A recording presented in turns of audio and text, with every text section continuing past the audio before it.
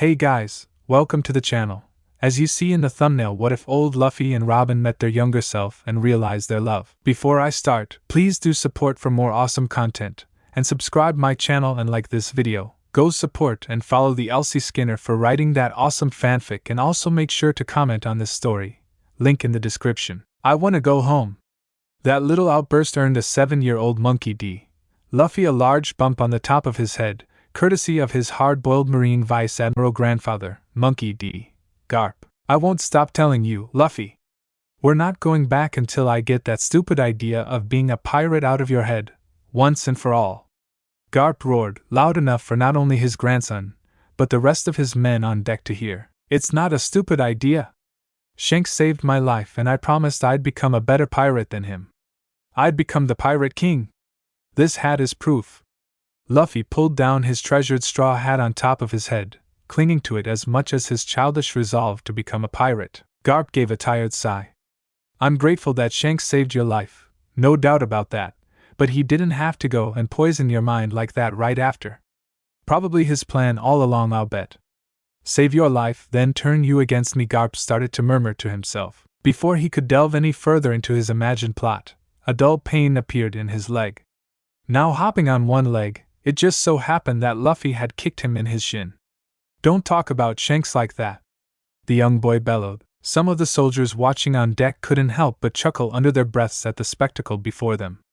Their humor died immediately when they caught the sight of Garp revealing a very angry expression. The next thing that happens, Garp grabs Luffy by his cheek and lifts him in the air, only for the boy's cheek to stretch by a meter before Luffy is carried with it. And he had to go and get you, cursed and all.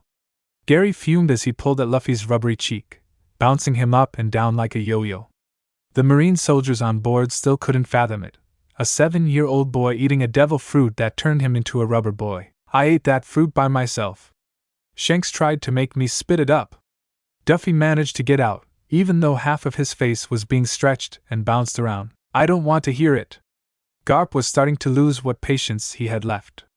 One more word about Shanks or pirates, or, heaven forbid, Pirate King, and he was going to give his grandson a hit so bad. You, sir? What? The brave soldier that dared to approach a raging Garp, who was close to foaming at the mouth no less, leaped back a small distance in fear. Seeing this, Garp regained himself and stood straight in authority, still clinging on to a struggling Luffy's rubber cheek. Yua the soldier came out of his surprise and stood at attention, making an effort to not look at the poor boy stuck in his captain's grasp. We have just been informed by our lookout that O'Hara is starting to come into vision. Excellent. Garp finally let go of Luffy, causing the boy to fall to a painful slam on the floor. Make ready to dock and assemble the men. Garp gave his orders, which all the men under his command were more than happy to follow. He was Garp the hero after all, the man who went up against the former Pirate King, Gold Roger, on a regular basis, and brought in many a wanted pirate and bandit in his day, and was still going strong, with no intention of stopping now. He truly was an inspiration to his men, and many others in the Navy. Luffy managed to pick himself up off the floor and started rubbing his sore areas from his fall. Where are we going anyway, Grandpa? The island of O'Hara, Garp answered, stepping toward the bow of the ship to get a view of their destination, where the tree of knowledge grows in the center of the island itself. Luffy walked up next to his grandpa and looked out over the horizon. The sight he saw blew his mind. Whoa! Luffy expressed his amazement. That's a huge tree. It was indeed a giant tree, standing high into the sky, its large flourish of branches and leaves sheltering the island it grew upon, like a giant umbrella. Upon closer inspection, the lower half of the tree, where the roots met the ground, was covered in houses and buildings. The tree itself seemed to be hollowed out as well, the trunk it being littered with what looked like windows. What are we doing here, Grandpa? Luffy asked excitedly, making his Vice Admiral Elder look at him and crack a large smile at his enthusiasm. We're looking for 2 wanted criminals, Luffy. Garp looked back at the island, a distant look in his eye. Nico, Olivia, and Jaguar D. Saul, are they pirates? Luffy asked, excited at the notion of meeting more pirates than just Shanks. No, Garp shot down immediately, sounding more serious than he was before. But they're 2 people I intend to ask some very important questions. Why? What questions? Luffy pouted. Garp kept looking at the island before them. Sorry, Luffy, can't tell you. Classified business. He then turned and gave him a smile, wanting to change the subject. You can learn all about that when you're a Marine. Luffy then puffed out his cheeks in annoyance. How many times have I got to tell you, Grandpa? I'm not gonna be a Marine. Garp took on his angry face once more, his shadow looming over a now very frightened Luffy. And how many times have I got to tell you, Luffy?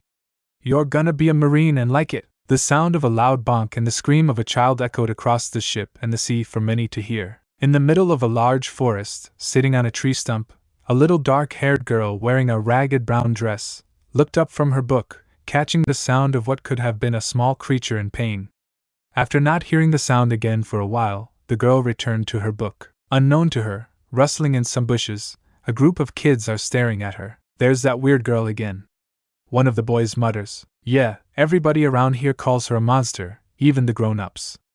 A girl murmurs back. All she does is read all day. What a freak!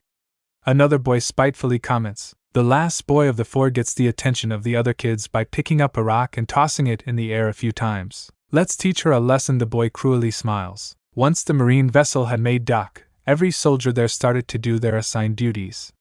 Hoisting the sails, weighing the anchor, all hands being on deck. Truly a sight that brings a warmth to Garp's heart, to see strong Marines doing what they can to help one another, operating as a true crew. The sound of a loud grumbling brought him out of his musings to look down at his grandson, who had seemed to have collapsed to the ground. Grandpa, I'm hungry, the young boy whined. Garp growled in frustration before grabbing Luffy by the back of his shirt collar. Luffy, you need to pay attention, the Vice Admiral bellowed.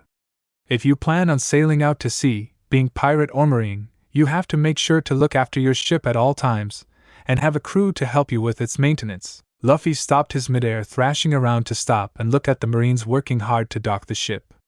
The young boy's eyes took on a shine of appreciation and inspiration. What will Luffy exclaimed, watching all the men work as a team, as a crew.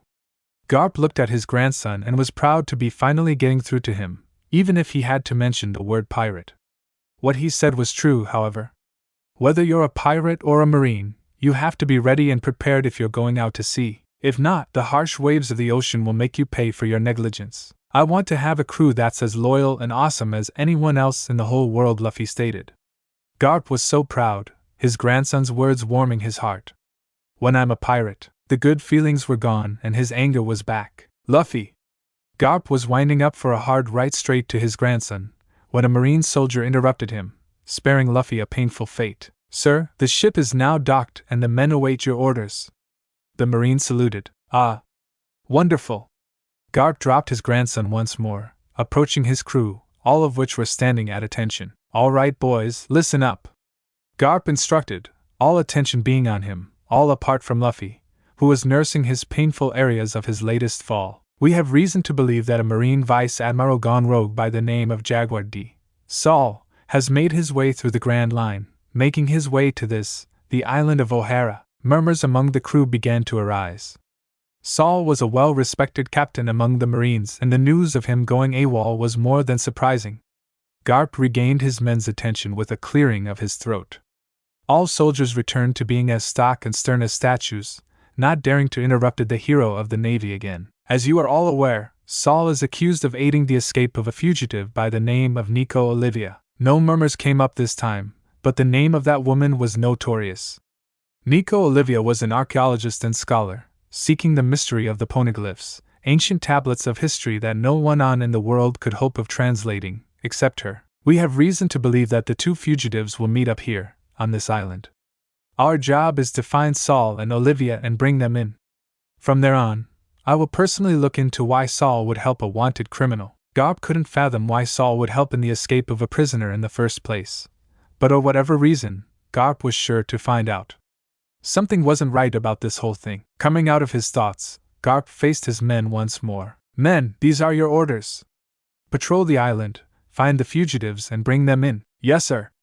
The men spoke in union. As the soldiers began to make their way onto the island, Garp turned to walk back to his grandson. Now then, Luffy, all I have to do now is have a chat with the scholars at the library in the Tree of Knowledge. If anyone would know anything about Olivia, it's them.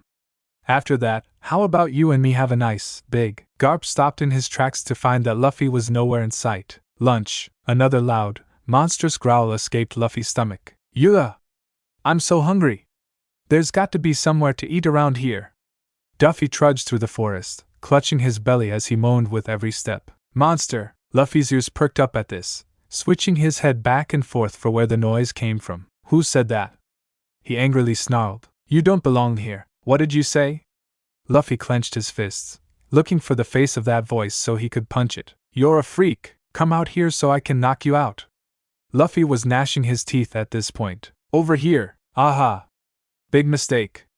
Luffy charged into the forest, ready to make whoever was talking to him like that sorry. Bursting out of some bushes, he looked around and spotted a group of kids picking on a little dark-haired girl, sitting on a tree stump and reading a book. Luffy adjusted his hat as he looked on. They weren't making fun of me? Well, they don't even know me, so I guess. Luffy stopped talking to himself to see one of the kids throw a rock at the girl, hitting her straight on the head. As all the kids laughed and pointed while the girl on the stump started to bleed, Luffy was about to blow a blood vessel, he was so mad. Hey!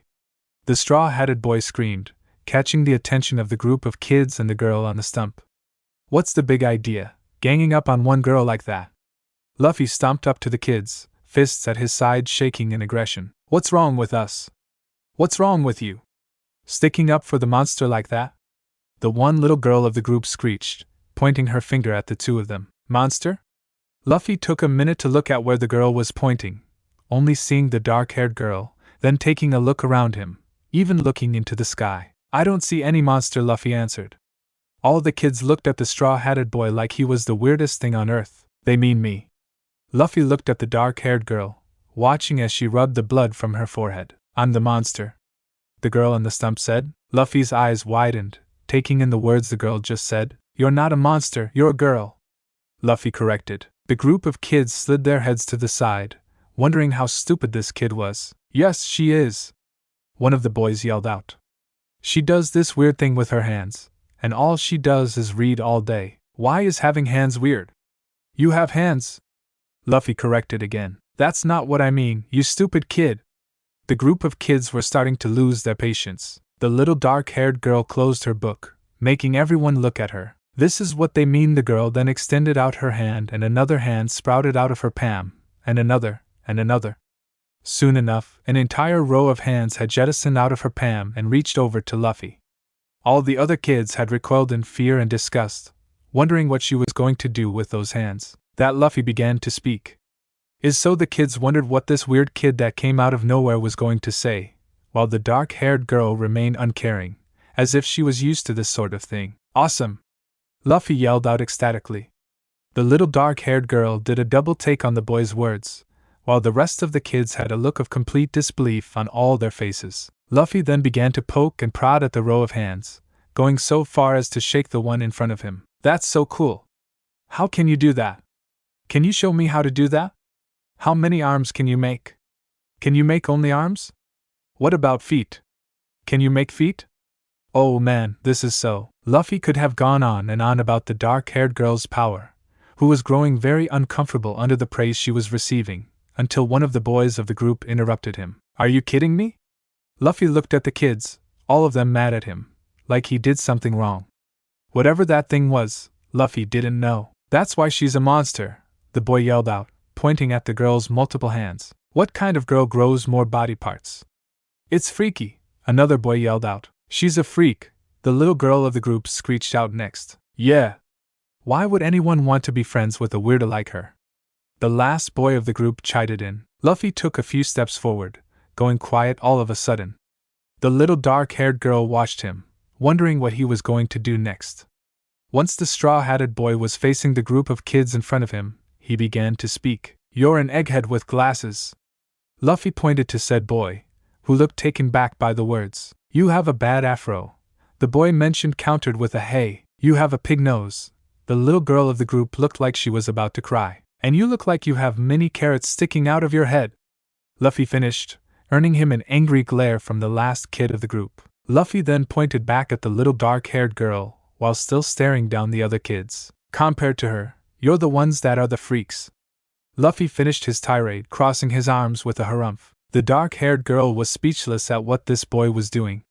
No one has ever cared about her this much before, let alone stuck up for her. As Bad Afro and Egghead were stunned silent by the boy in front of them, and Pig Nose was crying at being called names, Carrot Head, the boy that threw the rock, stepped forward, easily towering over Luffy. "Who do you think you are, calling us names like that?" the boy ground out through his clenched teeth. Luffy just placed his hand on top of his hat, and a large toothy grin split out over his face as he looked the larger boy in the eye. "I'm Monkey D. Luffy. And I'm gonna be the Pirate King." Carrot Head just stared at the boy, along with the other kids and the girl he was defending. Suddenly, Carrot Head starts laughing and the other kids follow in mocking the boy as well. All except for the dark-haired girl. "Pirate King? You!" Carrot Head continued to laugh as the group of kids behind him began to walk up and circle the straw-hatted boy, who didn't even flinch at their laughter. "A freaky girl and a pirate wannabe." Bad Afro chuckled. "What a pair of losers." Egghead clutched his stomach. "How stupid can you get?" Pig Nose sniggered. The little dark-haired girl, on the other hand, just stood there in amazement. This boy, who just burst out of nowhere, defended her, called all those kids names and stated something that sounded ridiculous without any sort of hesitation. Who was this boy? The dark-haired girl was brought out of her thoughts to see Carrot Head bring his face nose to nose with Luffy. The straw-hatted boy was barely his height, even if they did seem close in age. Whatever the larger boy was going to do to him, it was not going to be pretty. Even so, the smaller boy didn't budge, looking Carrot Head square in the eye. "You're just a stupid kid who doesn't know what he's talking about." Carrot Head sneered. "Beat it." One motion of his hand and he had knocked the smaller boy's straw hat off his head, seeing it gliding a few meters away. "Aya! My hat!" Luffy freaked out as if he had lost a limb. He ran across the field, picking it up, checking for any damage and planting it back on his head. Looking back in anger at the kids, he saw them all laughing at him again, Carrot Head grinning at his own actions. By this point, Luffy had had enough. "You bunch of jerks. You asked for it." Luffy grabbed his shoulder and made an action of winding back, as if he was about to pitch something. "Gum gum." The laughter stopped and everyone watched to see what this boy would do next. "Pistol!" The Straw Hat Boy then lunged forward, stamping his foot on the ground and launched his clenched fist, proceeding to stretch his forearm from where he was standing and send his fist flying at Carrot Head, only for the fist to make contact with the ground between the two of them, ricochet off and send the fist flying in the air, high above the trees and into the blinding sunlight through the branches. Soon enough, the fist came back down, landing right on top of Luffy's head, making the boy sound out an OW. As Luffy rubbed his sore head, everyone was in complete shock. The arm that Luffy had stretched slowly slinked back to its owner, like a snake slithering across the grass, making its way back into its natural shape and form. But nothing about what was just seen could be described as natural. After Luffy was done checking for any bruises, he looked back at the group of kids and the dark-haired girl, all of which were wearing faces of utter disbelief. "What?" the rubber boy asked. "Wah!" The group of kids screamed in total fear. The little dark-haired girl, on the other hand, stood there completely dumbfounded. "He's another monster!" Egghead wailed. "What's wrong with your arm?" Bad Afro shrieked. "They're freaks. Both of them!" Pig Nose hollered. "The girl must be contagious. If we stick around, we might turn into freaks next." Carrot Head's comment sent the group of kids running, screaming and crying all the way out of the forest. After the noise had faded away, all that was left in the open field in the middle of the forest was the little straw-hatted rubber boy and the little dark-haired girl who could grow body parts. "What a bunch of jerks!" Luffy steamed. "I don't like them. Not one bit." Excuse me," the voice caught Luffy's attention. He turned to face the little dark-haired girl he had stood up for. "Yeah?" he asked, wondering what the girl wanted. "Thank you." The girl bowed her head in gratitude, clinging to her book as she did. "No problem. 4 against 1 isn't a fair fight anyway." Luffy beamed, his large toothy smile going across his face again. Robin looked back up, her big bright blue eyes full of curiosity. "How did you stretch your arm like that?" she asked. "Oh!" Luffy excitedly exclaimed. "I ate a devil fruit." He then proceeded to grab his cheeks and pull them apart, making them extend to an inhuman length. "And now I'm a rubber boy." He managed to speak, even though he sounded ridiculous. "You ate a devil fruit too?" The girl grew surprised. Luffy let go of his cheeks, making them snap back in place. The sound they made sounded painful, but the boy seemed not to feel it. Yeah. I'm guessing that's how you got your powers. Yeah, the girl answered. I ate the hana fruit. I ate the gum fruit. Luffy pronounced proudly. The two of them couldn't help it, but a laugh broke between them. Finding someone else with as much of a weird gift as you was quite the discovery, especially when you thought you were the only one. The little dark-haired girl came out of her laughter, as did the straw-hatted boy. The girl reached her hand out, wanting to shake hands. My name is Robin. She introduced herself. My name's Luffy. The boy happily took her hand and shook it in his own. Nice too. The sound of his stomach grumbling stopped him from saying anything else. Meet. With a sigh and a tumble, Luffy found himself lying on the ground in so-called agony. Are you alright? She looked down in concern for the boy. I forgot I was so hungry, Luffy wheezed out, acting as though he was in so much pain he couldn't move. Robin looked down at the boy, wondering how out of place his character was, even for a 7-year-old. He acted like he was younger than he looked. Robin thought for a moment. What she was planning would be a big risk for her, but looking back down at the boy, the only boy to stand up for her, the only boy who could possibly be her only friend her age, it was worth the risk. Luffy, if you can get back up, I can find you something to eat at my house? She politely persuaded. The straw-hatted boy immediately jumped up from his lying place and stood on his tiptoes in glee. Really? You mean it? Luffy beamed ecstatically. Why, yeah, Robin was starting to grow concerned about this boy's mental state. Robin opened the door to her house with a creak, checking if the coast was clear. Seeming that no one was home, Robin slowly opened the door the rest of the way. Come on, she whispered, leading the way for Luffy to follow in behind her. Once the two children were inside, Robin led Luffy to the kitchen. I'll make you a sandwich. She then crossed her arms, keeping her hands open, and closed her eyes. The next thing that happened, multiple hands literally started popping out of the woodwork, opening cabinets, and pulling out what she needs to make a snack for her guest. Awesome. Luffy just turned slowly, watching the arms do their work around the room. Once everything was on the table in the middle of the room, more hands sprouted up and started making a meal. After the sandwich was complete, the hands then quickly started to put everything away as quick as possible. Luffy was still in awe at the display and didn't notice the nervous look on Robin's face. After everything was put away, the children each took a seat at the table, Luffy happily taking large bites out of his lunch and Robin just watching him, with a hand propped up under her chin. You're not from here, are you? She deduced. Why ask me that? The straw-hatted boy said after swallowing a bite. Anyone else my age on this island would just pick on me, but you didn't, Robin explained sadly. Oh, the boy understood. He took another large bite out of his snack. I came here on a ship, with my grandpa, Luffy said with his mouth full. Luffy kept on eating as Robin kept on asking questions. So, where do you live? Fusha Village, on an island in the East Blue. You're from the East Blue, yeah? Is that a problem? No, but how could you go from the East Blue to the West Blue so easily? Luffy kept eating as he talked. Why would that be a problem? Robin looked skeptical. Well, if you live in the East Blue and this is the West Blue, you'd have to cross through the Grand Line's current then. Luffy spit what food he had in his mouth out at this. I went through the Grand Line? Multiple hands shot out of the seat Luffy was in and slammed over his mouth, muffling anything else he had to say. SHHHHHH. Don't scream like that, Robin said in a desperate whisper. The hands disappeared, letting Luffy catch his breath. Why not? I can't let my Auntie Roji know I brought you home with me. I can't let her know I fed you either.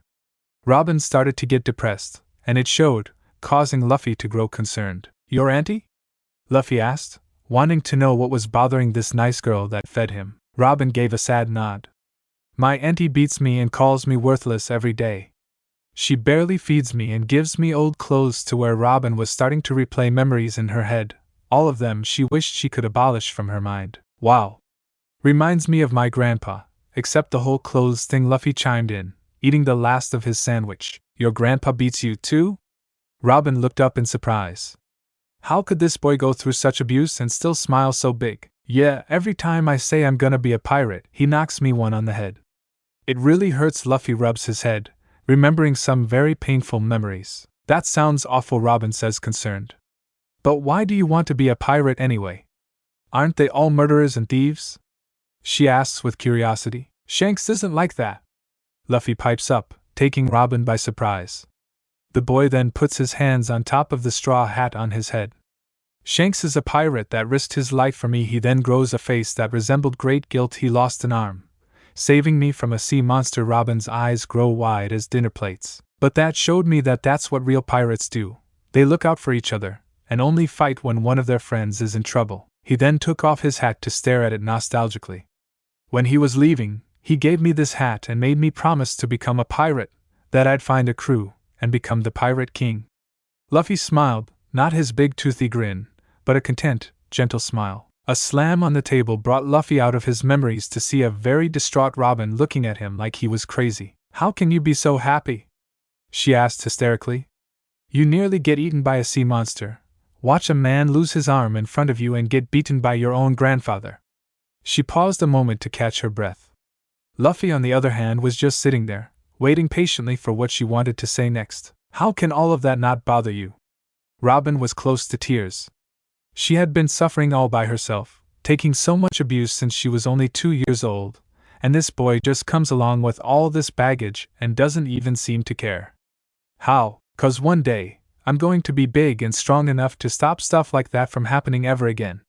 Luffy broke out into his big toothy grin, somehow being a symbol of his resolve. Robin was shocked still. She turned her head to stare at the table, mulling over the words spoken to her from this strange little boy. Luffy then hopped out of his seat and walked over to Robin, who was still lost in her mind. "Hey, Robin? You okay?" he asked, waving a hand in front of her face. Robin then shot up from her thoughts and took Luffy's hand in her own. Robin had never heard such an aspiring thing. The only other person she could remember saying something like that would be. Robin leaped out of her seat, surprise covering her face, while Luffy fell backwards from Robin's outburst. "Luffy!" the dark-haired girl yelled in her sudden excitement, while Luffy picked himself up off the ground, nursing his head from his fall. "I have to go somewhere, but you can't come with me." "Oh." Luffy pouted. "Why not? I can tell you. I made a promise." Robin wished she couldn't shut the boy out. He could be her only friend that was around her age with any luck. "Oh, okay." Luffy understood. "Just like that?" Robin shot his head up, wondering why he was so quick to agree with her wishes. "Yeah. If you promised, I totally understand," Luffy stated, clinging to the hat on his head to emphasize his point. Robin nodded, happy that he was so understanding. Opening the back door of the kitchen, the two children made their way outside. "I'll be back soon," Robin said before she made a dash for the forest. "Wait!" Luffy called out, stopping the girl in her tracks to look back. "Where can I find you when you get back?" "Meet me at the library," Robin called back. "Okay," Luffy agreed. "That's where my grandpa's going anyway." A knock on the door caught the attention of Professor Clover, director of the O'Hara Library and renowned leader of archaeology. Getting up from his desk, he made his way through the library, passing his fellow scholars and archaeologists. Reaching the front door, he gladly opened it. "Welcome to the Tree of Knowledge. How may I?" Seeing Garp the hero and a squad of Marines behind him took the historian by great surprise. "Help you, Professor Clover, I presume?" Garp asked, wearing a warm smile. "Why, yes, I am," Clover stuttered. "Excellent." The large, bearded man beamed. "I was hoping to ask you a few questions. Mind if I come in?" Clover was reluctant to do so, but saying no would bring nothing but trouble. "Oh, of course not." Clover opened the door wider to let the larger-built man inside, along with a few Marine soldiers following behind him. The rest of the Marines outside marched away, leaving two to guard the other side of the door. Closing the door, Clover looked back at Garp, his soldiers and the countless worried faces of his colleagues that scattered the library, looking his way. All of them were asking the same thing that Clover was to himself. "Are they on to us? I've always wanted to see this library." Garp's booming voice echoed out through the inside of the tree, bringing Clover back to reality. "Why, yes. It is quite the sight, isn't it?" Clover forced a smile on his features. "Indeed. Glad I could see it before my old age catches up to me." Garp gave a hearty laugh, not caring if he was making a scene. "How many books do you think are in here?" It's nearly an unfathomable amount." Clover saw a chance to distract Garp. "This library has what many believe the largest stockpile of literature the world has ever known.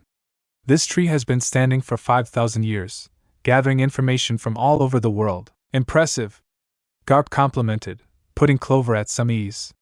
"I understand that this library attracts many archaeologists and scholars." "Oh, of course," Clover stated, trying to stay resolute under the pressure in the hall. Many people who seek knowledge and wish to share their own have been coming here too. Then maybe you have had an archaeologist by the name of Nico Olivia drop by here and there? Garp dropped a verbal bomb on Clover, making the leaf-bearded man gain a fresh coat of sweat. Robin pushed her way past the thick brush of branches in the forest, until she came across a wide open view of a white sandy beach, with the ocean stretching out far onto the horizon. Robin looked up and down the beach, ignoring the beautiful view, until she spotted who she was looking for. Saul! She called out. Saul, being an enormous giant, wearing tattered clothes, a worn brown cowboy hat, and a big bushy orange beard, turned from the gigantic raft he was building to look at where the voice came from. Oh! Robin! Saul cracked a smile as he made his way over to her, stomping across the beach due to his size. Good to see you again! Saul spoke in a booming voice. Robin didn't mind, however, smiling all the way at seeing her first ever friend. Good to see you too, she called, wanting her voice to reach his ears. How's the raft coming along? Saul took a seat, leaning his back against the cliff Robin stood upon. Pretty shipshape if I do say so myself. Saul then erupted into a strange mixture of laughing and crying at the same time, making a strange noise as he did. Dereshishishishishi. Dereshishishishishi. Robin giggled to herself as she enjoyed the infectious positivity that Saul managed to produce. It reminded her of the boy she just met that day. She wondered why that was, so Saul attempted to strike up a conversation. Read any good books lately? No, nothing special, Robin answered as she took her own seat on the grass and bringing her knees to her chest. But Robin grew quiet, which only got Saul's attention even more. But what? Saul asked in a curious tone. I think that Robin didn't want to jinx it, but she couldn't drop the subject now. That I made a new friend today. She beamed. Dershishishishishi. That's fantastic, Robin. Saul was delighted to hear this from Robin. After all the stories she told about the other kids on the island and that rotten old aunt of hers, hearing she now has a friend warmed Saul to the heart. Yeah. He reminds me a lot of you. Robin started to go on about the boy she had met that day. How he stood up to her against a group of kids picking on her, how he ate a devil fruit like her, and what he said about wanting to be big and strong enough to stop bad things from happening. I like the sound of this kid. Sure wish I could meet him. Saul broke out into his strange laughter again. So, what rock on this island has this kid been hiding under anyway? He's not from here. Robin answered, enjoying the talk they were having. He says he came from the East Blue. The East Blue? This is one brave kid you've come across. Going through the Grand Line and all. Saul was happy for his little friend. Knowing that he had to leave was painful, but now that Robin had someone else with her, and to take his place, life should be a lot easier for her. Besides, no matter how painful it may be to leave, he had to keep moving. He had to reach O'Hara. Hundreds of lives depended on it. Also, Robin brought Saul back from his thoughts. He's got a D in his name too. Just like yours, huh? Oh, really? Saul returned his attention to Robin, pushing his personal mission to the back of his mind for now. Yeah. If I remember correctly, Robin started to rack her brain as to what the boy's full name was. Being an 8-year-old girl who aced a high-grade archaeologist test, it wasn't that hard for her to remember. His name was Monkey, yeah, Monkey D. Luffy. That's what his name was, Robin stated, proud of her memory skills. The slam of Saul's hands on either side of her on the cliff side did more than shake her out of her musings. Falling over, she picked herself up and ended up staring back at the intense gaze of the orange-bearded giant. And Monkey? Saul managed to choke out in his flabbergasted state. Did you say I'm Monkey D? Why yeah? Robin was getting scared. Saul had never acted like this before in the days she knew him. Robin, Saul gulped, swallowing his nerves. Did Luffy come with anyone else to this island? He said he came here with his grandpa. Robin started to shiver. She was so scared of how Saul was being. Saul then froze at those words, the word Garp being whispered from his massive maw. Garp? Robin asked, stunned in fear as much as Saul himself. Robin! Saul looked back at Robin, now seeing how scared Robin was looking at him. Saul took a minute to pull himself together, not wanting to scare the girl any more than he already had. Sorry for scaring you, Robin, but it's very important that I talk to Luffy's grandpa right now. Oh, okay. Robin stood up from where she lay. She knew that Saul would never hurt her, but the way he was acting was positively terrifying. Robin, Saul leaned in, wanting Robin to hear him loud and clear, even though his voice was loud enough for nearly all to hear. I need you to go find Garp, and I need you to say to him 2 very important words. Robin swallowed her fear and hesitantly nodded. If we had any records of the likes of Nico Olivia being in this library, I would show them to you, Garp, sir. Clover was managing to keep up his act, but if Garp kept probing him like this, then there's no telling what the outcome would be. Garp wasn't known for his patience, after all, and impatient was exactly what Garp was getting. He knew the scholars in this library were hiding something big. Whatever the connection was between Olivia, Saul, and O'Hara was, these people knew, and they weren't telling him what he wanted to hear. There was an invisible elephant in the room, and all Garp had to do was keep poking in the right directions until, "Let me in, will ya? Luffy, where did you let me in already?" The muffled arguing outside drew all eyes to the front door of the library. "You can't go in, Luffy." "Your grandpa." The sound of a kick and an audible OW sounded out before a straw hat wearing boy came charging in through the front door. "Grandpa!" the boy cried, causing all the scholars to look at the Vice Admiral, who couldn't help but feel a wave of awkwardness overcome him. "We're sorry, Garp, sir." A Marine soldier, rubbing his aching shin, apologized as he followed behind Luffy. "I couldn't stop him from coming inside. Darn it, Luffy!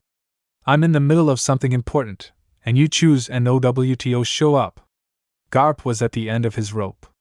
First his grandson runs off and disappears, the scholars give him the runaround, and now his knuckle-headed grandson finally appears, barging in and ruining his questioning. Garp didn't want to admit it, but he was starting to feel pretty old right now. "Sorry, Grandpa." Luffy hung his head, only to shoot back up again. "But I'm here to wait for a new friend I made." Garp put his palm to his face. "Luffy, now is not the time or the place.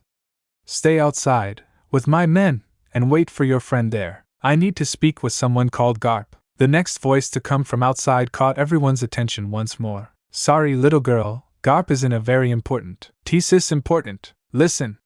You are not allowed to." Another kick, another OW, and this time, a little dark-haired girl came running inside, with a second Marine soldier nursing his shin. "My grandson is one thing," Garp spoke in a lecturing tone. "But a little girl? What happened to your training?" Both soldiers hung their heads in shame. "I need to speak with a Marine called Garp." Robin cried out desperately. "Robin?" Luffy caught the girl's attention. "Luffy?" Robin said, surprised. "Luffy, who is this?" Garp asked curiously. "This is the friend I made, Robin." Luffy cracked his toothy grin as Robin was stood still in place, shocked at what Luffy had called him. "W were F friends?"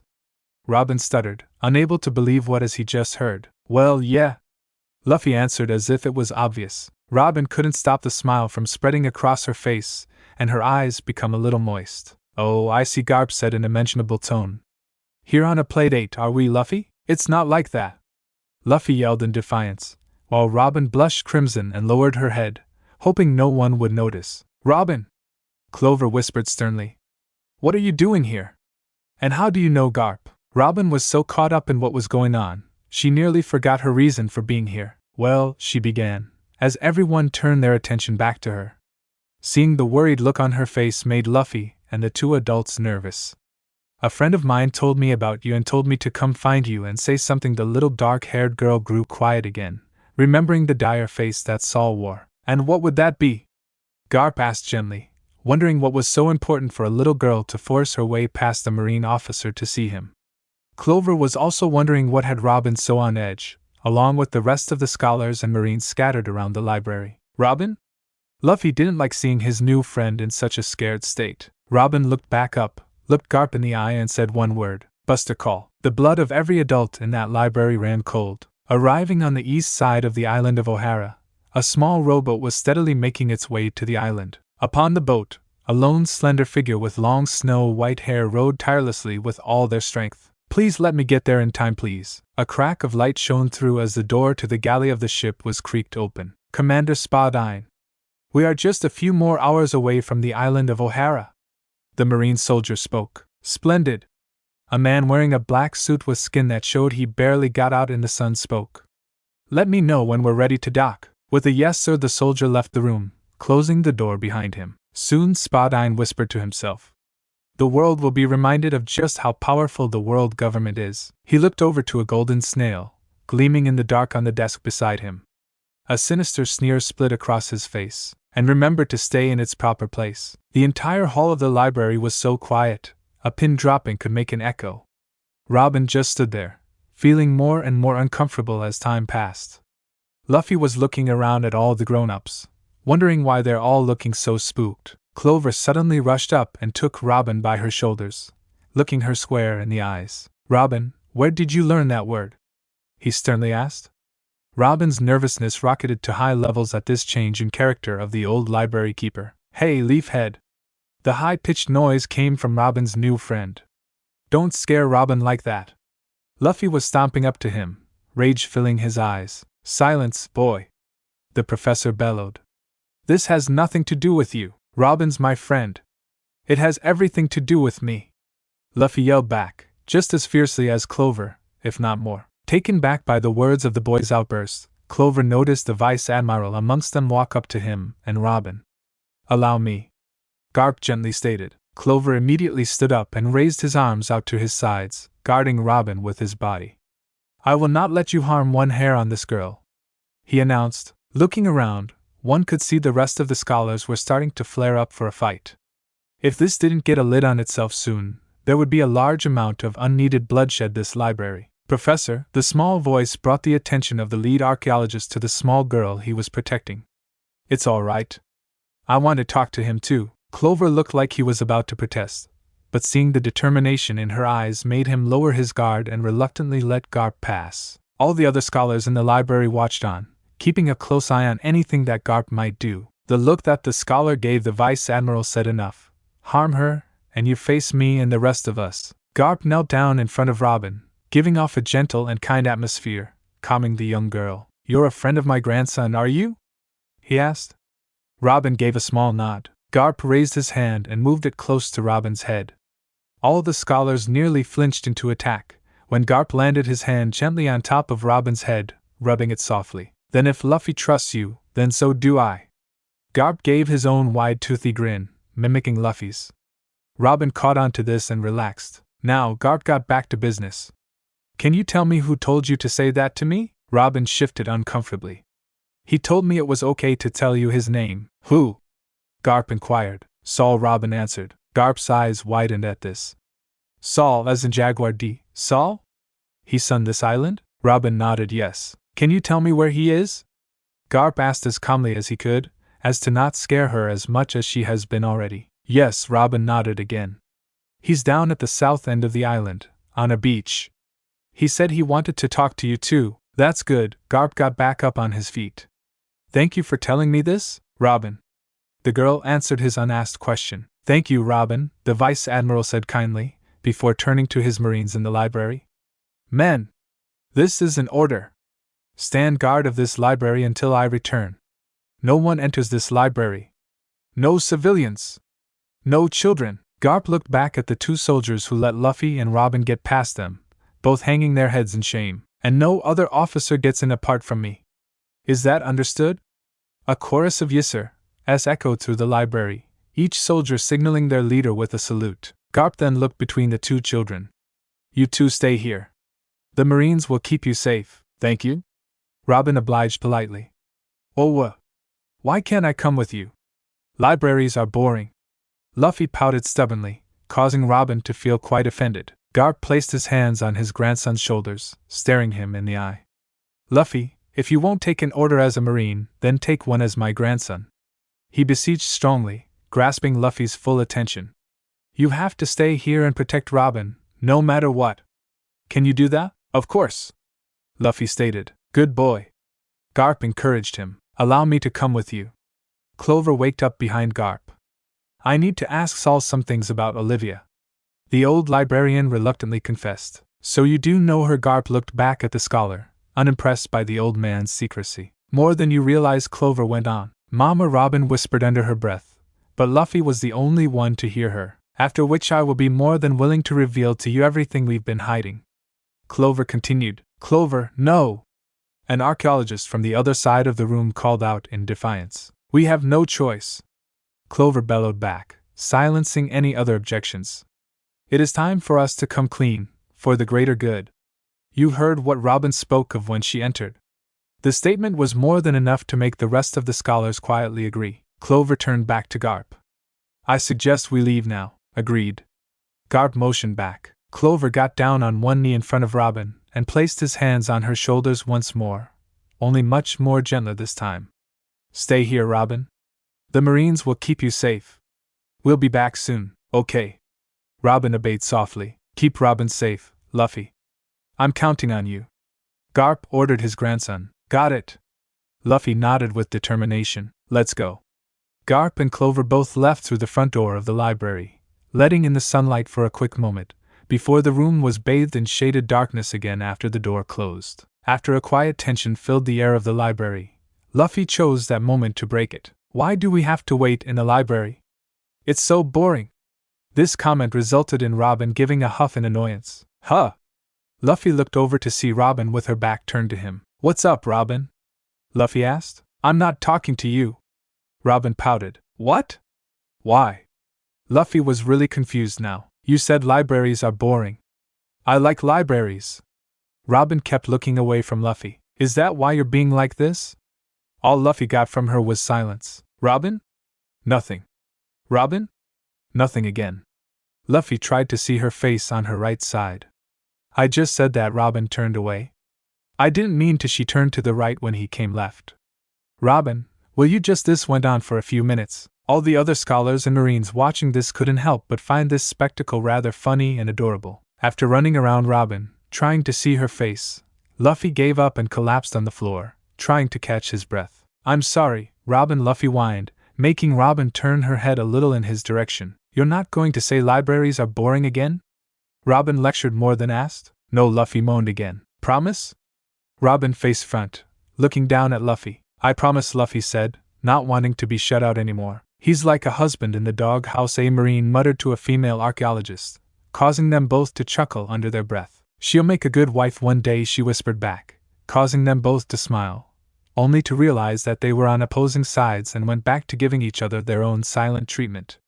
How could two kids break such a tense situation? They both wondered. While we're here, why don't I show you some of my favorite books? Robin glowed with enthusiasm. Luffy wanted to moan at this, but not wanting to be ignored by Robin again, he stifled it. Sure, he said with as much muster as he could, which wasn't a lot. Robin was so happy to hear this, she grabbed his hand and pulled him along to explore the library. I think we have some books about Gold Roger somewhere, Robin said out loud to herself. Gold Roger? Awesome. Luffy then took the lead and pulled Robin along, the two starting a fight for leadership. The Marines were fine with letting the two children run around the place, gathering books and talking all the while, as long as they stayed inside the tree. The scholars were so happy to see Robin enjoying her favorite pastime with someone her own age. She deserved to have a friend at last. They just prayed that the two didn't go anywhere near the basement. On the east shore of O'Hara, the white-haired stranger, known as Nico Olivia, had long abandoned her vessel and had started her trek through the forest. I hope Saul is here already, she hoped to herself as she pushed a branch out of her path. Olivia had risked much of herself already by going out to sea, hunting down the poneglyphs in the name of her late husband. Becoming a criminal, forcing a vice-admiral to go AWOL, and losing all of her fellow scholars that set out with her in a bloody massacre at the hands of the Marines. But one thing that stung just as horrible as that, after all these years, was cutting all ties with her beloved daughter. How old must she be now? 7, no 8. Oh, how she wished she could see her again. No, she said to herself.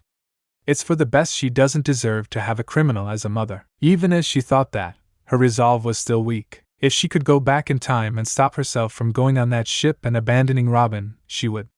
Her husband would understand. But her fate was sealed. She had to make sure the fate of O'Hara wasn't. She marched on, determination running through her. She believed that history was a treasure, and she won't let the world government turn it into a curse for the rest of the world. Nico Olivia was a long-time comrade of ours in the Tree of Knowledge. Clover spoke as he and Garp walked through the forest. I'm sure you are aware of why an archaeologist would become a wanted criminal?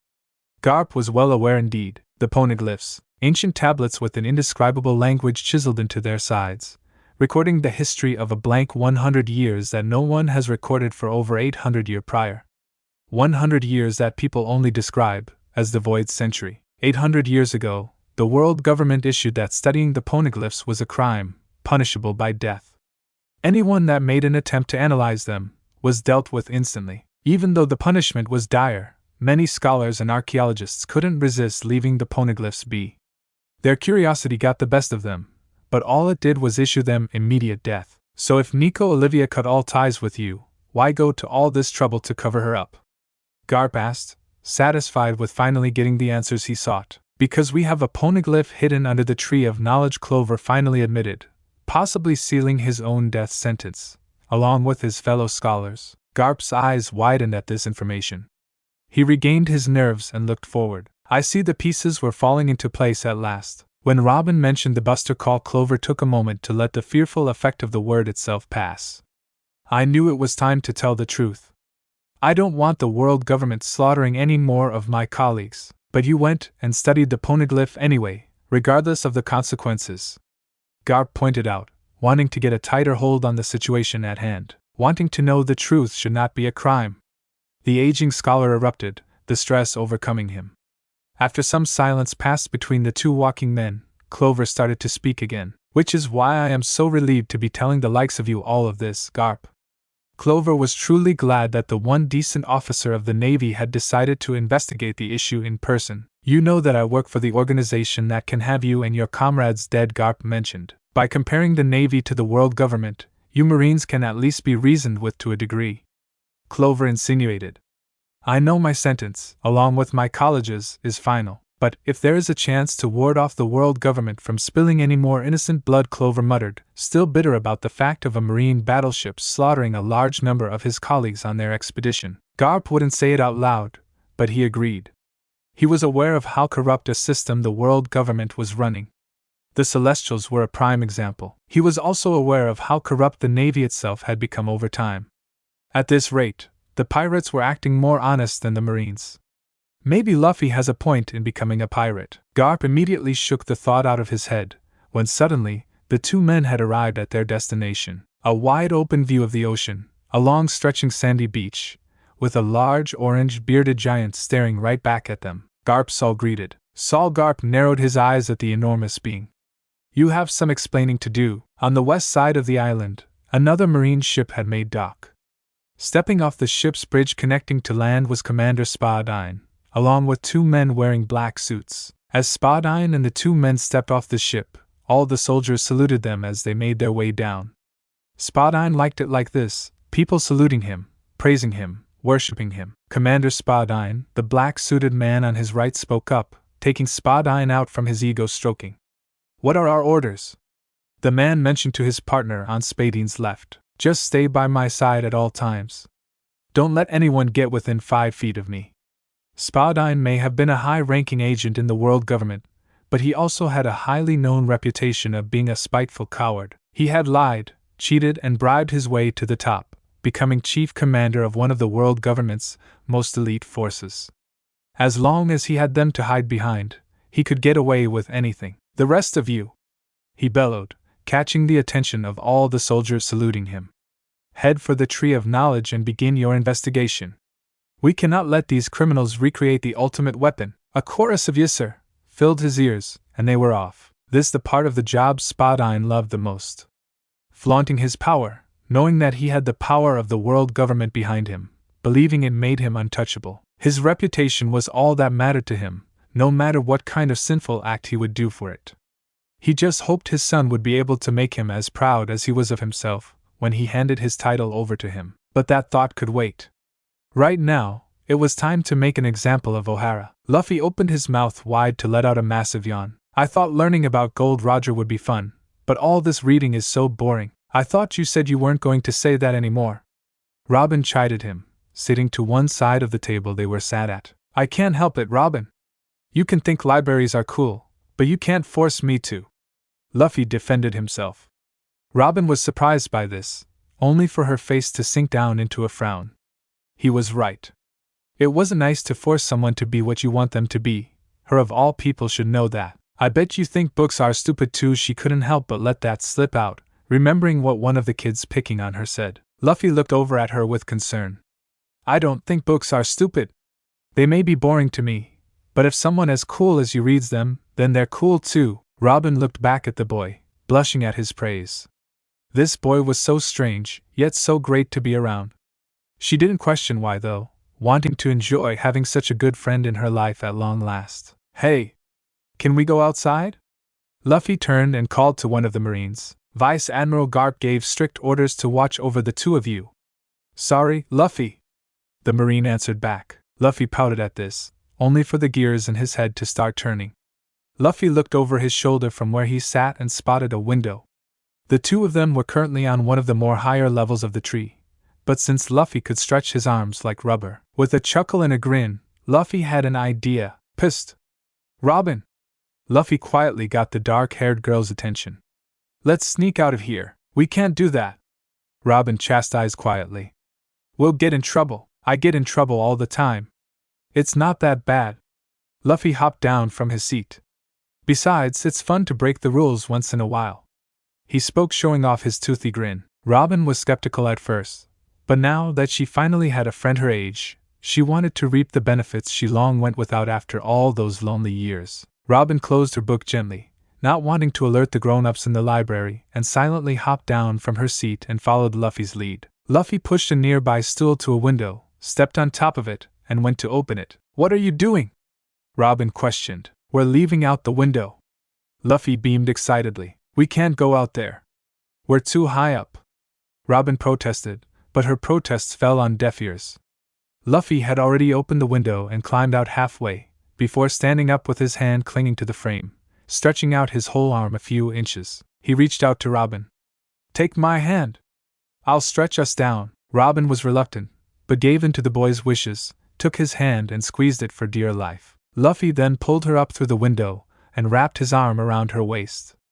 Robin blushed at this, before Luffy made a leap down from the railing and landed a few meters down the side of the tree, his hands still holding onto the window frame. One jump at a time, the two kids scaled down the large trunk of the tree of knowledge. Finally landing on solid ground, Luffy retracted his arm and it snapped back in place. How did you learn how to do that? Robin was blown away by such a creative use for his powers. The idea just came to me. I've never done that before. Luffy heartily laughed, as Robin gained a look of utter dread. But we could have died. Or at least me, since you're made of rubber, but still. Robin fumed at having her life risked on chance. I wouldn't have dropped you, Robin. You're my friend, I'd never want to lose you. That simple state from the straw-hatted boy made Robin stop being angry, and a flattered feeling spread through her. But she still put up a pout. She did nearly die after all. Robin was brought out of her thoughts by a finger being poked into her forehead. Looking back at Luffy, she saw him wearing his wide toothy grin again. Tag. You're it. Luffy laughed as he made a run for it. Luffy. Get back here! Robin yelled as she started to chase him. Even though she sounded mad, she was smiling. She always wanted to play tag, but none of the kids wanted to play with her. No one did until now. Robin thanked whatever deity it was that brought this boy into her life, and hoped she and him could be friends for as long as possible. Hopefully, she dared to wish, forever. They massacred an entire ship? Garp gasped in disbelief. Yes, Saul regretfully recollected. I never saw the reasoning behind it. They were just scholars, they barely even put up a fight. After I arrested Olivia, Sengoku ordered me to aid in the buster call on Ohara. Garp gave a sigh of disappointment. Sengoku was the fleet admiral of the entire navy, and even though he has done good work, his loyalty to the government had a habit of clouding his judgment. It was times when it did that Garp couldn't even recognize him. The fleet admiral needed to make his mind up about whether to have a heart or not. And once Olivia told you of the world government's plans, you couldn't stand aside. Garp finished for the giant. Exactly, Saul agreed. All of O'Harathi would go so far, just to keep us quiet and history buried? Clover was beyond shocked, frozen to the spot where he stood and as white as a sheet. The world government would go so far to keep the Void Century a secret, that they would obliterate an entire island? All of this said only one thing to the aged archaeologist. The government was hiding something. Something to do with the poneglyphs. We can't let this happen. Clover burst out. I agree, Garp concluded. We don't know when the battleships will arrive, but I have to contact Sengoku at once. He'll at least listen to me. Garp and Sengoku went way back in the Navy, fighting together on the open seas against many a pirate, even going up against the former pirate king, Gold Roger himself. Even though they had a habit of rubbing each other the wrong way and having different opinions on how to dispense justice, they would always be friends and comrades. Hopefully, that side of Sengoku would show when Garp brought all this up to him. Well, if you're going to contact him, Garp Saul was looking out to sea with fear and dread filling his eyes. You might want to do it now. Garp and Clover looked out to see what Saul was speaking of, and the color drained from their faces more. On the horizon, 10 battleships were waiting out on the waves, with oversized cannons that you could see from the shore, mounted on deck and sticking out the broadsides. Above the fleet of ships, a storm was looming over them, thunder ominously rumbling in the clouds with flashes of lightning illuminating their presence. They're just floating there waiting. Clover felt like he was going to be sick. That means they haven't been given the signal, Garp deduced. The one holding the golden transponder snail must be on the island, starting their investigation. We must hurry back to the library. Clover turned to the direction of the Tree of Knowledge. They will be heading straight there. Let's move! Garp began to sprint for the center of the island, Clover barely keeping up with him. Clover then found himself being lifted in the air and carried in the palm of Saul's hand. Saul climbed over the cliffside, his enormous presence reaching high over the forest. I'm coming too! I have to find Olivia, and I won't see this island burn. The large being confirmed. With a nod of approval from the Vice Admiral and lead scholar, the three began to make their way back to the tree, praying that everything would turn out all right. All through their mad dash for the library, each one of them had a different person on their mind. Olivia for Clover, Robin for Saul, and Luffy for Garp. All three of them prayed that they were okay. Curses! Olivia swore under her breath. Hiding behind a house wall, she was able to lean out and see the Marine soldiers guarding the library. She was too late to warn her comrades. Olivia darted her eyes around, trying to spot someone of authority, leading the Marine forces. She couldn't find any. I still have time, Olivia whispered as she treaded away from her hiding spot and made a quick dash for the forest. If the one in charge of this investigation hasn't arrived yet, she has a window of opportunity to stop them from arriving. I won't let this place burn, she muttered as she ran.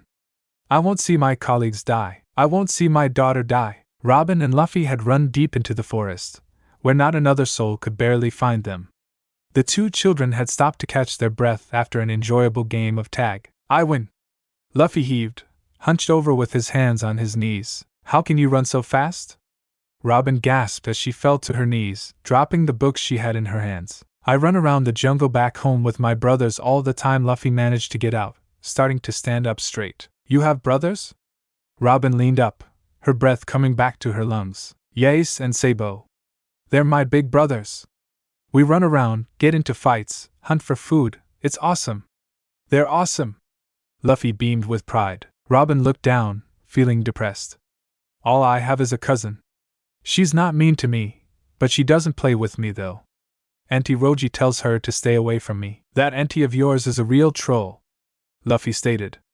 Robin was surprised to hear this at first, but broke out into a laugh. I wish I could call her that, right to her face.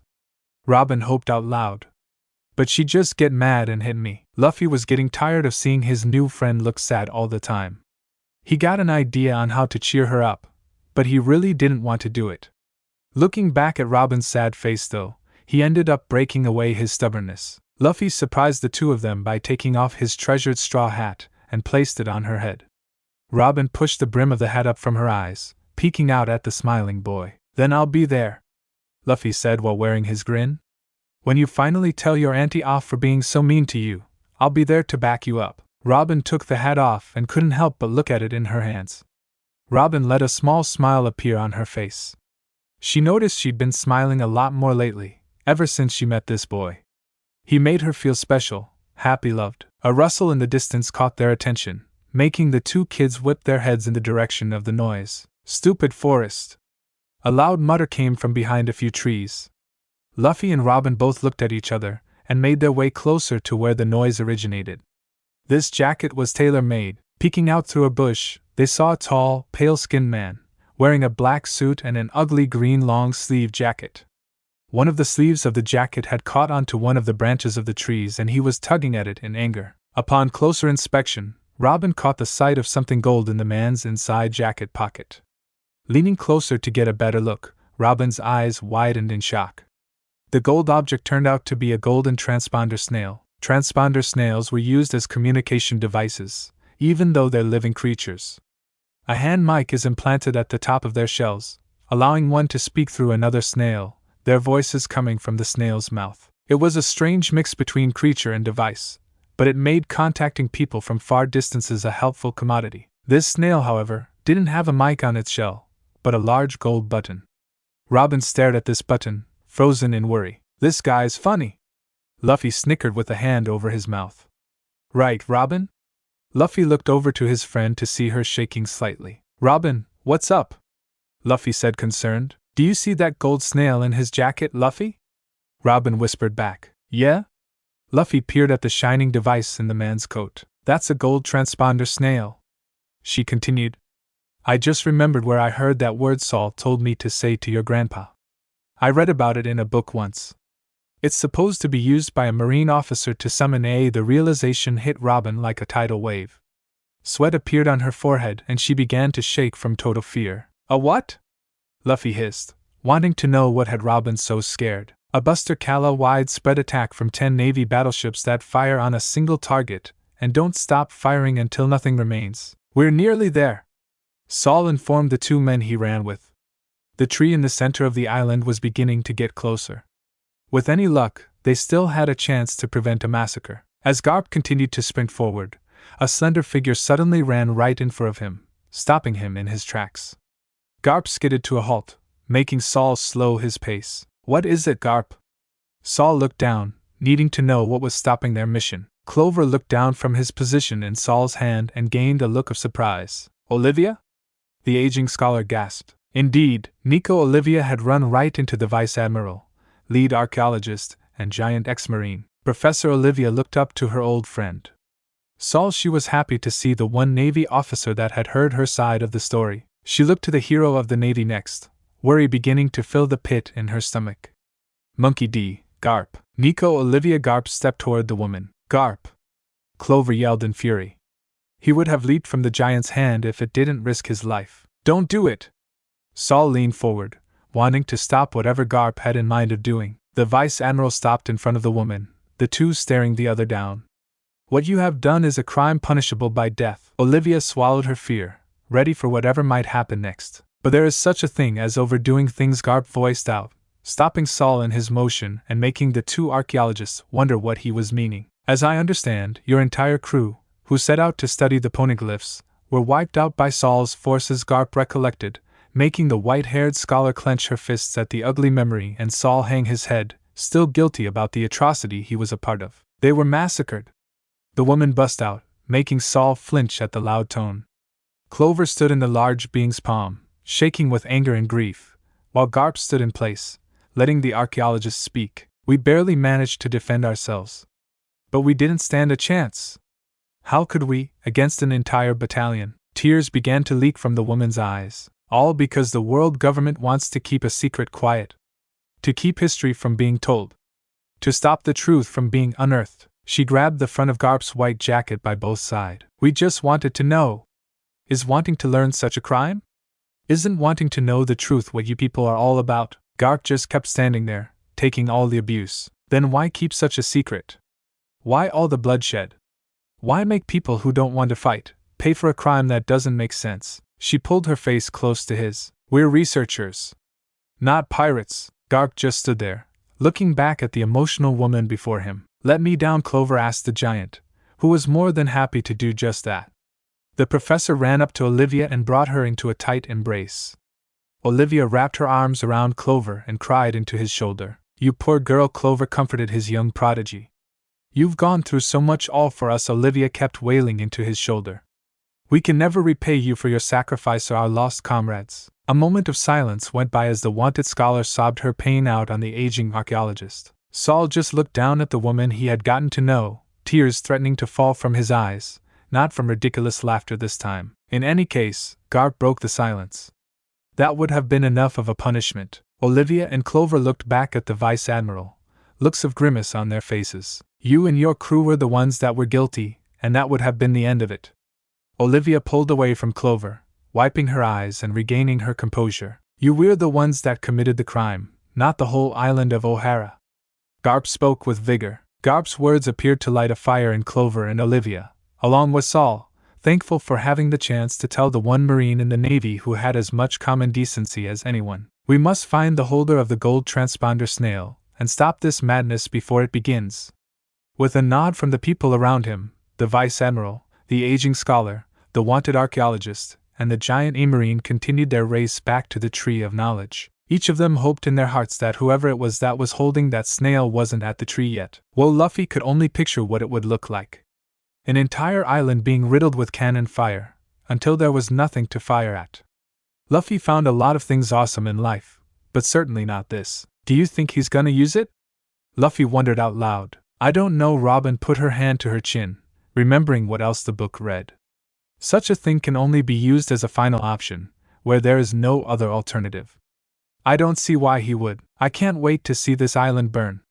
That outburst by Spadine caused the two children to snap their heads back at him, terror filling their eyes. Ticking off the world government is one thing, the green-suited official growled, but ruining my best jacket is crossing the line entirely. If I may remind you, sir, one of the black-suited men beside him spoke up. You first need to find evidence that the scholars are indeed translating the poneglyphs in order to issue a buster call. The mention of the ancient tablets caused Robin to double-take. Thinking about the library, the scholars, and the large stone slab in the basement, she managed to see them working on. Even if there isn't any, Spadine spit back, his bitterness getting the best of him. Those researchers the Marines killed originated from O'Hara in the first place. I know that much at least. Robin went white at those words. An entire shipload of scholars? From O'Hara? Killed? Just for studying?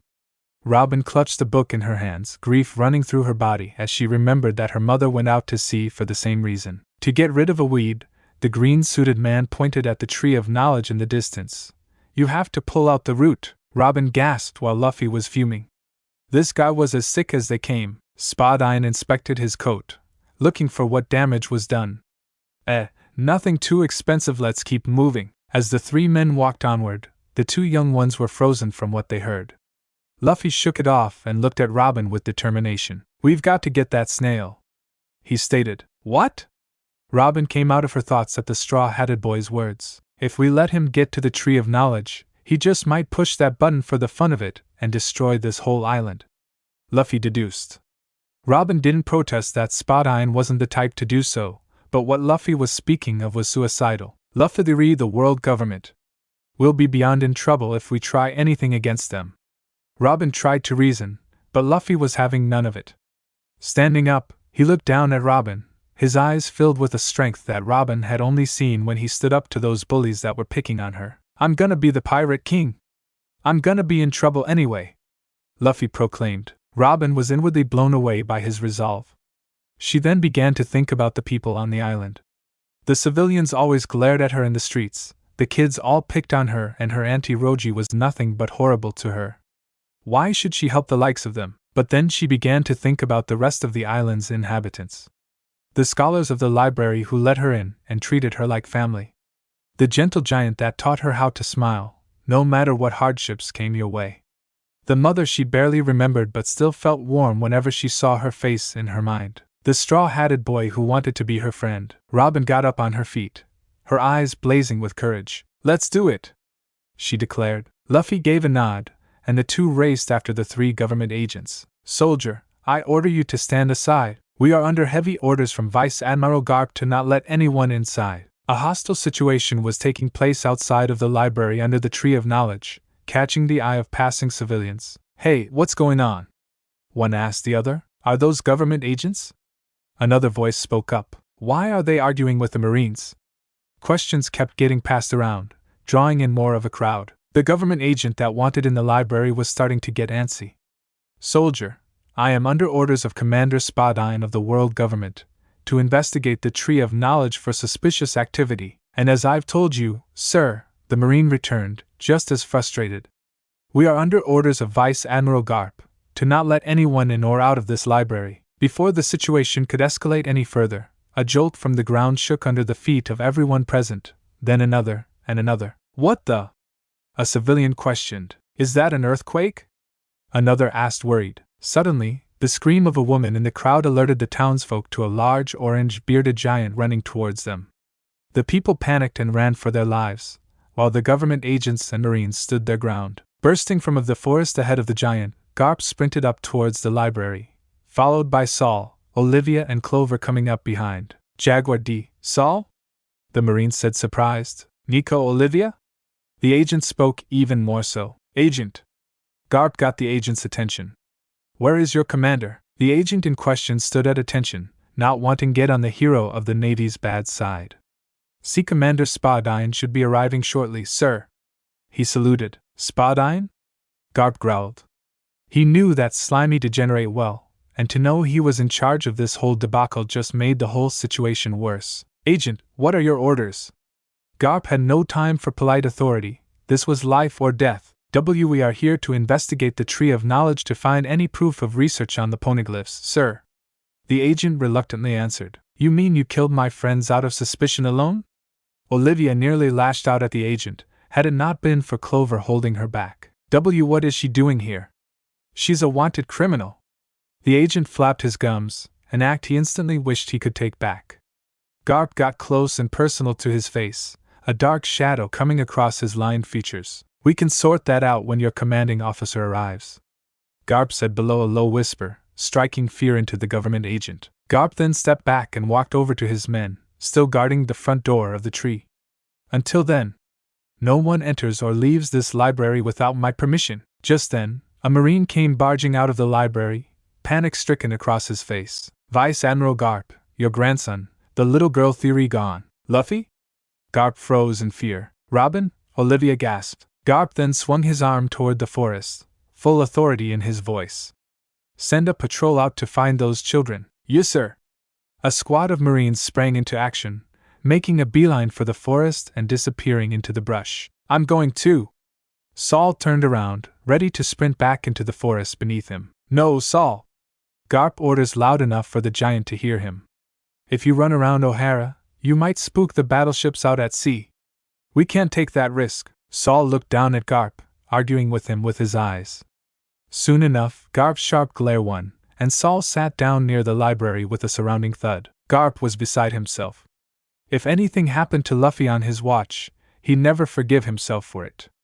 He should have just stayed in Fusha village and trained Luffy to be a marine there.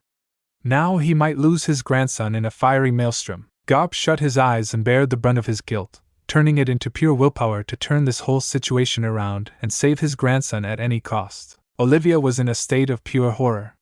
Robin, her daughter, the one she left behind to make her late husband's wish a reality, could be subject to the world government's destructive force, along with the whole island and her friends and colleagues. She wished she had never gotten on that ship and sailed away from her child in the first place. As the pain washed over her, Nico Olivia sunk to her knees and cried a fresh stream of tears. She wanted her Robin back in her arms, she wanted her baby back. A rumble in the distance sounded out across the whole island. The storm was coming in, and with it, the impending doom of the island of O'Hara. Ready? Luffy whispered to Robin. Ready. Robin answered back. The two kids had run ahead of Spadine and his bodyguards, waiting to spring their trap. The sound of feet stepping on twigs alerted the two young ones. Spadine and his two guards were following the footpath to the Tree of Knowledge, passing by many low-hanging branches from the surrounding trees. Perfect. As the three government agents passed the hiding two by, Robin put her arms together and summoned a hand on a nearby branch, close to a passing Spadine. With one swift motion, Robin clung onto the sleeve of his jacket and snagged it on the branch. Once secure, Robin made her hand disappear, just in time for Spadine to lurch back from the branch's tug. Blast it! Not again! Spadine went to work on unlatching the caught sleeve, leaving his coat wide open. Robin acted quickly and sprouted a few hands around Spadine's midsection without him knowing. Fiddling around in his jacket, Robin felt something cold and metallic. Pulling it out, she managed to catch a glimpse of gold. She had it! Luffy, now! Robin signaled. Luffy launched his arm low, sending it under Spadine's nose, with his palm open.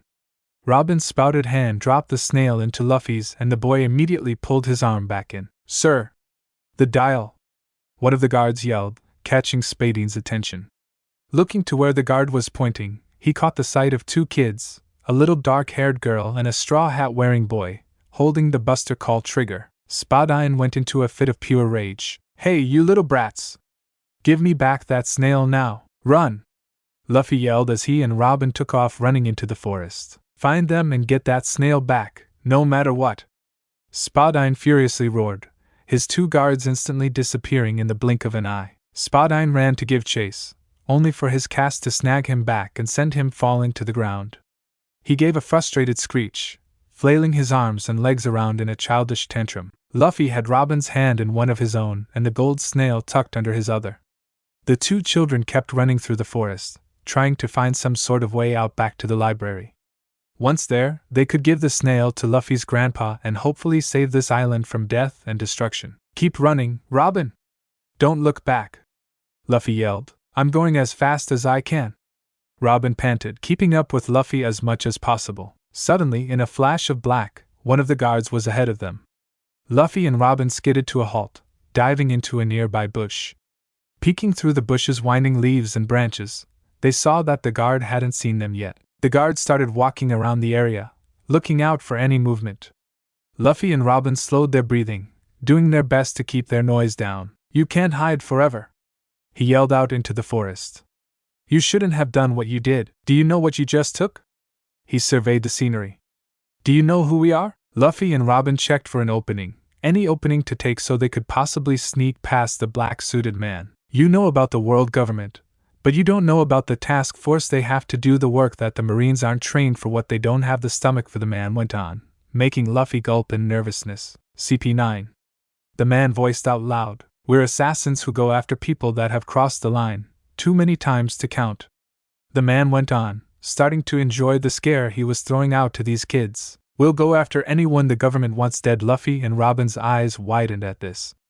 Men, women and children. Fear ran through the two young ones like an ice-cold knife. Robin was starting to weep silently in terror, until Luffy put her hand on hers. Robin looked at the boy, who was giving her a look that said, "Stay strong." Robin sniffed back her tears, trying to think of a way out of this. Suddenly it came to her. She took her hand back from Luffy and made her Hana pose. In the distance from the two bright blue eyes identical to Robin's shone in a far-off bush, along with a row of hands going down the forest ground. With a shake of the bushes with her spouted hands, Robin managed to grasp the attention of the assassin. Looking in the direction of the noise, he easily spotted the shining bright eyes in the bush. "Got you!" The eyes disappeared and the row of arms began shaking bushes one at a time, leading away from the assassin. "You're not going anywhere." The assassin vanished in a black blur, following the rushing trail. After a while, to check if the coast was clear, Robin and Luffy released the breath they were each holding. They came out of the bush and looked around for anyone else in the area. "Robin, that was amazing," Luffy praised the girl. Robin giggled at her cleverness. "Thanks to you, Luffy. I'd never have done that if you didn't stop me from being scared."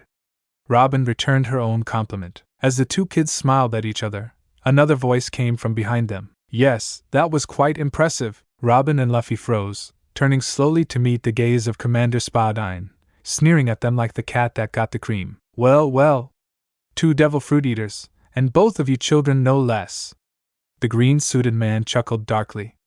"That's going to make my report on this investigation all the more interesting." The CP9 director spotted the gold transponder snail under Luffy's arm. "Now, why don't you be a good little boy and hand that snail over to me?" Spadine said, as convincingly nice as he could muster, which wasn't much. Luffy hid the device behind his back. "You're going to use it to blow up this island, aren't you?" Spadine did a double take of this, then returned to his jolly demeanor. "I only said that because I was upset about my coat getting torn, that's all." He tried to wave it off, but the kids weren't buying it.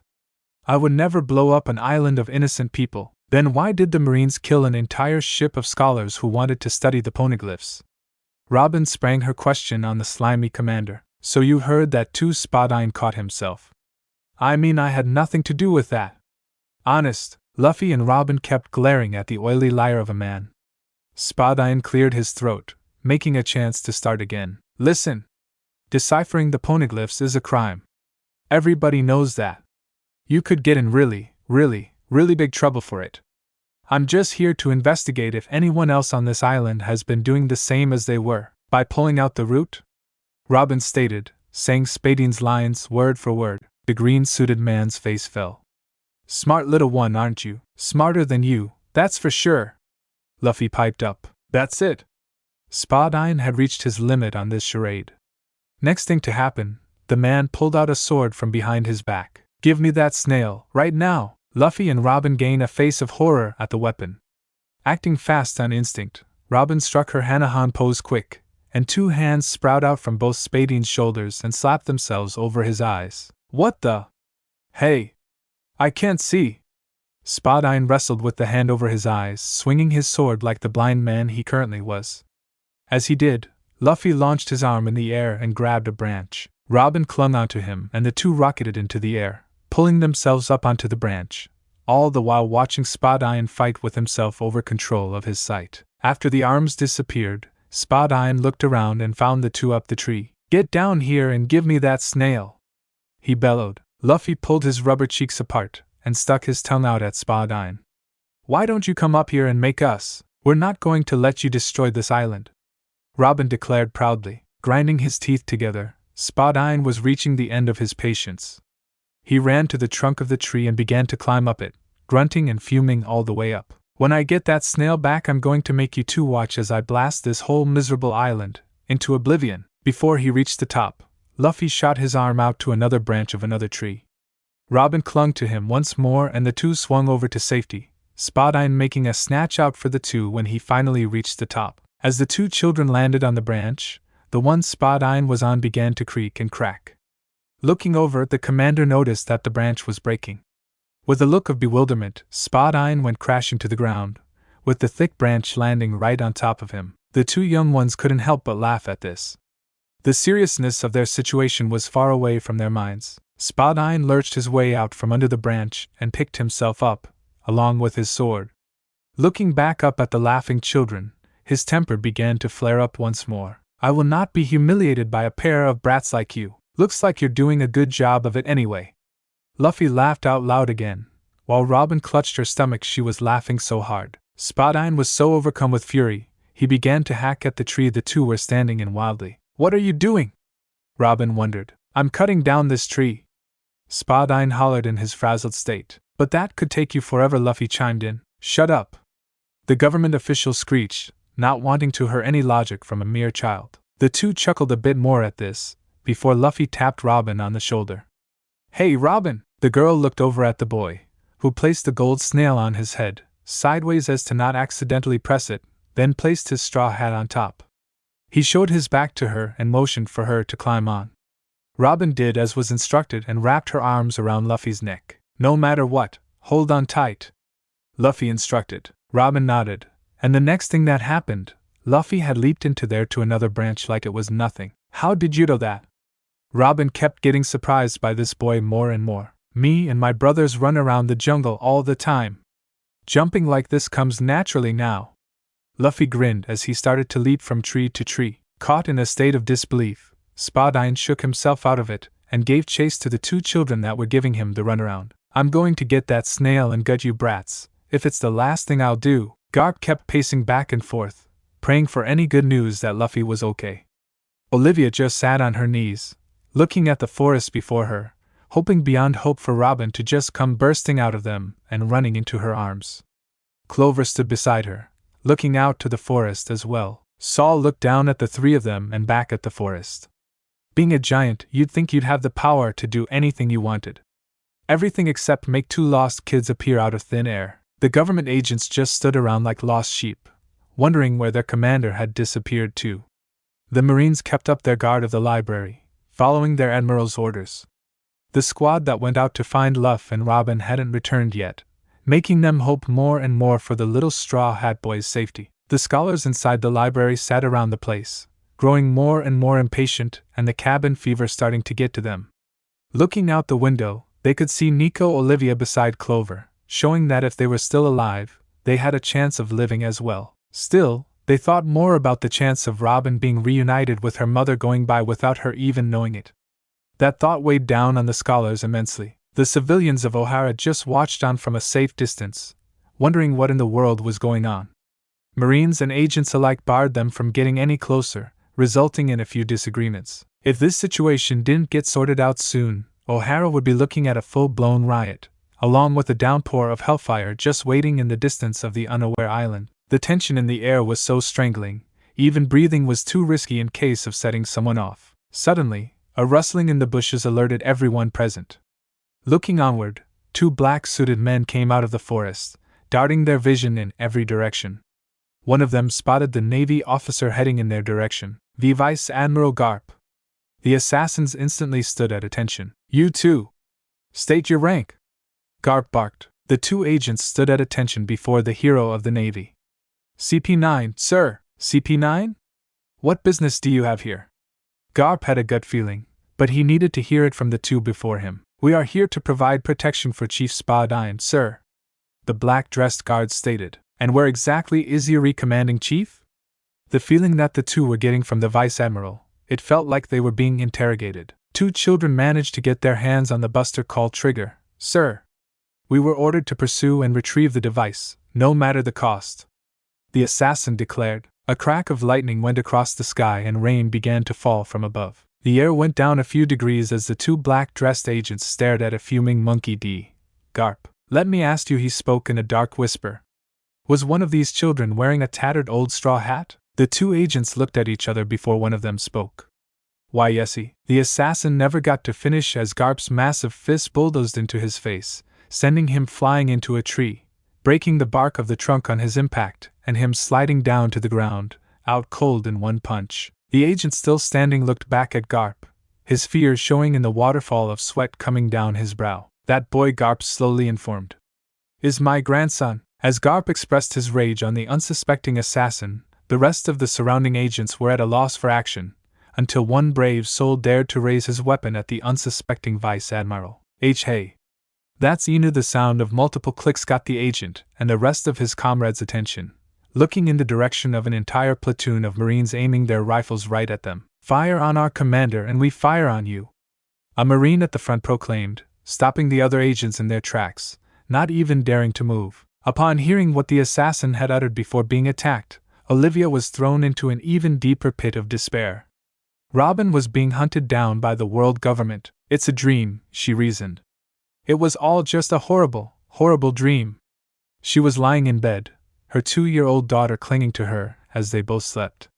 Soon she'd wake up, cancel her voyage for the poneglyphs and remain on O'Hara, making sure that Robin grew up safe and happy. She clung to her shoulders, hugging herself as the grief consumed her. Clover didn't know how much more of this he could take, along with everyone else. O'Hara's very existence now lied in the hands of two mere children, one of them being Robin. He prayed to whatever deity was listening to reach down and stop this madness. Saul clutched at his pants legs. So big, so strong, yet so useless. He couldn't take it anymore. He wept as he looked up into the flashing dark clouds above, the shower of moisture blending in with his own tears. If he made a move and started running around the island looking for the girl, he'd run the risk of provoking the battleships waiting out at sea to open fire, signal or not. As lightning flashed across the sky, rain began to fall across the island, the dark clouds refusing to leave, mimicking the swirling and chaotic emotions all these people were going through. The only thing that could put an end to this madness was a miracle. As Luffy and Robin bounded from tree branch to tree branch, the tree of knowledge was starting to get closer with every leap. As the rain beat down on them, the two still managed to keep up their momentum. "We're almost there, Luffy," Robin called out, happy to her favorite place on the island. "Yeah. Just a little more." The Straw Hat Boy leaped in the direction where the large tree stood. As Luffy jumped from tree to tree, they managed to spot Saul's large frame from their current location. "Whoa! That guy is huge!" Luffy yelled in amazement. "Saul! We're coming!" Robin shouted out, her voice unable for him to hear. "We're almost there, Robin," Luffy informed. Just a few more leaps and they were home free. When Luffy landed on the next batch he aimed for, his foot suddenly slipped on the damp branch from the rain. Both the kids fell down to the ground, luckily falling onto a bush cushioning their fall. "Oh, Robin, you okay?" Luffy picked himself up from his landing spot. "Yeah, I think so," Robin voiced as she nursed her sore head. "Not for long, you won't be." That voice made the two kids flinch in terror. Turning around, they once again, in a flash of thunder, came face to face with a battered, bruised, and very upset Spadine, his clothes ripped and tattered after chasing them throughout the forest. "Looks like your luck's finally run out." The mad-looking commander stepped slowly towards them, his sword still clutched in his hand. "And finally coming back in my favor." Luffy and Robin both stepped backwards, the fear they managed to outmaneuver for so long finally catching up to them. "Who do you think you are?" the crazed chief of CP9 whispered. "You're just two little brats. Two little devil fruit freaks. Up against the world government. Do you have any idea what I could do to you? I could have your entire families killed in their homes. Turn your home islands into work camps and put you to work like animals. Or even ship you off to the Celestials. I hear they love to torture devil fruit eaters like you for fun." All the while he was talking, Luffy and Robin's fear was growing bigger and bigger, tears threatening to fall from their eyes. "You can't fight. You can't use your powers straight. You're too weak to even stand. And no one's coming to save you." Spadine cackled mockingly. Robin clung onto Luffy, the fear starting to get the best of her. Luffy looked back at her, and suddenly, something inside him burned away all the fear in him. "What can you possibly do now?" Spadine raised his sword above his head. Luffy grasped Robin's hand, making the girl look at him, seeing the look of determination in his eyes once again. "We can keep running," Luffy declared. Luffy took off with Robin being pulled behind him. Spadine grunted in disgust at their feeble attempts, and merely picked up the pace of his walk, not even bothering to exert himself. Luffy and Robin kept running as fast as their short legs could take them. "Luffy?" Robin voiced out in her exhausted state. The boy looked back at her, still running to their destination. "Yeah, thank you for being my friend." Robin smiled as her eyes shone with unshed tears. Luffy gaped at her before coming out of it and running even faster, causing Robin to stumble a bit. "We're still going to be friends, Robin." Luffy refused to let things end here. Spadine began to pick up his speed a bit, the image of the Tree of Knowledge beginning to look closer than before. "No," he muttered. "No, no, and oh." He began to sprint after the two children, sword over his head, ready to swing. Luffy and Robin kept running to the end of the forest, the half-crazy Spadine hot on their tail. With the Tree of Knowledge finally in front of them through a last cluster of trees, Luffy and Robin gave a loud, terrified cry. The sound of screaming was heard by everyone around the tree, all looking toward the forest. Just as everyone looked in the direction of the noise, Luffy and Robin came bursting out of the forest, looking scared beyond belief. "Grandpa!" Luffy wailed. "Help us!" Robin cried out. "Luffy?" Garp yelled stupefied. "Robin?" Olivia gasped in astonishment. The next thing to come out of the forest was a raging Chief Spadine, holding his sword above his head, ready to strike. The two children stumbled to the ground, their legs completely out of strength. Luffy's hat flew off his head as he fell, a golden object tumbling out of it. Spadine was on the kids, ready to swing his blade. "You, and this whole island, no longer have the right to exist." Luffy and Robin clung onto each other, waiting for the inevitable pain to come. After some time passed and no pain had come, the two children cracked their eyes open, seeing Garp had intercepted Spadine, and now stood between him and them. Chief Spadine Garp spoke in a calm voice that held back a storm more fierce than the one above them. "Exactly what do you think you're doing?" Spadine recognized the Vice Admiral instantly, beginning to quake in his shoes. "Chasing after children, with a sword in your hand?" 1 to 2 Spadine's mind was a complete blank. Every thought of murdering the two kids that had humiliated him and annihilating O'Hara went right out the window, leaving him with nothing to say to defend himself. "Hey, what's that?" A Marine spotted something shining on the ground by Luffy's hat. Everyone turned to it, and dropped every one of their jaws. "That's the Buster Call trigger," an agent blurted out, making the chief commander shake in fear on a further level. Luffy spotted it and ran over to it, grabbing it and holding out to his grandpa. He was gonna blow up the whole island because a tree snagged on his coat. Luffy shouted for all to hear. Many of the civilians there didn't believe such an excuse, but the Marines, a few agents, scholars, Garp, Olivia, Clover and Saul knew and believed that Spadine was just that spiteful to do so. It's a precaution," the crooked officer piped up. "If we managed to find any evidence of the scholars the Navy intercepted had come from O'Hara, that would have been what we needed to." Looking around, Spadine could tell from all the dark looks being given to him that he was not helping his own case with what was coming out of his mouth. "You're not going to take the word of a child over a government official, are you?" he desperately roared. Garp knew that Luffy was telling the truth. He was always too honest for his own good. Seriously, any time he tried to lie, he would physically show that he was being dishonest. If it's my grandson, then yes. Garp inquired. Why Yori Spadine felt like wetting himself for realizing that he had just tried to cut down Monkey D. Garp's grandson, you know what? Garp's tone switched to a casual one.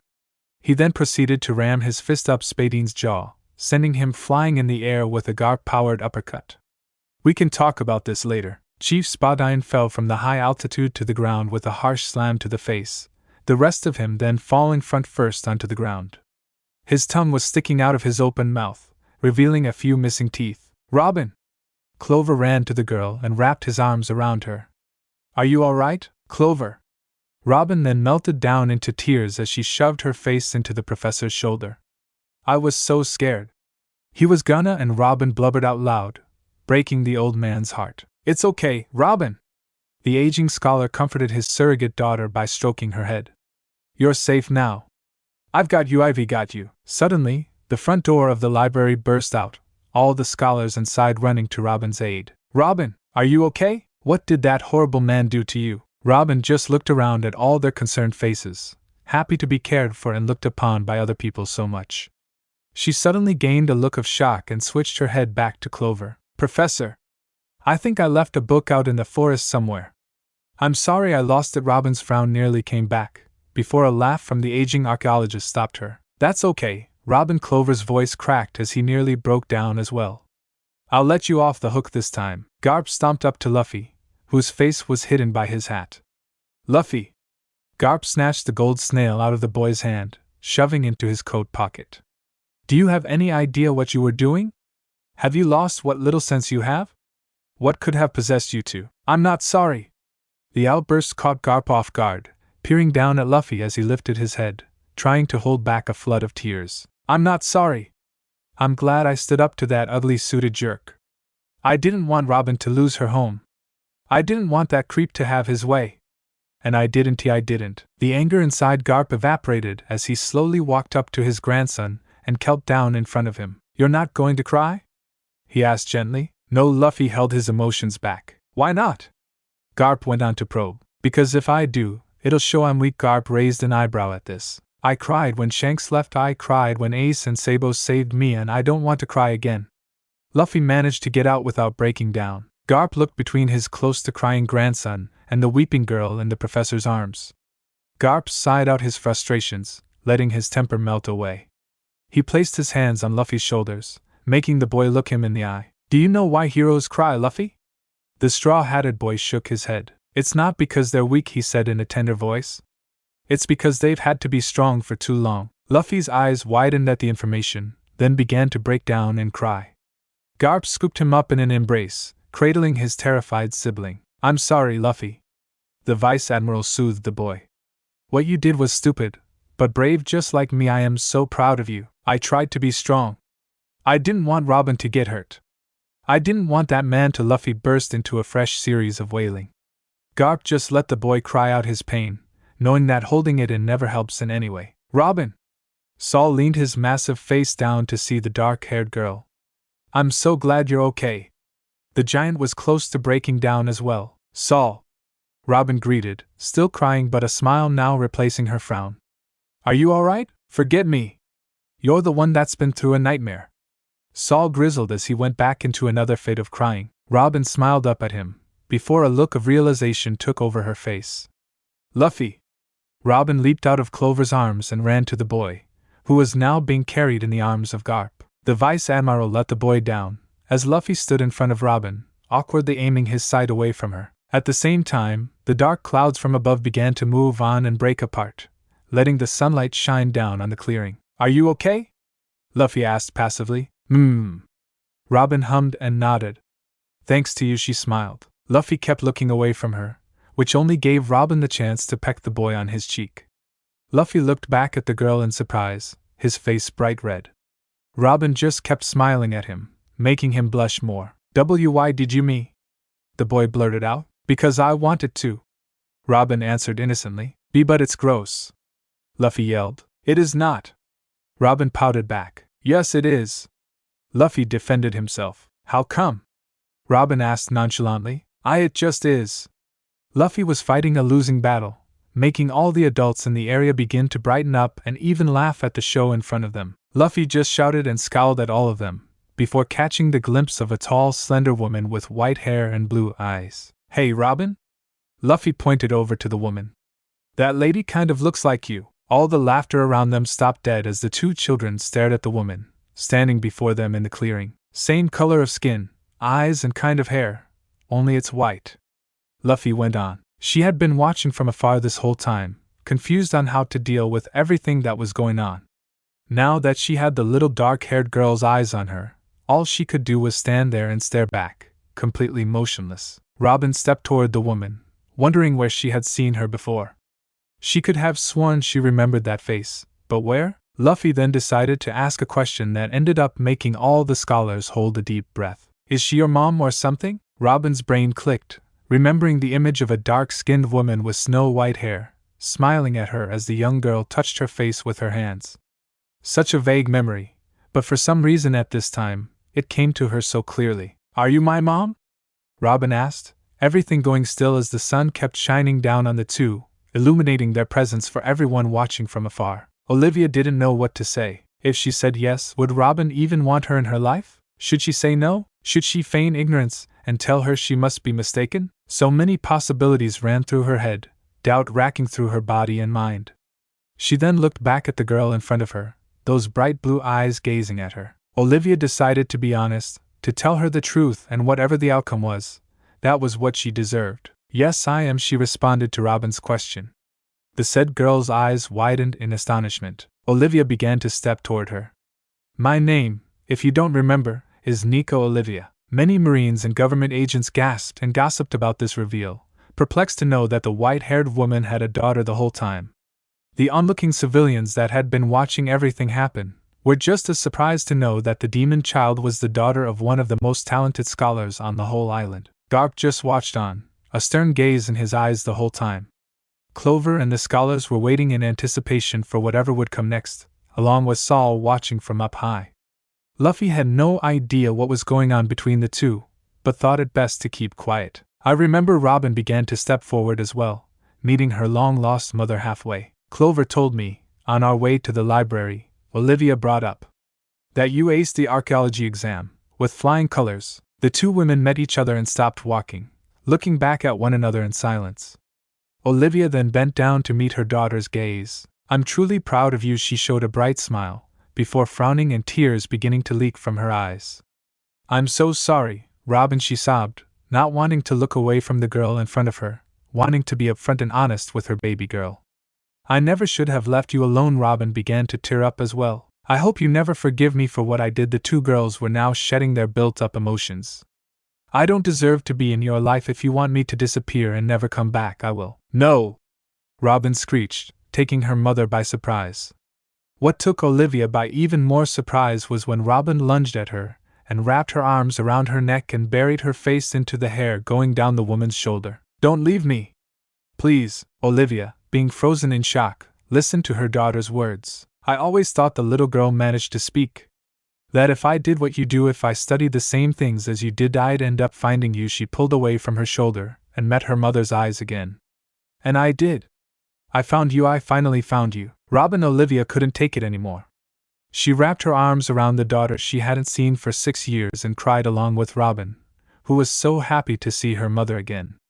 The two held each other, letting their pain come through and the missing places in their hearts become full. Clover and the scholars were breaking down in happy tears, overjoyed for Robin and Olivia to be back together again. Saul was wailing in happiness so loud he could be heard across the whole island. Many of the Marines were even weeping from being touched by the surrounding emotions. Garp had a warm smile on his face, while Luffy just beamed his toothy grin, happy that his friend was happy. After a long moment of shedding tears, the two girls wiped their eyes, still smiling at the reunion.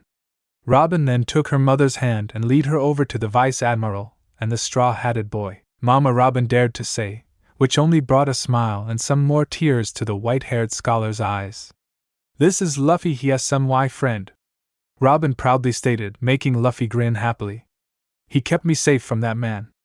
Robin pointed over at the still unconscious Spadine. Olivia looked down at the boy, then knelt down before him and took his hands in hers. "Thank you for keeping my Robin safe." She beamed a smile. "No problem." Luffy showed his toothy grin. "Robin's my friend, and I'd never want to see her hurt." Robin blushed at the boy's words, which Olivia caught on to. Garp walked up to the woman and children, catching their attention with his presence. "You have an amazing grandson," Olivia complimented. "Don't I know it?"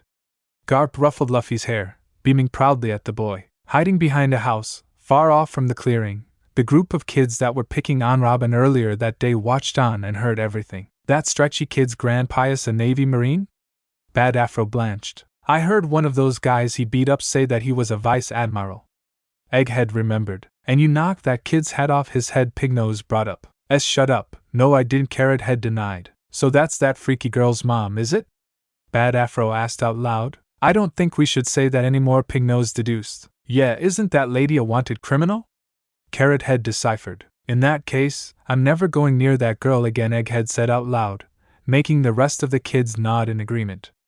After everything they did to Robin, the last thing they wanted was a criminal hunting them down for revenge. After the tension had begun to lift from the crowd of civilians, they started to murmur. Soon enough, they began to shout and shake their fists in the air. "Hey, what the heck's been going on here? What's the world government and the Navy even doing here? What's this got to do with the scholars of the tree? Is this their fault? Does this have to do with that demon brat over there? I'll bet it does.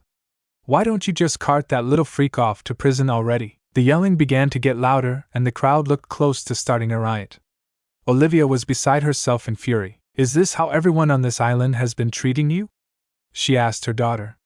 Robin's silence was all the answer she needed. The mother looked back at the raving people in complete and utter disgust, both at them and herself. Luffy was about to start shouting at the crowd for talking that way about Robin, until Garp decided to put an end to all of this himself. He stepped forward in front of Luffy, filling his lungs with breath. "Attention! People of O'Hara!" the Vice Admiral hollered, making all of the crazed populace stop dead in their tirade. "You have not been aware, but your homeland has been at great risk." This got the attention of every one of the civilians present. 4 days ago, the Navy received information of a ship of scholars attempting to decipher the ancient poneglyphs. They were intercepted and punished for their crime. Olivia, Clover, and the rest of the scholars grimaced at the mention of the incident. Commander Spadine attempted to investigate the island of O'Hara with the intention of finding any proof that they were doing as such. If he managed to find said proof, he would have issued a buster call, and have the entire island raised from the sea. Looks of horror took shape on every one of the civilians. However, Garp walked back to the 2 children behind him and picked them both up, placing them on either side of his shoulders. These 2 brave young souls, not wanting to see this island destroyed, managed to steal the device that would have signaled the attack and evaded him, and his men's attempts to retrieve it. The people of O'Hara looked at the 2 children, one being a straw hat wearing boy, with a large toothy grin plastered on his face, and the other being the labeled demon child, looking at all of them wondering how to handle having so much attention being placed on her. Choose to be grateful, or choose to deny it, but the truth is here for all to see. Garp held the 2 on his shoulders high. "These courageous children are your heroes." The sun shone through, completely breaking apart the storm clouds that once filled the sky, casting down on the children that had saved the island of O'Hara from a fate worse than death. None of the civilians made a move or a sound, unable to acknowledge what the aged Marine officer was saying. Luffy and Robin began to look discouraged at the silence, wondering why all their effort earned them such a cold reaction. From behind them, a clap sounded out, then another and another. The 2 children turned their heads around to see Professor Clover giving them an applause. Olivia was right behind Clover's lead, clapping her hands for the Straw Hat Boy, and her daughter, who she couldn't be more proud of. The rest of the scholars and archaeologists of the Tree of Knowledge followed suit, showing their appreciation by causing the applause to grow louder, and even began to cheer.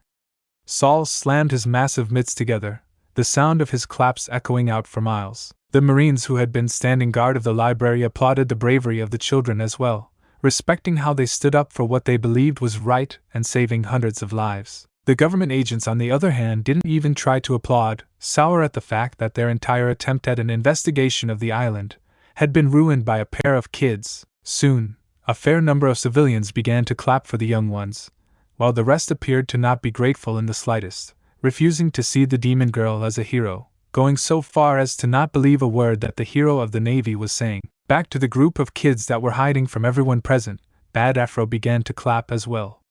The rest wondered what he was doing, until Egghead looked ahead and began to clap as well. Pig Nose followed after them, and after wrestling with his hesitation and stubbornness, Carrot Head joined them and clapped along too. Excluding the ones that weren't clapping, a loud, thundering applause resounded around Luffy and Robin, as they took in the sight of all the people giving them thanks for saving their lives. Robin looked over at Luffy, smiling wide at the sensation of being praised. "We're heroes, Luffy!"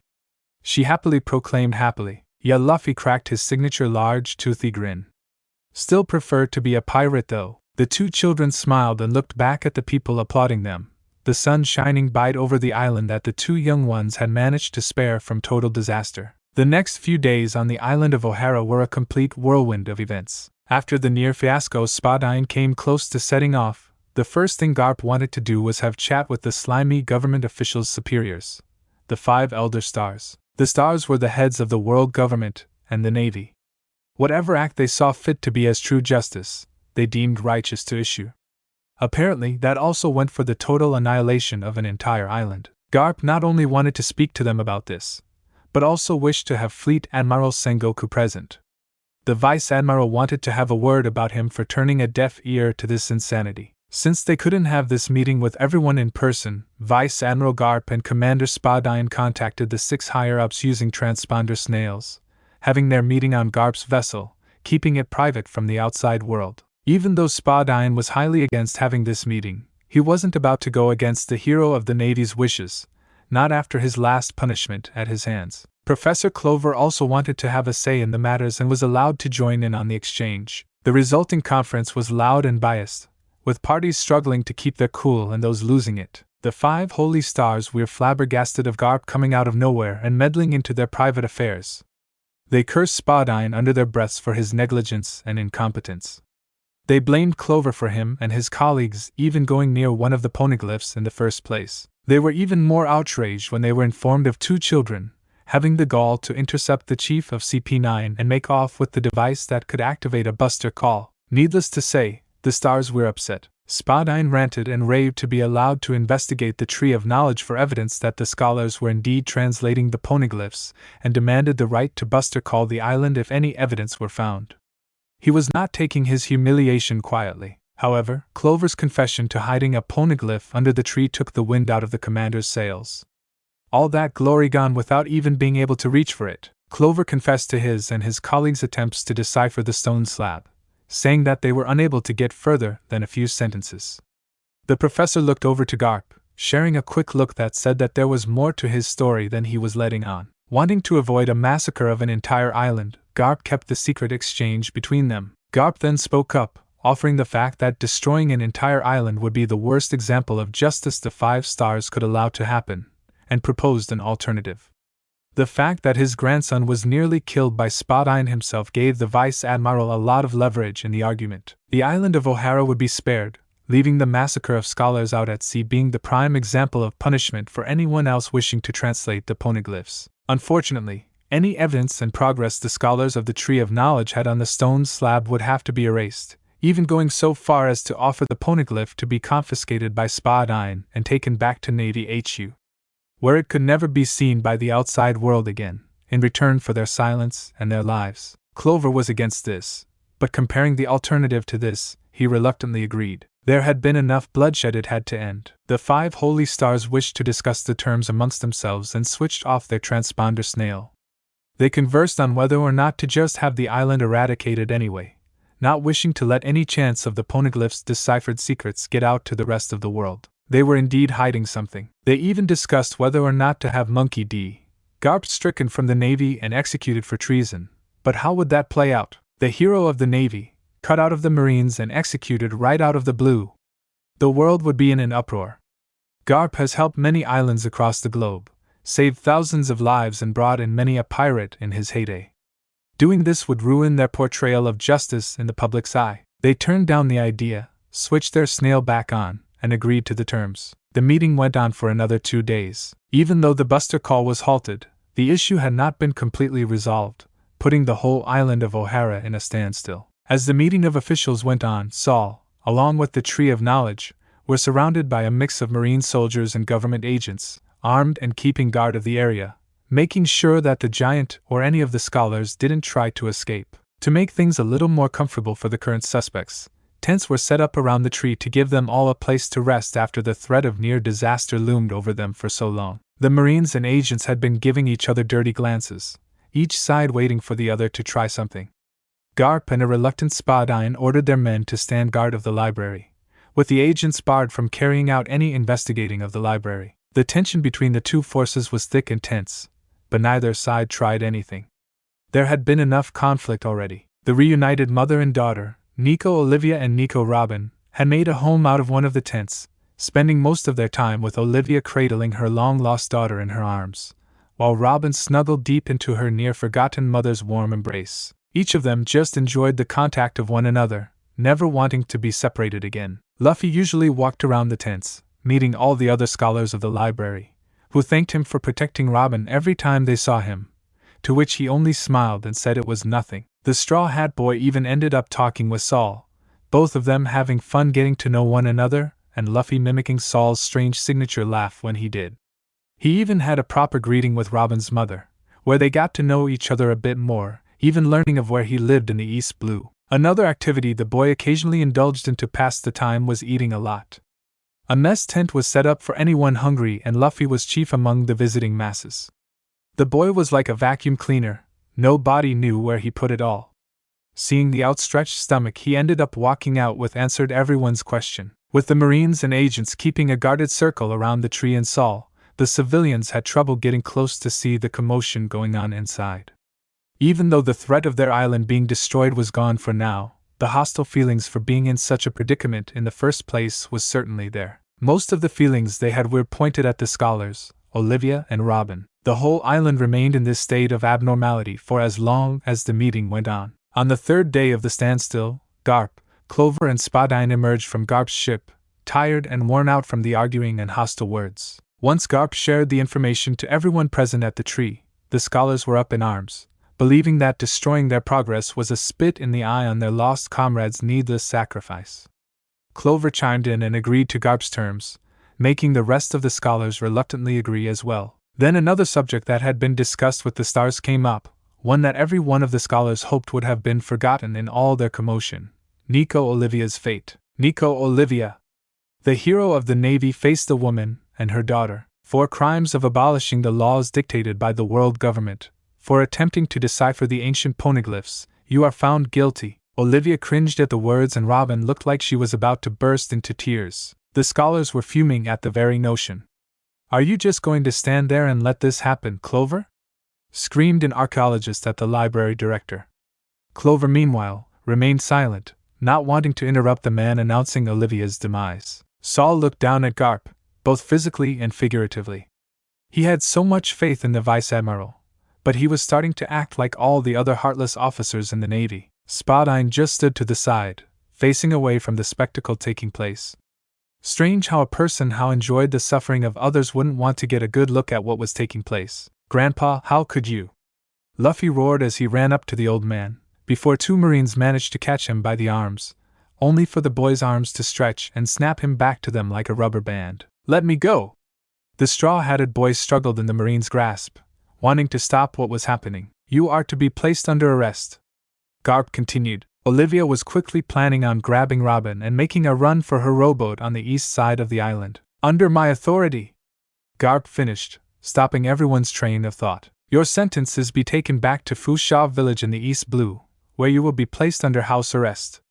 You will not be allowed to leave once you set foot on the island, and have a 24-hour visiting permit for anyone wanting to meet with you." All the while that Garp was talking, Olivia's face was turning brighter and brighter at the words that Garp wasn't saying. "Do you plan to evade capture any longer, Nico Olivia?"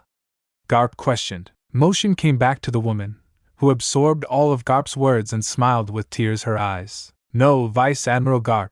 Olivia picked up her teary-eyed daughter. "I will happily come quietly, Mama." "No!" Robin pleaded despairingly, not catching on to the unspoken agreement. "No, Robin, it's not what you think." Olivia quickly calmed her child. I will be going to Fusha village in the East Blue to live. She began to tear up again. With you? Robin gained a confused look before she realized what her mother was saying. She looked back at Garp, who had a knowing smile on his face. Robin began to tear up herself and began to cry for the unknown number of times. Mama! The little dark-haired girl clung to her mother and cried into her shoulder. Robin! Olivia happily returned the embrace, shedding her own happy tears. The Marines let go of Luffy, who had finally calmed down and had a puzzled look on his face. Wait, I'm confused. What's going on? I'm coming home with you, Luffy.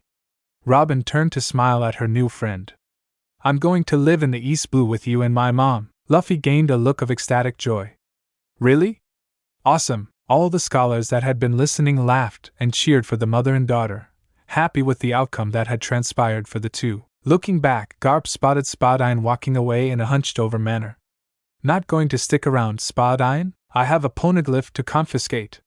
The chief of CP9 spat back, bitter about the outcome of his attempts. Well, I'll see you back at HQ. Garp laughed heartily, showing with his face that meant no hard feelings, but the laugh said otherwise. Stuff it, you meddling old fart. The government official growled under his breath. All of his efforts, all of his hard-earned plotting and scheming ruined. Ruined by a pair of little brats. Spadine looked back to the smiling faces of the two that foiled his plans. Monkey D, Luffy and Nico Robin. Somehow, someday would make them both pay. You a Garp? Saul, who had been among the crowd, looked down at the Vice Admiral, concern all over his face. What about me? Robin looked up again, fear coming to her again for her giant friend. Since you had a hand in saving O'Hara, the 5 stars agreed to let you evade arrest for now. Garp informed. So I am not allowed back in the Navy? Saul said aloud. Even if you did come back, everyone there would deem you a traitor anyhow. Garp pointed out. I guess Saul sadly agreed. But you know it's for the best. Saul stood up and looked out to the horizon. Now that I'm on the run, it can give me a chance to do some good, some real good. I can sail the seas, helping folks that the government and Navy can't. Saul let out a hearty tear-jerking laugh. Sawyer won't be coming with us? The small voice took Saul out of his laugh and made him look down into the sad eyes of Nico Robin. My time here is done, Robin. O'Hara is safe and you have your mother back. Saul tried to reason, but it just made more tears leak out of the little girl's eyes. Robin, I'd be too big to live where you're going. It's not that I don't want to, it'll just be impossible. What Saul was saying was true, but that didn't make it easier for Robin to hear. The giant then leaned down a little closer, wanting to speak with Robin up close. Listen, Robin. Wherever I am, on the sea, in the Grand Line, on a faraway island, it won't matter the distance. No matter where I go or who else I meet, you will always be my friend. Ah, really? Robin sniffed as she wept. You bet. Saul took a glance at Luffy quickly. Besides, you're going home with another friend, aren't you? Robin looked to Luffy, who showed a wide smile. Robin blushed at this, but didn't try to hide it. Yeah, Robin wiped her eyes and then hugged the tip of Saul's nose. I'm gonna miss you, Saul. Saul then began to cry, but this time, not because he was laughing. I'll miss YUT too, Robin. Saul blubbered as Robin broke down crying again. It was a mixture between happiness and sadness that afternoon for all present, and the tossing and turning of emotions wasn't over yet. The captains of the battleships surrounding the island had been informed of the circumstances, waiting patiently for whatever the outcome the meeting between the officials would come to. When they got word that the attack was cancelled, the ships changed course and headed back for HU. On 2 of the battleships of the cancelled Buster Call, 2 leaders of the vessels were taking the news in different ways. We're sorry again for the inconvenience, Admiral Kazan. A Marine saluted as he bellowed his apology. That's fine and all, but if you could please, the Admiral slammed his newspaper down in full-blown anger. Stop waking me up, already? Why, yes, sir. Sorry, sir. The Marine quickly marched away, not wanting to tick the Admiral off anymore. Kazan then looked out at the spared island while aboard the ship he was lounging on. All of O'Hara saved by 2 kids, He placed the newspaper he had in his hand over his face, letting sleep come to him again. I'm gonna have to meet those 2 one day. On another battleship, held up in a dark room, a man wearing a dark red suit that resembled the color of blood sat at his desk while being informed of the change in plans. The news came from the F5S stars themselves. Admiral S. Sakazuki. Sir. The poor quivering Marine spoke. Instead of agreeing to the terms, Sukazuki chose to clutch his fist in suppressed rage, his bald fist beginning to erect steam. "As sir?" the Marine asked fearfully. "Leave me," was all the Marine needed to hear to let him get out of there as fast as he could. As the steam coming from the Admiral's fist grew thicker and thicker, the desk it was placed upon began to boil and bubble. When Sukazuki began to breathe through his nose in a slow, unsettling pace, the desk was beginning to melt. "Senile old fools," Sukazuki whispered as he continued to brood alone in the dark, the only sources of light being the ember of the lit cigar clenched in his teeth and his glowing red fist, melting part of his desk into a hot unrepairable sludge. As night came over the island of O'Hara, the feelings of the day turned to those of morning. That night, the scholars of the Tree of Knowledge gathered their research and findings to do with the poneglyph, made a large bonfire in front of the library and burned their findings from the world.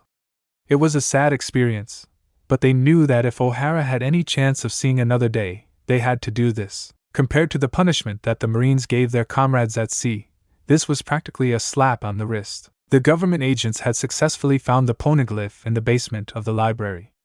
With the Marines watching over them the whole time, the agents managed to bring the slab of stone out, without harming any of the library's furniture or literature. Had the agents had their way and investigated the area, the whole tree would have been ransacked and books discarded without care. Even with the poneglyph gone, the library still stood and the Tree of Knowledge would live on for many more eons. Robin and Olivia were among the gathering, shedding small tears at the loss of so much hard work being burned. But the sacrifice of knowledge would not all be in vain. Olivia had been reunited with her daughter and didn't plan to leave her again. As the smoke of the fire flowed into the sky, Garp walked up behind Olivia, sharing the event of seeing their work go up in flames. "Just so you know, you won't be allowed to do any more research on any other cultures from here on out," the Vice Admiral brought up. It was the truth.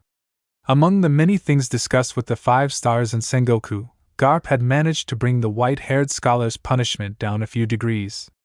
The scholars would not suffer any other punishment, and O'Hara would be spared, as long as they stayed away from the mystery of the poneglyphs for good. Nico Olivia, however, was banned from ever studying any other cultures again. "I imagined something like that would happen," Olivia breathed, accepting that fact.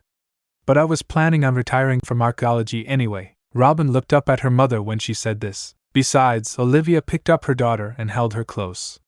"I have more important matters to attend to," she spoke proudly as she snuggled her daughter, who couldn't help but smile a little. Garp looked at the happy mother and daughter, then back at the bonfire.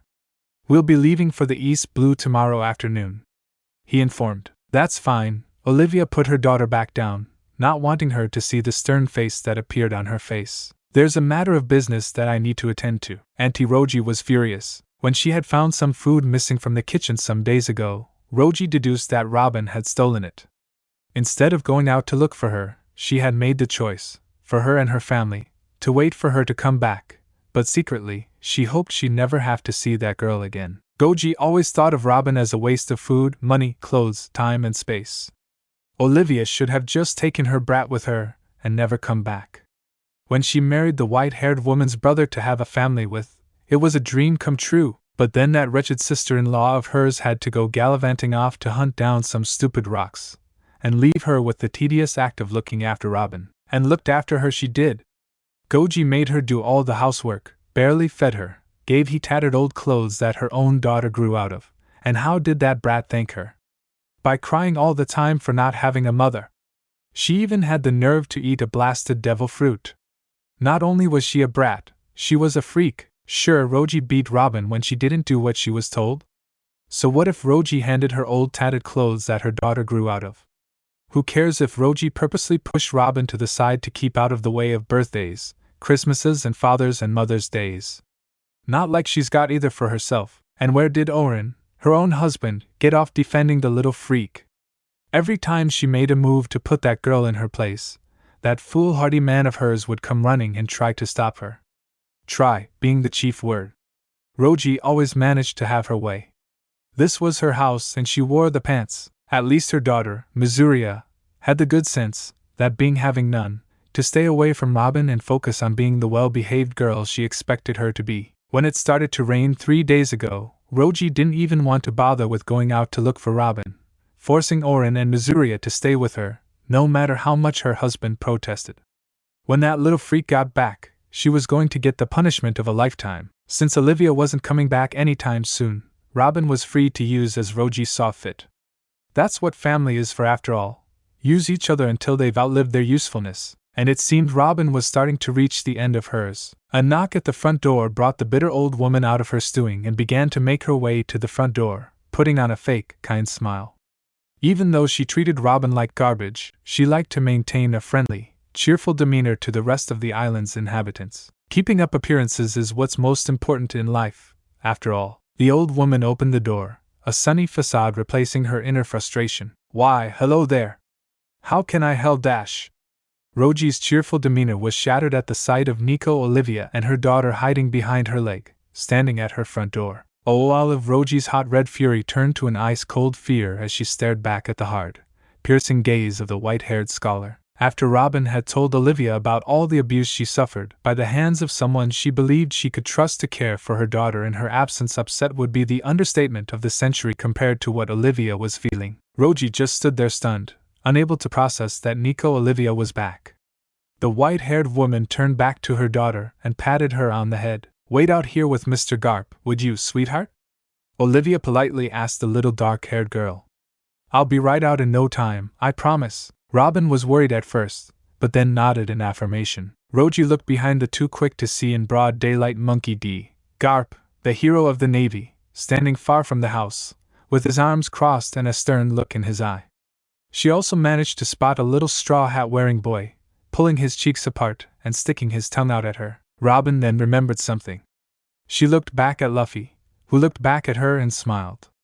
That was all the support she needed. Auntie Roji?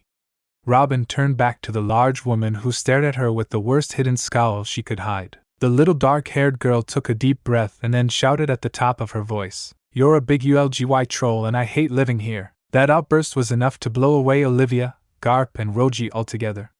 Luffy, on the other hand, was laughing his head off, not even trying to be subtle. Why, you little... Roji made an attempt to move near to the girl who bravely insulted her, only to be blocked by the girl's mother. That's enough, Robin, she said in a lecturing manner, only to look back at her daughter proudly. I can take it from here. She gave her little girl a smile, one which Robin returned, then turned back to the old woman at the door and began to walk slowly toward her, making Roji begin to back up in nervousness. And Roji, Olivia bit the words out hatefully. May I come in? We have so much to catch upon. The front door closed with an ominous click. For the next half hour, the sound of muffled shouting and arguing came from Roji's quaint little home. Robin, Luffy and Garp stood far from the house, not wanting to be caught up in what was going on in there. Soon enough, a single hoarse voice sounded out louder than the other that was shouting back. Silence. Then, with an audible snap and the hoarse voice howling in what must have been pain, Nico Olivia came bursting out of the house, marched over to Robin and scooped her up in her arms. Mama? Robin questioned. Don't worry, Robin, Olivia said sternly. You'll never have to see that horrible woman ever again. Garp and Luffy were having trouble keeping up with the white-haired scholar, her brisk walk easily outrunning them. Olivia! What happened in there? Garp yelled out, starting to get out of breath quick. Let's just say that I broke myself off from the family, Olivia declared, leaving the discussion at that. Once Spadine and the government agents had the poneglyph packed up and made their way back to Navy HQ, it was soon time for Garp and the Marines to make their leave as well, along with their prisoner. It was so good to see you again, Olivia. Even though it was under such insane circumstances, Clover hugged Olivia tightly, as if saying goodbye to his own child. I'm glad I was able to see you too, Clover. All of you. Olivia looked to all the faces of her former colleagues, all of them close to tears of perhaps never seeing Olivia again. I'm so happy you and Robin have each other. Clover managed to speak out as a lump appeared in his throat. No one is more happy than me for that, Olivia announced proudly, as she looked over to her daughter saying goodbye to her cousin, Misuria. After Olivia had given Roji a piece of her mind, along with a large hospital bill to pay, her brother and Roji's husband, Oren, decided that his wife's violent behavior had run its course and decided to leave her, taking Misuria with him. Roji pretended to be happy to be rid of them both, but Oren could see the pain in her eyes. Her stubborn streak had finally made her alone, and she had no one to blame but herself. Are you sure you don't want to come with us to the East Blue? I'm sure there's plenty of room on the boat for the two of you.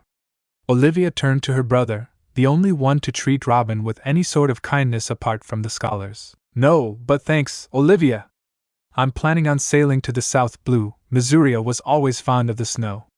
Besides, seeing the two of us might just remind Robin of her life here anyway, Oren regretfully pointed out. He felt his sister put her hand on his shoulder. The fact that you tried to stop her means a lot, Olivia happily told him, letting him know there was no hard feelings between the two of them. The two siblings shared an embrace, and began to walk over to the children. I'm sorry for not paying much attention to you, Robin. Missouri sadly apologized. That's okay, Missouri.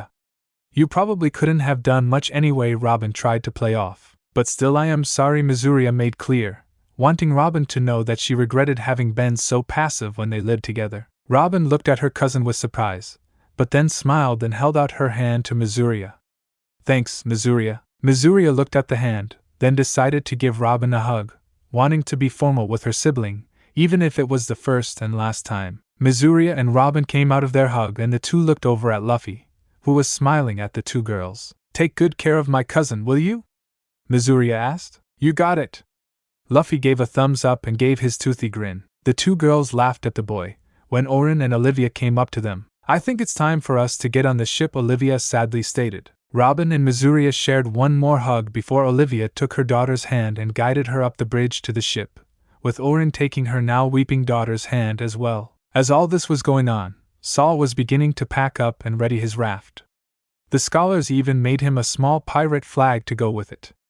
A large giant-sized white skull with a bushy orange beard, a brown cowboy hat, and two crossbones sticking out from behind. Saul was against it at first, but then figured if he was going to live as an outlaw, he might as well go all out. Luffy walked up the bridge of the ship behind Olivia and Robin.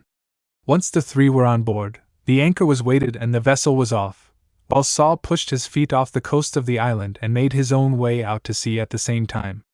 Robin, Luffy and Olivia looked over the side of the ship to see everyone off. All the scholars of the Tree of Knowledge waved their hands and said their teary goodbyes to the reunited mother and daughter, along with the boy who came and helped save their home. Half the island's civilians were there saying goodbye as well, the one half being the one grateful and sorry to Robin, while the rest stayed stubborn and didn't even show their faces. Surprisingly, another group of faces that wanted to show their thanks were the same kids that were picking on Robin the few days before. They ran along the coastline, waving and shouting to the little dark-haired girl. Hey, handy girl! Bad Afro called. Thanks for saving our island! Egghead yelled. We're sorry for picking on you. Pignose shouted. Good luck becoming Pirate King, Straw Hat Kid! Carrot Head cheered. Luffy and Robin were surprised that those kids were now being friendly, but they weren't ones to be so bitter. Thank you? Robin returned the wave. See ya! Luffy called back. Robin! The call came from the other side of the ship. Luffy and Robin ran to the port side of the ship, catching the sight of Jaguar D. Saul waving his massive arms their way. Be safe, Robin. Be happy. Remember, always laugh when you're happy, or sad. Saul then broke out into his trademark laugh, echoing out across the waves. Robin and Luffy thought it best to mimic his laugh for him, one more time before he disappeared. Dereshishishishishi. Goodbye, Saul. Robin waved with tears in her eyes. Dereshishishishishi. See ya, giant bearded giant. Luffy waved both his arms over his head. As the marine vessel sailed off, Saul and the island of O'Hara began to fade out of sight, all the while Luffy and Robin watched it go, smiles on each of their faces. After some time had passed, Luffy and Robin were still looking over the railing out to sea. I wonder, Robin brought up, how my life would have turned out if I never met you. Luffy looked back at Robin, a puzzling look on his face, pondering her question. Probably a whole lot sadder. O'Hara might have been blown up. Luffy extended his arms to impersonate a large explosion. And I might have lost what friends I had. The scholars Clover Saul. Robin began to look glum at the idea.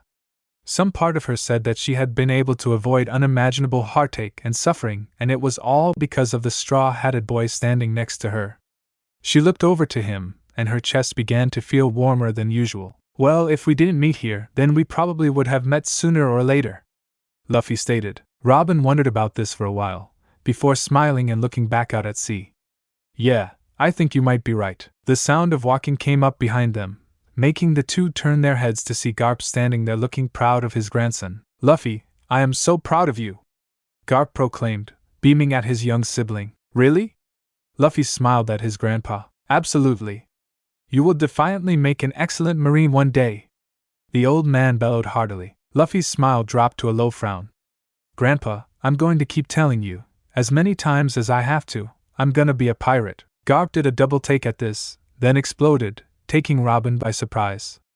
I thought that by everything you've been though on O'Hara, you'd want to be a Marine more than anything. Well, I don't, Luffy yelled back. Besides, if guys like that ugly green-coated jerk are gonna be in the Navy, then I definitely don't want to be a Marine even more. There's just as bad of pirates out there that are like him. Garp attempted to reason. Yeah? Well, I haven't met them yet, so there.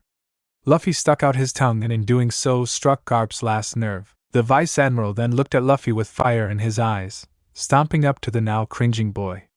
Darn it, Luffy! How many times do I have to beat that idea out of you until you stop? Nico Robin then decided to stand between Garp and Luffy, with her hands extended outward, shielding the boy behind him. You're not going to hurt Luffy. Garp stopped in his tracks, along with all the Marines watching on board. No one has ever had the courage to stop Garp on a rampage, and yet this little girl goes and does it. Garp is rendered speechless for a moment before coming back to his senses. I have to teach my empty-headed grandson not to have these ridiculous ideas in his head, he shouted for all to hear. By hitting him over the head? That's going to do nothing but make him resent you, Robin yelled out. Garp was officially speechless. Robin came from an abusive home, so she knew what she was talking about. Garp took a look at his grandson, his small, quivering grandson, and then began to think. Suddenly, Nico Olivia decided to make her appearance and turn the whole scenario around. All right, I think that's enough, she chided in. Garp, these children have been through a lot, and we have a long trip ahead of us. Perhaps this can all wait for another time? A silence passed between the gathered children and adults, the Vice Admiral staring down the dark-haired little girl. Robin only stared back just as sternly as she continued to stand guard of Luffy, who was blown away at what she was doing, for him no less. Fine, the Vice Admiral's shoulders sagged as he gave up on the ongoing argument and trudged away in defeat. All the Marines were beyond shocked at what they just witnessed. Garp had lost, to an 8-year-old girl. The rest of the troops back home were not gonna believe this. One murderous glare from the hero of the Navy shut that idea down in every one of the men's minds, all of them not wanting to test the Vice Admiral's patience, and wanting to see the next day. Back with the mother and children, Luffy was frozen in place at what Robin had done. The girl looked back at the boy and reached her hand out. Are you okay, Luffy? She inquired kindly. Luffy took Robin's hand and was pulled to his feet, all the while looking at Robin with great awe. Robin began to wonder if she did something wrong, like hurt his pride for standing up for him. You're amazing!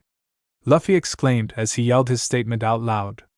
Robin was surprised by this and blushed crimson. Not even Ace and Sabo have the guts to stand up to Grandpa like that. Luffy beamed brightly at the girl, who grew redder and redder. That settles it. Luffy put his fists on his hips, as if he was about to make a statement. What? Robin asked as she got over her embarrassment. Luffy pointed his finger at the girl, wearing his large toothy grin.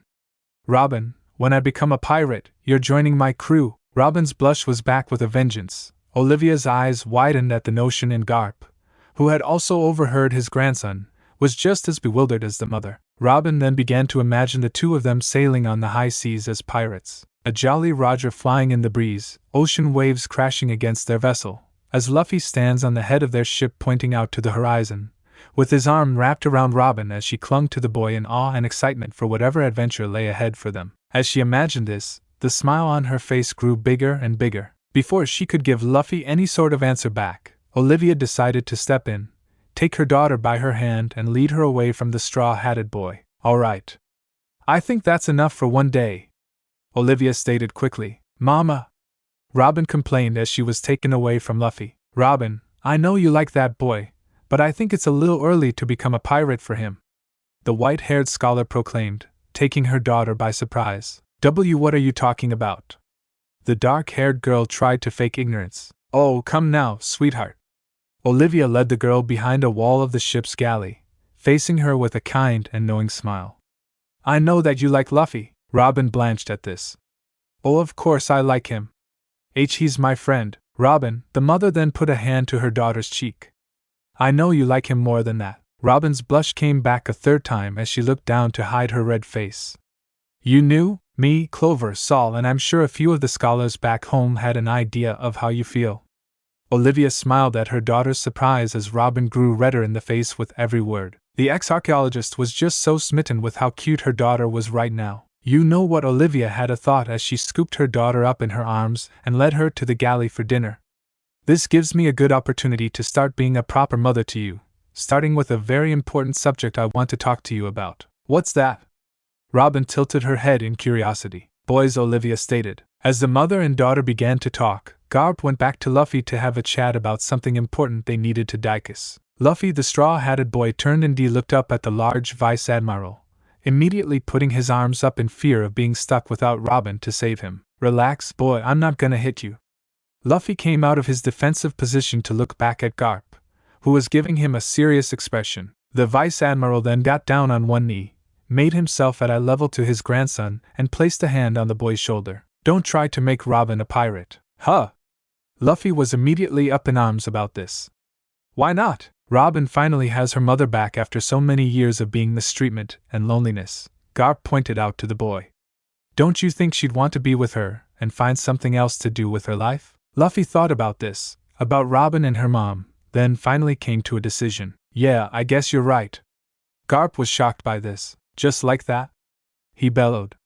His stubborn grandson would never let go of something that he wanted, no matter how much you tried to reason with him, or in the man's case, knock the sense into him. Yeah. I mean, Luffy looked away from his grandpa to hide a small blush on his face. I don't want to force Robin to do something she doesn't want to. Garp's mind was completely blown. Did Luffy, Monkey D. Luffy, his own knuckle-headed grandson, have a crush? The sound of a grumbling stomach caught both their attention. Luffy looking down to his belly. I'm starting to get hungry. Luffy whined until he took off into a sprint for the galley. Garp stood in place, still spaced out by what he just heard from his grandson. Then, reality hit him as he remembered how Luffy ate breakfast on the morning they arrived at O'Hara. He immediately took off after the straw-hatted boy, yelling in total panic. Wait, Luffy! Save some for the men this time. That night, Robin was treated to an experience she'd only imagined before now, being tucked into bed and sung to by her mother. Luffy was already fast asleep in the bed next to hers, and soon enough she would be joining him in slumber. Olivia hummed a tune softly as she sat on the bed that Robin lay in, as the little girl began to drift off gently to the cheerful lullaby. When Olivia started into the final lyrics of the song, gather up all of the crew, it's time to ship out Bink's brew, wave goodbye. But don't you cry, our memories remain, our days are but a passing dream, everlasting though they seem, beneath the moon, we'll meet again, the wind's our lullaby. Gather up all of the crew, it's time to ship out Bink's brew, sing a song, and play along, for all the oceans wide. After all is said and done, you'll end up a skeleton, so spread your tail, from dawn till dusk, upon these foamy seas. When Olivia hummed the last of the shanty, Robin's blue eyes finally closed for the night. Olivia gently leaned into place on her daughter's forehead, then silently made her way out the cabin and closed the door behind her, leaving both Robin and Luffy to rest. The white-haired scholar made her way over to the side of the marine vessel and landed over the railing, looking out to the dark waters of the ocean. You seem to be falling into the role of a parent quite easily, Garp inquired as he made his presence known. I don't really feel at all deserving to be called such. The archaeologist sighed. Robin may have forgiven me, but I don't think I ever will, or ever should. The white-haired scholar's eyes shone with remorse. All I can do now is make up for lost time, and the pain she went through. Garp sadly smiled. Well, I'd hurry up on those plans. The ex-archaeologist looked back to the vice-admiral. You never know when my grandson will wise up and sweep that girl off her feet. Garp laughed heartily as Olivia put a hand to her forehead. Don't even start. She couldn't help but chuckle a little. That girl of yours has got it bad for my boy, eh? Garp chided as he leaned over the side of the ship. Of all the times to come back to her, it had to be when she was beginning to notice boys. Olivia then came out with a laugh of her own. The two adults let their laughter loose for a moment, then it died down as they returned to looking out to the sea, the clouds of the night sky taking the place of the bright blue. It's amazing so much disaster avoided under such strange circumstances, all because of two children becoming friends. Olivia was having great trouble fathoming the idea. Indeed, those two might have not only saved an entire island, but changed the very course of history. Garp factored. Imagine what more those two could change if they stick together, Olivia mused. It's enough to scare you a little, Garp dared to wonder. But I can tell you this. Garp then riled up in determination, shocking Olivia a little. Luffy will be a Marine when he makes those changes. Olivia gave a small laugh at the man's will to not give up on his grandson. Then she began to wonder about Robin. Would she still want to be an archaeologist, even after they reunited? Would she want to find the poneglyphs like she did? These thoughts and worries remained on the white-haired scholar's mind the whole trip, all the way to when the ship arrived at Dawn Island and made dock at Fusha Village, Luffy's hometown. It had taken just 3 days to sail back to the East Blue and 2 days to finally reach Dawn Island and make dock at Fusha Village. Robin and Luffy leaned over the starboard side of the ship's railing, wanting to get a good look of the straw-hatted boy's hometown and the dark-haired girl's new home. Lush green hills made most of the scenery, with a dirt path and wood picket fence winding up and down the hills. The scenery of the town was littered with small houses and windmills, their sails spinning at a gentle pace from the ocean breeze, giving off a feeling of tranquility and peacefulness. Robin looked over to Luffy, wanting to see how excited he must be about seeing home again, only to notice a brooding scowl on his face. Looking down to what he was staring at, all she saw was the deep blue water splashing against the hull of the ship. Then it came to her. This port they were sailing into was where that sea monster that nearly ate Luffy and took Shanks's arm was supposed to dwell. Robin looked at Luffy again with great concern. Once the marine vessel finally docked at the island, Luffy brightened up a bit, happy to be home and looking forward to seeing everybody again. As the two children ran down the ship bridge, Garp and Olivia followed behind, the Vice Admiral informing the white-haired scholar of their new living arrangements. You'll have a house close to the bay here, situated at the far west side of the town. We can find you some hand-me-down furniture that no one is using to get you started. You'll need to find a paying job if you want to make a proper living, so we can have a chat with the mayor about that. He might be a little offended with you being a criminal, but he'll warm up to you soon enough. Thank you, Garp. You are doing so much for me and Robin. I don't know how I'll be able to repay you. Olivia was overjoyed at how much of a second chance Garp had managed to persuade out of the 5 elder stars. You already know how, Olivia, Garp inquired, causing the woman to come out of her joyous mood. Even though you want to leave behind your life as an archaeologist to be a real mother, the government has also forbidden you from ever examining another culture for the rest of your life. You can't go back to your previous life, even if you wanted to. Garp explained what she already knew, but it was still a tough pill to swallow. Olivia watched as Robin and Luffy hopped up the steps of the dock and looked out into town. That's fine, what matters now is that I look after my Robin and be there for her, to make up for when I wasn't. As the two adults looked at the young ones, Luffy decided to run off into town with Robin following behind. Robin! Don't go running off. Olivia panicked. Don't worry, they won't go too far. Garp laughed as he put Olivia's mind at ease, but not enough. Back with the two children, Luffy and Robin ran down a street with shops along the sides and people watching them go. I can't wait to see everybody again, Luffy shouted excitedly, as Robin once again did her best to catch up with the boy. So Hendo, I meet your bothers? Robin gasped as she ran after him, growing aware of how little exercise she got when she spent her days reading back on O'Hara. Out of everyone Luffy spoke of on the ship, his 2 big brothers were who she was truly curious about. We'll see them soon, Luffy called back, not wanting to slow down. Right now, I'm hungry, and there's only one place I want to eat, but we just had breakfast in the ship. Robin tried to reason, but knowing that it was Luffy she was speaking to, she knew there was no reasoning with him or his stomach. Arriving into town, everybody the two passed by instantly recognized the boy and greeted him. Welcome back, Luffy. Hey, Luffy. Good to see you. Hope Garp wasn't too hard on you out there. Things have been so boring without you, Luffy. Glad to have you back, Luffy. Robin was surprised by this. Don't they know he ate a devil fruit? Wasn't he an outcast like her? Why would these people be so nice to him? Would they be as nice to her? Luffy. One voice that came from an elderly man sitting outside a house, wearing a yellow shirt and a red and white striped hat, got the boy's attention, making him and Robin stop in their tracks. Hi, Mr. Mayor. Luffy waved. Has Garp finally managed to get that ridiculous pirate idea out of your head? The old-timer asked. Everyone in town didn't seem to have a problem with Luffy wanting to become a pirate, but the mayor did. Having someone from their town becoming a criminal would do nothing but give Fusha Village a bad reputation. Nope, Buffy answered back. I'm still gonna be a pirate, and I'm still gonna be the Pirate King. You do that, and you'll never be allowed in this town again.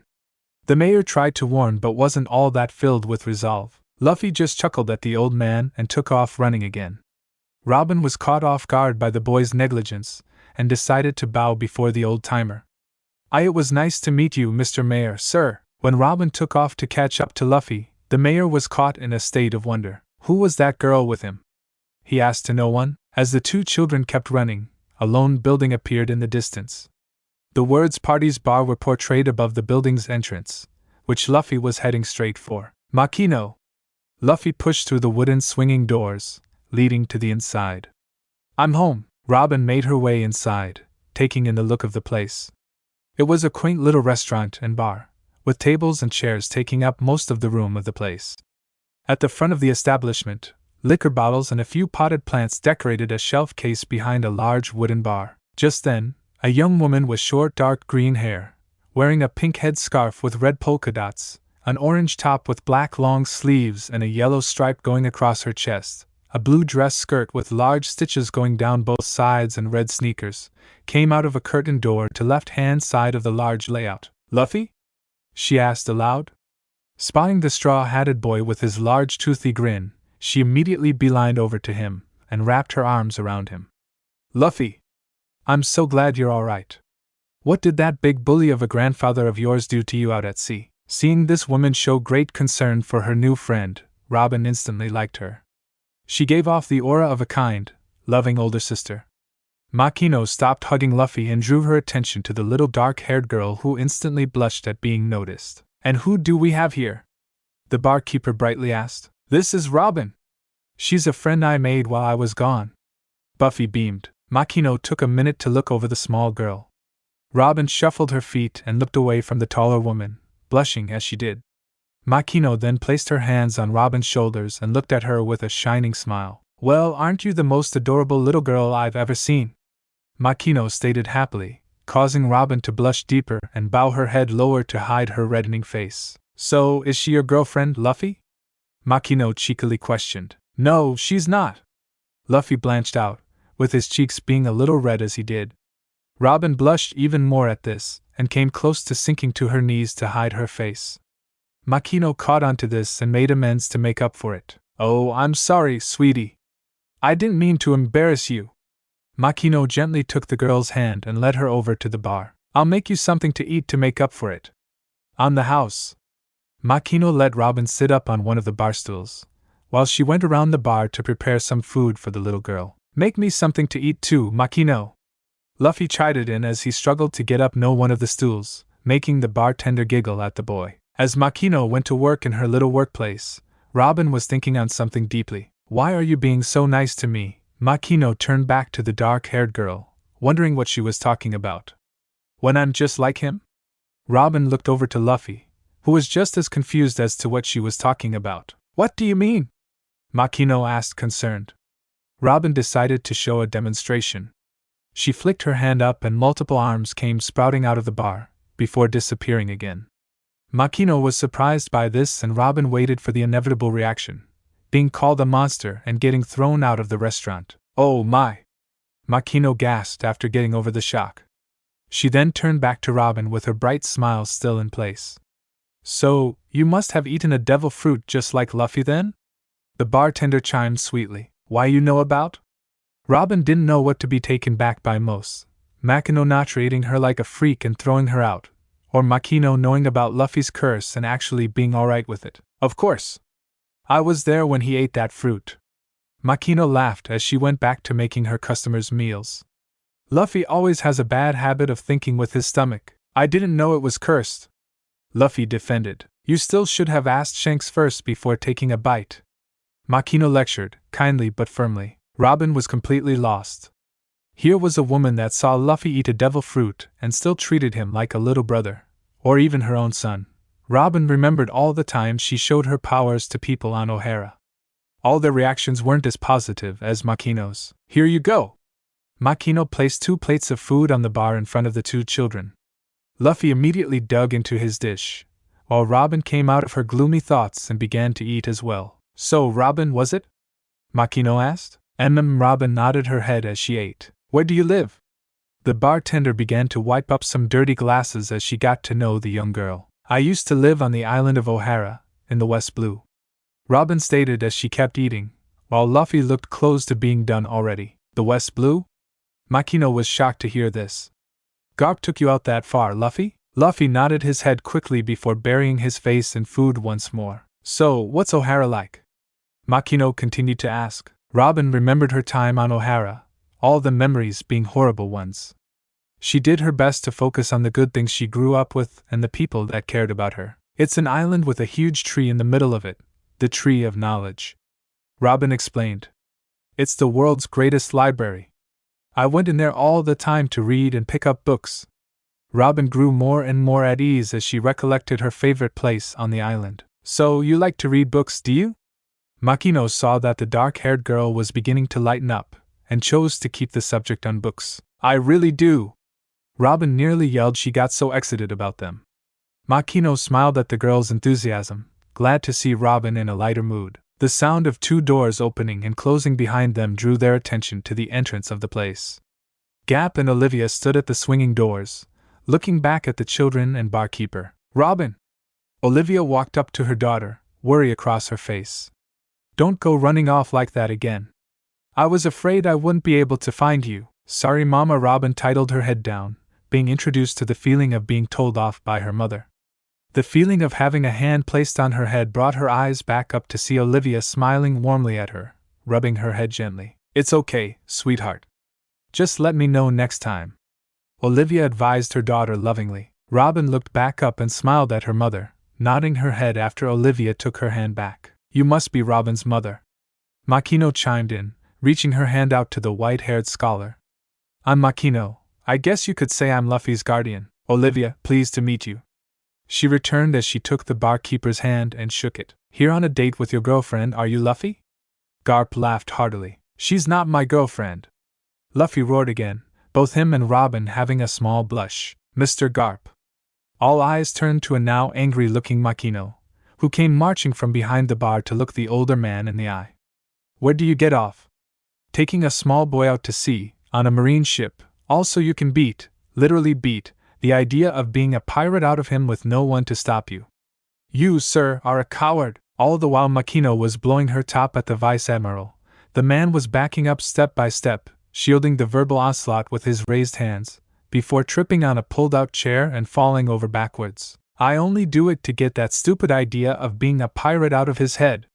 Garp tried to defend, only to have the bartender scowl down at him. There's no such thing as a good reason to hit family, Makino stated strongly, as the other three occupants watched on in a mix of awkwardness and enjoyment. Garp tried to find any other excuse to fend off the woman, but knew that there was no use in trying to win a fight with Makino, no matter how hard he's tried in the past. Makino looked down at the pathetic-looking hero of the Navy, her smoldering glare keeping him frozen on the floor. You'll be paying for the kids' meals in exchange for any pain you caused Luffy on your trip, right, Mr. Garp?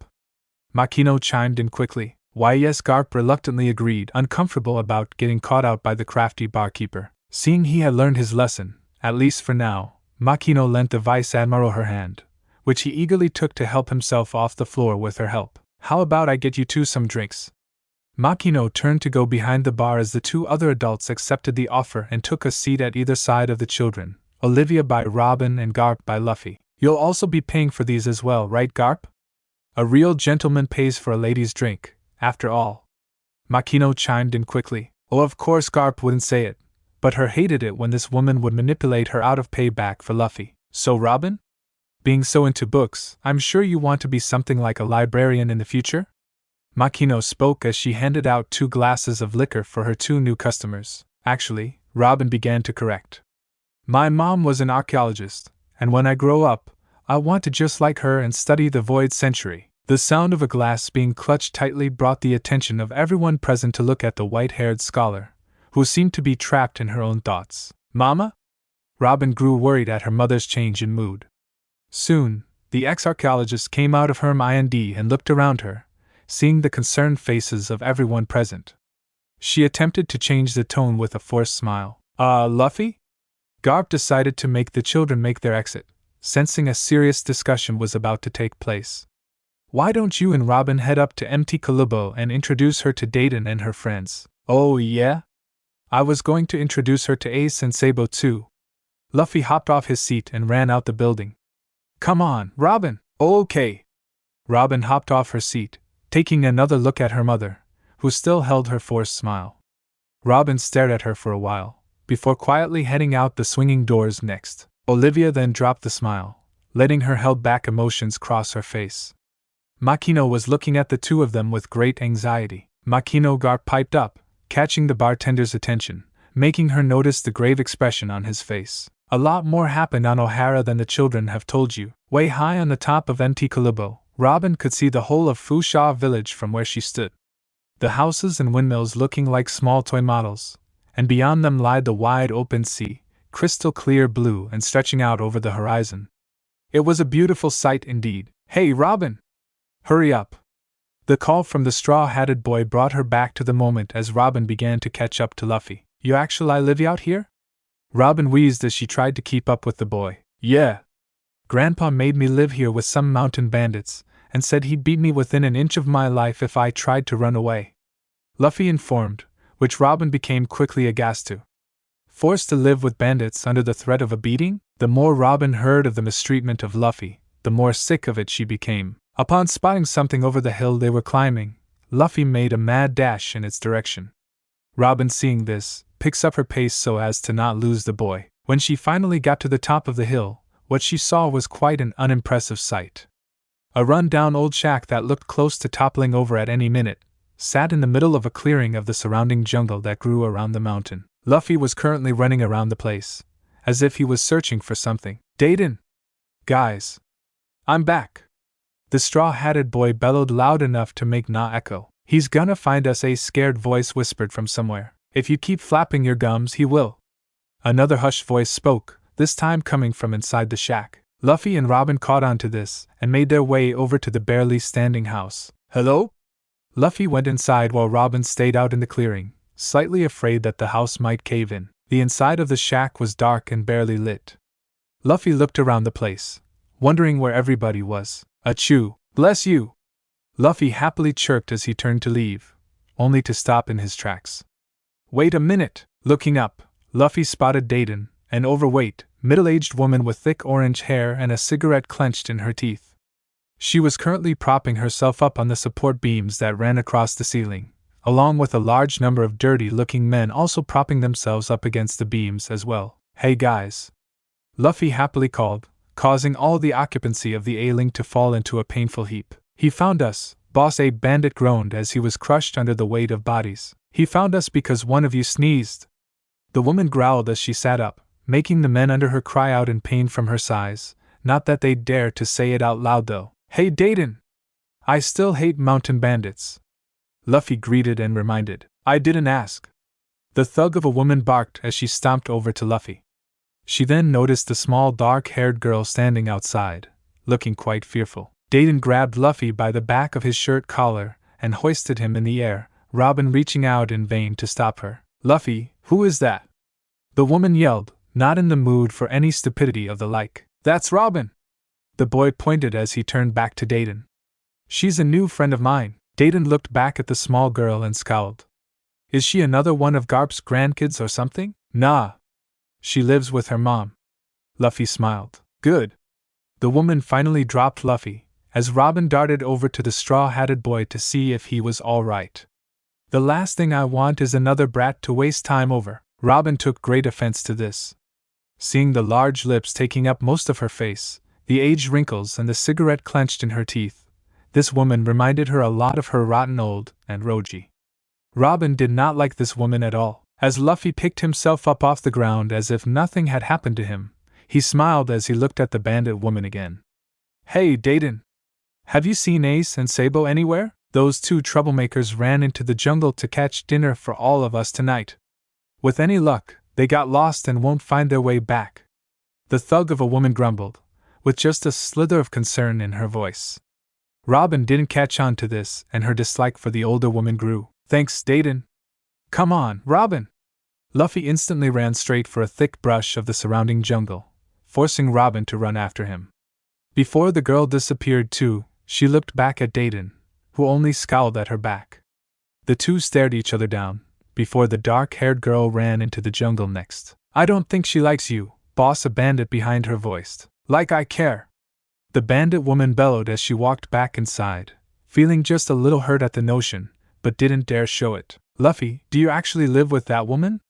Robin asked as the two made their way through the jungle, climbing over thick vines and pushing branches out of their path. I used to, but not anymore.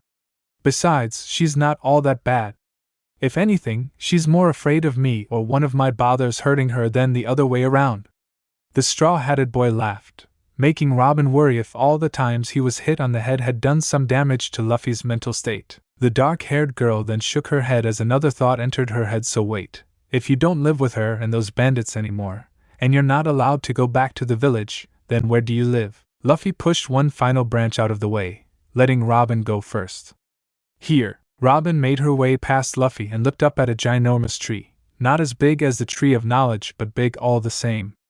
Illuminated by the sunshine breaking through the leaves above, there sat a makeshift treehouse, made from the remains of old shipwrecks. You live here? She asked, bewildered. Yup. Me, Ace and Sabo decided that we've got to learn how to be self-reliant if we're gonna go out to sea one day. Luffy grinned proudly. Self-reliant? Luffy, Robin corrected the boy. That too. Luffy laughed, making Robin worry more for the boy's state of mind. Hey, Luffy! A voice from high in the treetops called out, catching the attention of the two children below.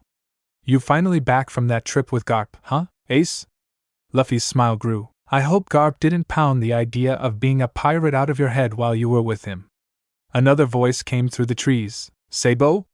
Luffy grinned, happy to hear his brothers again. Suddenly, two figures leaped down from their hiding places and landed in front of the two young ones. One, a 10-year-old boy with jet black hair, freckles on his cheeks, wearing a light red tank top, black shorts and brown shoes, with a grin that just spelled trouble. The other, another 10-year-old boy with shaved blonde hair, wearing a silk hat, a blue petticoat and black boots, having a smile on his face that showed off a missing tooth. Both of them were carrying a lead pipe each, which Robin could only guess that they used as weapons from time to time. If Luffy was right and they do live out here, it would certainly be wise to arm yourself. But how could a lead pipe be a practical weapon against a wild animal out here in the jungle, she wondered. Hey guys. Luffy ran up to his two older brothers, happy to see them again after being apart for such a long while. Good to see you again, Luffy Ace said as he rubbed the younger boy's mess of black hair. Yeah, we were starting to worry about you. Sabo spoke as he shook his little brother by the shoulder. Luffy snickered joyfully at the attention he was getting, until he remembered he didn't come alone. Luffy turned and ran back over to the girl watching from afar with his smile brightening on his face, and showed her his hand. Come on, Robin! These are my brothers I told you about. Robin, skeptical at first, but then found some courage and took his hand, letting lead him over to the two older boys. Ace. Sabo. Luffy declared. This is Robin. She's a new friend I made while I was gone with Grandpa. As Luffy let Robin step forward, the girl began to shuffle her feet and look down at the ground in shyness. It's nice to meet you, she managed to speak. Luffy's told me a lot about you both. Ace and Sabo looked at the girl in front of them, eyeing her up and down. She's cute. They both spoke a little louder than they wanted to. Robin blushed at this, while Luffy felt something inside him that made him uncomfortable. Suddenly, Ace hopped right in front of Robin, taking the girl by surprise. Hey, I'm Ace. Nice to meet you, he said as coolly as he could. He was then pushed out of the way by Sabo, who took his place in front of Robin. I'm Sabo. It's nice to meet you too, he said, a little too giddy to be considered normal. As Ace and Sabo began to fight for the right to talk to Robin, the girl was feeling quite lost in awkwardness by the whole spectacle. Luffy, on the other hand, was not liking the way that Ace and Sabo were talking to Robin. He thought they'd treat her like a friend, not this. The straw-hatted boy decided to squeeze in between his brothers and friend, wanting Ace and Sabo to stop fighting over Robin and change the subject. For what reason, he didn't really know. So, guys. Luffy brought the two out of their fighting. Find anything for dinner tonight? Dayton said you were looking for food. You bet we got dinner, Luffy. Check it out. Ace bragged as he knocked his fist hard on the tree of their house and two massive figures fell out of the branches. The figures being two massive wild boars, bigger than any natural-sized boar that Robin could think of. The dark-haired girl was perplexed. 2 10-year-old boys did this to 2 giant wild boars with lead pipes? Luffy, on the other hand, was more focused on the animals that fell out of the sky. Oh boy! Wild boar! My favorite. Anything that's meat is your favorite, Luffy. Sabo chuckled as he walked around to start pulling the boar by its tail, heading for Dayton's shack. So, Robin? Ace asked the girl as he went and threw the large tusked pig over his shoulder, possibly wanting to impress Robin. Where'd you come from? Robin was feeling quite shy, finding difficulty in talking to others casually. I came from the island of O'Harates in the West Blue. The West Blue? Ace grew shocked by this, then turned to Luffy, who was walking between him and Sabo, with Robin next to him. Garp took you out that far, Luffy? The straw-hatted boy replied with a yup. Wait, Sabo did some calculating in his head. Luffy. That means Garp took you through the Grand Line, I know, right? Luffy beamed as the fact came to mind once more. I sailed through the sea that Gold Roger did. Robin laughed a little at Luffy's excitement, only to notice Ace look down in what she could only describe as depression and shame. So, Robin? Sabo called back, wanting to change the subject.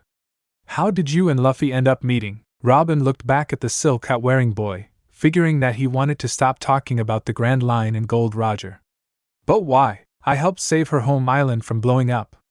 Luffy deadpanned. Ace and Sabo stopped and stared at their clueless little bother, who was smiling his toothy grin like a loon, then over to Robin, who was shuffling her foot in the dirt with a nervous smile. How did what?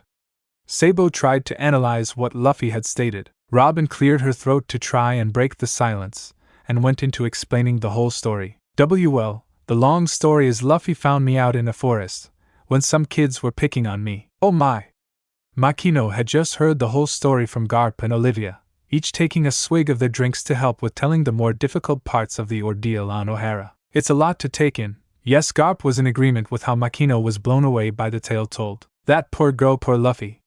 The bartender was starting to feel a little weak at the knees and used the bar to hold herself up. Those two are lucky to be so young, saving an entire island from certain doom, and they just forget about it in a matter of days, as if it instantly became a distant memory. Garp rubbed his head, letting the hardships of the last number of days wash over him to help them pass all the quicker. Makino looked at the woman with misty eyes. Out of all the people that were caught up in the madness, the bartender considered her to be one of the main that suffered most, along with the 2 children. Makino reached her hand over to the one Olivia had around her glass, making the white-haired scholar look her in the eye. You're an amazing woman, Olivia, Makino complimented. After everything you've been through, you deserve a happy outcome such as this. You and Robin are going to be so happy living in Fusha Village. Olivia smiled slightly at the kind words, then a thought shocked her to her senses. Wait. Where is Robin? It's starting to get dark. Don't worry, Olivia. Garp spoke as he pulled himself from his seat and walked to the doorway of Makino's bar. I think I've got a good idea where those 2 ran off to. As the moon of the night sky shone down on empty Kulubo, the 2 older children were just hearing the last of Luffy and Robin's adventure. Whoa, Ace exclaimed, bewildered. You guys actually saved an entire island from being blown up? Sabo couldn't fathom it himself. The 2 younger ones only nodded their heads, Luffy with a proud grin and Robin with a flattered smile. Way to go, Luffy! Ace slapped his little brother on the back. Saving the day and getting the girl. She's not my girlfriend. Luffy screamed with a blush on his cheeks once more. Robin was starting to get sick of Luffy saying that. It just felt hurtful. I wish I was there to see that green suit wearing jerk get clotheslined by your grandpa, Sable muttered in a curiously venomous tone. Wait, something's bugging me. Ace put his hand to his chin in calculation. How'd you manage to trick that CP guy into going in another direction, if you were hiding in the bush behind him? Oh well, Robin had left out the part about her having powers, not wanting to be shunned by Luffy's brothers. Luffy wondered why she did the 2, he knew they'd accept her like they him. Before the matter could go any further, a voice roared out from the lit-up shack they were arriving at. It's about time you showed up. I'm so hungry, I'm starting to wither away to skin and bones. Dayton barked at the kids as she stood at the doorway. Seems like you've still got a long way to go until that happens, Dayton. Ace smirked as he tossed her his dead boar. Dayton was fuming at the comment, while the kids made their way inside. Dayton caught one look at Robin and stopped her by putting a hand in front of her face. "And where do you think you're going, young lady?" She snarled with her cigarette in her large lips. "I was going to come in and eat," Robin spoke in a small voice. The way Dayton acted and looked was almost a spitting image of her horrid Aunt Rogie. Dayton looked down at the girl, her resolve weakening at how precious the little dark-haired girl was, looking up at her with those big blue eyes. Reluctantly, she brought her hand back to let Robin pass, only to stop her again. "If you want to eat, you gotta fight for your meal. That's how it goes." The thug of a woman warned darkly. Robin looked up at the old bandit woman, noticing the kindness in her words through the tone she used. Once Dayton stopped blocking her path, Robin stepped inside and looked back at the thug of a woman. "Thank you for having me." She brightly smiled as she made her way over to Luffy and his brothers. Dayton didn't show it, but she was inwardly gushing at how adorable this girl was. "Food's ready!" A bandit called inside the shack, bringing Dayton back to reality. Dayton rushed back indoors, ready for whatever fight came her way for a piece of that succulent roast boar. Soon enough, the run-down shack in the middle of the jungle was lit up and erupting with activity. Once the boars that Ace and Sable Brightback were skinned, cooked and placed on the table, the war to not go to bed hungry begun. The three brothers, Ace, Sable and Luffy, easily managed to grab a good load of meat, leaving not very much behind for the bandits, Dayton and Robin, who was sitting far off from the ongoing chaos. The three boys were digging into their food, when Luffy looked over at Robin, who hadn't eaten anything yet. "Come on, Robin!" Luffy encouraged. "You have to try and get something, or else it's all going to disappear." "I am fine, thank you," Robin politely played off, only to have her stomach grumble and a blush of embarrassment come to her cheeks. Luffy frowned at his friend's behavior, only to have an idea pop into his head. He leaned in close to Robin's ear, making the girl blush more. "Robin, why don't you use your powers?" he whispered. "What? I can't do that," she hissed back. "Why not?" "I did," Luffy argued as he bit into his meat once more. Robin was against using her powers, afraid that she might be exiled by Luffy's brothers and everyone else here, even if they were bandits. Then she thought of Makino, and how accepting she was of her came to mind. If someone like her could accept her for what she had, then could these bandits? Robin looked back at Luffy, who was enjoying his dinner next to his older brothers. The dark-haired girl then decided to take a chance, and made her Hana pose. Luffy, seeing this, nudged his brothers next to him, getting their attention. "Hey guys," he said in a hushed tone. "Watch this." As the rest of the bandits kept fighting for their meal, a row of hands began to sprout out of the floor, making a trip leading all the way to the pile of meat. Suddenly, all eyes were on the row of limbs, as one hand grabbed a hunk of meat and passed it down the row of hands behind it, leading all the way back to Robin, who simply took it in her own hands, while the rest disappeared into thin air. "I ate the Hana devil fruit," she reluctantly admitted. "I can grow body parts anywhere I see." Silence went through the shack, everyone staying still in shock. All eyes were now on Robin, who was afraid of what might happen next.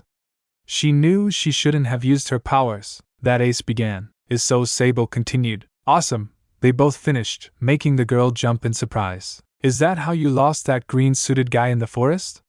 Sable asked excitedly, Robin nodding quietly in his stupor. "That was some good thinking," Ace complimented, making the girl blush at being praised. "Multiple arms are way better than starchy ones, any day." Ace took a shot at Luffy, easily ticking the boy off. "Don't make fun of my powers," Luffy shouted, thus igniting another small fist fight with his older brother, something that wasn't a rare occurrence. "No fair." The comment brought Robin's attention to the bandits. "First we had to deal with Luffy's stretchy arms and massive appetite. Now we've got a little girl that can grow arms out of the ground. There's no way we're gonna be able to get a full meal now. Having a devil fruit power is practically cheating." Robin's good mood started to sink, until the voice of Dayton ringed out over the moaning of the bandits. "That's enough. That girl had an ace up her sleeve and she used it. You all would have done the same. She got what she wanted and she did it fair and square. At least on our terms. So quit your whining, take what you can get and be happy about it." All the bandits hung their heads, feeling bad for their words. Dayton took advantage of their distracted state and grabbed a few chinks of boar, enraging her men and bringing the fight for food back on again. Robin was surprised but warmed by the thug of a woman's words. She may have acted and looked like Rogie, but Dayton was at least a little bit nicer than her miserable old aunt. Robin! The new voice came from the front door of the shack, belonging to Robin's mother, Olivia. Mama! Robin happily called as her mother rushed over to her and wrapped her arms around the dark-haired girl. Did any of these men hurt you? The white-haired scholar panicked. No, Mama! Robin laughed. They've been really nice. All the bandits had currently stopped to stare at the white-haired beauty that had rushed into the room. I see dinner is in full swing. Makino then stepped into the barely holding house, causing all the bandits to swoon at the sight of the pretty bartender, along with the gorgeous white-haired scholar. As the men were distracted, Robin made another row of hands and grabbed a piece of meat, bringing it back to Olivia. Once she had the boar in her hands, Olivia looked at her smiling daughter and then smiled as well, seeing the confidence her daughter had in using her powers. The new change in scenery was helping after all, along with the fresh new faces that didn't discriminate her baby girl. The ex-archaeologist could cry at how much good fortune was being bestowed to her and Robin. I trust you've been treating this young girl well, Dayton? That was a voice that made Dayton and her man spit their food out in complete and utter horror. Gee garp. Dayton blanched as she got to her feet and stood at attention, as if mimicking a soldier. Oh, of course we have. I wouldn't let a single hand land on such a pretty little girl's head. That's good, Garp replied. Because this girl and her mother are under my protection. If anything were to happen to any of them, I'd be inclined to return any harm done to an extended degree. A cold shiver ran down each of the bandits' spines at the hero of the Navy's words. Are we clear? He finished. Yes, sir. The bandits chorused, not wanting to try their luck with the Vice Admiral. Splendid. Garp returned to his jolly demeanor, walking over to the pile of meat to grab a bite. That's Robin's mom? Sable was blown away with how beautiful Olivia was. So that's where Robin got to look so cute. Ace whispered into the silk-hatted boy's ear, who only nodded his head in agreement. Luffy heard this and then bit into his dinner with more ferocity, as if he was upset about something. The small party went on long into the night, putting the agitation and stress that the ones who returned from O'Hara to one side, letting the gathered occupants laugh, sing and dance for just the sake of it. As the small party went on, the children were still munching away on what meat was left over, until Sabo decided to try and talk to Robin again, this time without sounding so nervous with any luck. So, Robin, Sabo mumbled as he chewed on a bite of boar. Being from an island all about being smart, you must really like books. Yeah. The Tree of Knowledge was my favorite place on the island. The only place I miss if I had to be honest. Robin stated as she ate. How come? Ace innocently asked as he kept biting into his boar. The sudden quiet from the girl got the attention of the three brothers, looking at Robin who had a sullen face on. The rest of the island wasn't so nice to me, Robin explained sadly. The kids all made fun of me, because of my powers and because I like to read. As Robin told of her harsh background, some of the noise died down so that some could hear her better. My Aunt Roji would always beat me and call me a waste of space, the dark-haired girl went on. Hearing that only made Olivia all the happier for snapping that horrible woman's arm. And all the townspeople would just glare at me all the time, whenever I went to the library like I didn't belong with them. Robin bowed her head in sorrow. Upon hearing this, Ace and Sabo became motionless at the girl's words. They both looked down at the floor, a painful understanding filling their hearts. Makino wiped away some shed tears, along with most of the bandits that listened in on the little girl's sad story. Garp looked at Robin, then at Ace, seeing a great deal of similarity in the two's history. Robin sat in her place with a down look in her eye, until a hand placed on her shoulder brought her out of her mind. Looking back up, she saw Luffy smiling at her. Well, now you're with us, Robin. We don't think you're a monster, a freak, or anything like that. Luffy beamed. Ace and Sabo both got up and walked in front of the little dark-haired girl. No matter how different you are, we'll have your back no matter what. Ace hiked his thumb toward himself, implying his resolve with a confident grin. We'll make sure that no one hurts you like that again, Robin. That's a promise. Sabo clenched his fist in determination, showing a smile with his missing tooth. Robin looked to the three boys, then at all the adults around her, all of them showing concern and admiration on their faces. All for her. Robin wiped the mist from her eyes and let a smile break out, showing just how happy she was to be with so many wonderful people. Thank you, she spoke with an emotional voice. Luffy decided to pick up his glass of juice and lifted it in the air, proposing a toast. To Robin! He cried, initiating a chorus of the same words from nearly everyone in the shack. For the rest of the night, dinner turned into a welcoming party for Fusha Village's new occupants, Nico Robin and Nico Olivia. As the party went on, Olivia decided to step out for a breath of fresh air, looking up into the starry sky above. Is everything alight? The new voice caused the white-haired scholar to turn and face Makino, who had come up from behind. It's wonderful, Olivia sighed. So much good fortune couldn't be summed up to simple dumb luck. Makino smiled at this, then remembered something that had been birthing her for a while. Olivia, the bartender asked. When Robin said she wanted to be an archaeologist, why did you get so tense? The question made the mother turn around, giving Makino her full attention. Archaeology made me give up so much and left me with nothing but heartache, Olivia explained. To see Robin do the same, following my example, I don't want to see her go after a cause that anointed to nothing but bloodshed. Something that could lead her to being she couldn't even finish. The thought was so horrible. Makino took Olivia by the shoulders, trying to ease the white-haired scholar. It'll be all right, Olivia, spoke softly. With all the luck that you've been getting, Robin might forget all about the poneglyphs and enjoy her new life, being with her new friends and family. Olivia could only hope that that would be the course that life would take. The void century can stay void for all she cared.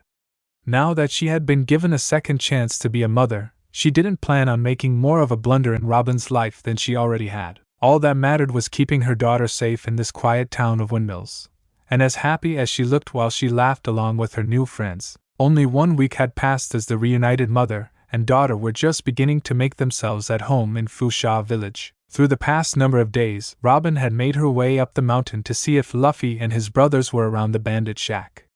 Some days she would be lucky to find them, some days not so much.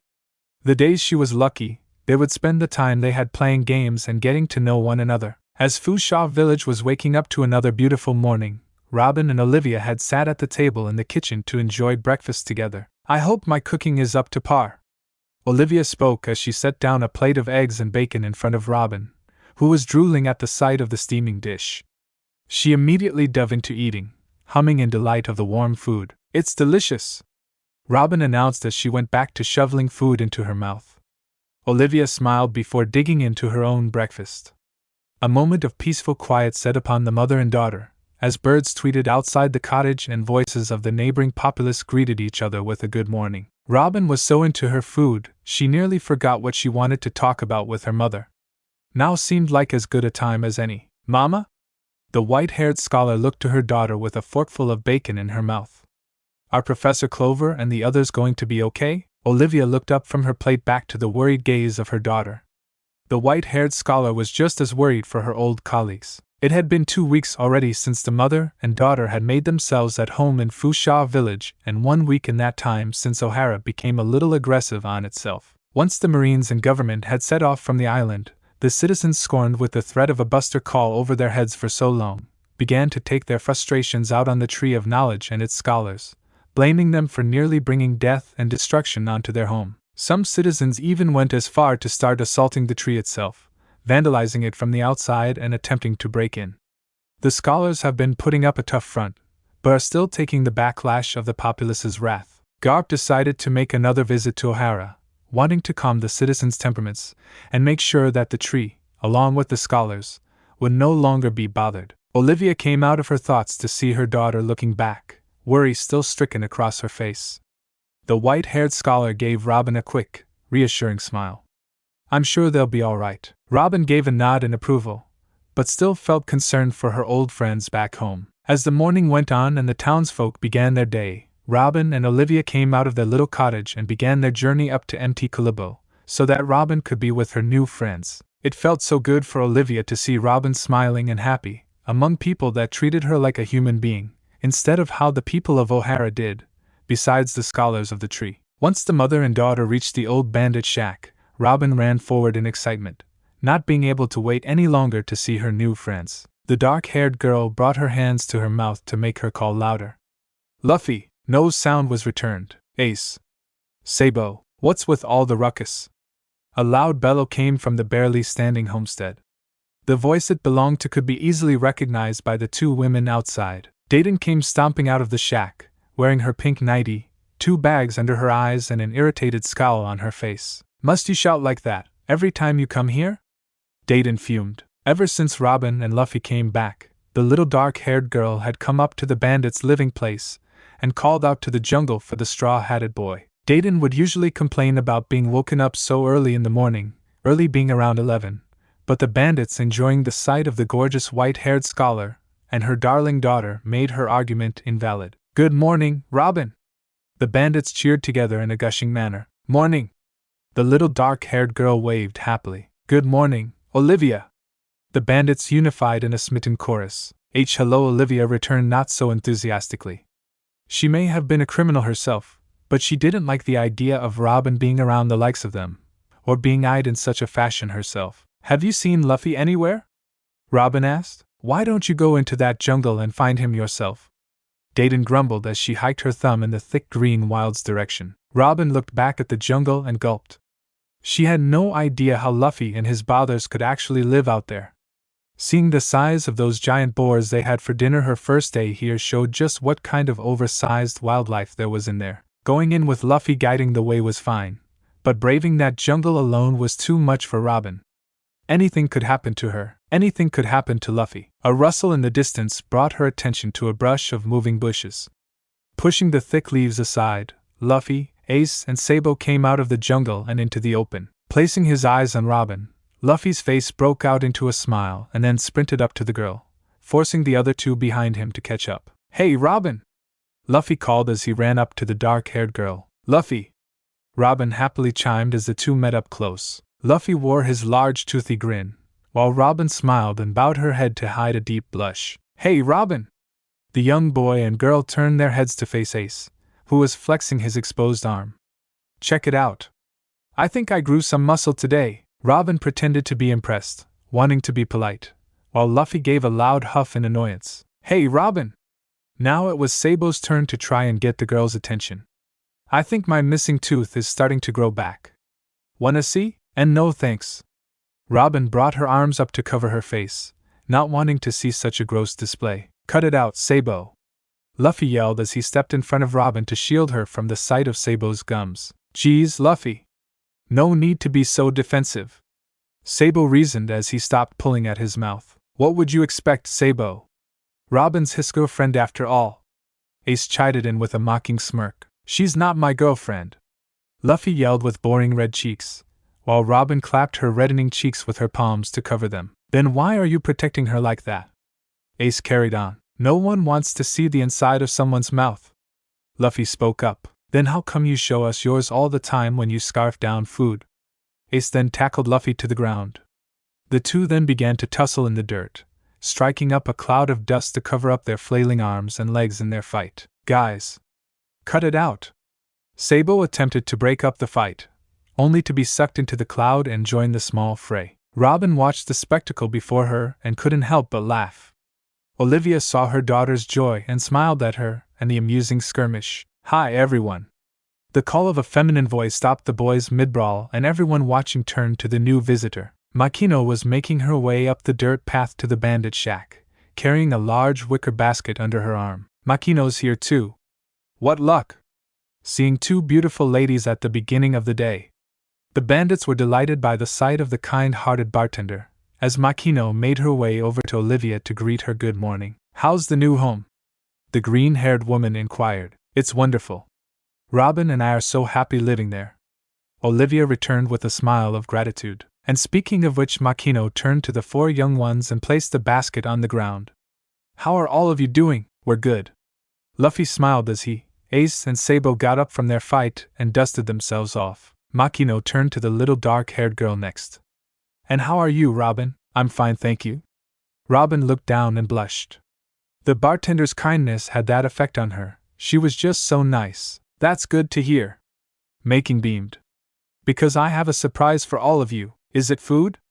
the ever-hungry Luffy asked excitedly. "You just had breakfast," Ace barked at the 7-year-old. "And ours too," Sabo complained, which only made the straw-hatted boy laugh. "No," Makino pulled the cloth covering the basket off. "It's some new clothes I've made for you all." Luffy, Ace, and Sabo replied with an unenthusiastic yay, while Robin looked down at the tattered brown dress she wore, silently wishing she had new clothes too. Olivia frowned at this. Since she didn't have a paying job yet in town, She hadn't been able to get any new furniture or clothes for her or Robin. The food they'd been having daily were just handouts from the friendly neighbors they lived by. As kind as it was of them to do, the mother still wanted to provide for her daughter. Makino beamed, even if the three brothers weren't as happy as she was.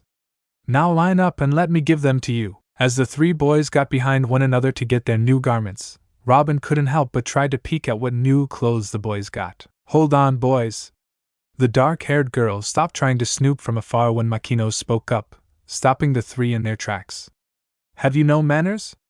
Ladies first. The three brothers stopped and gaped, wondering what the green-haired woman was talking about. Robin!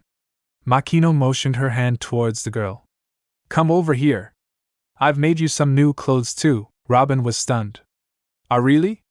Olivia was just as surprised as her daughter was. Of course, silly. Why wouldn't I? Makino smiled.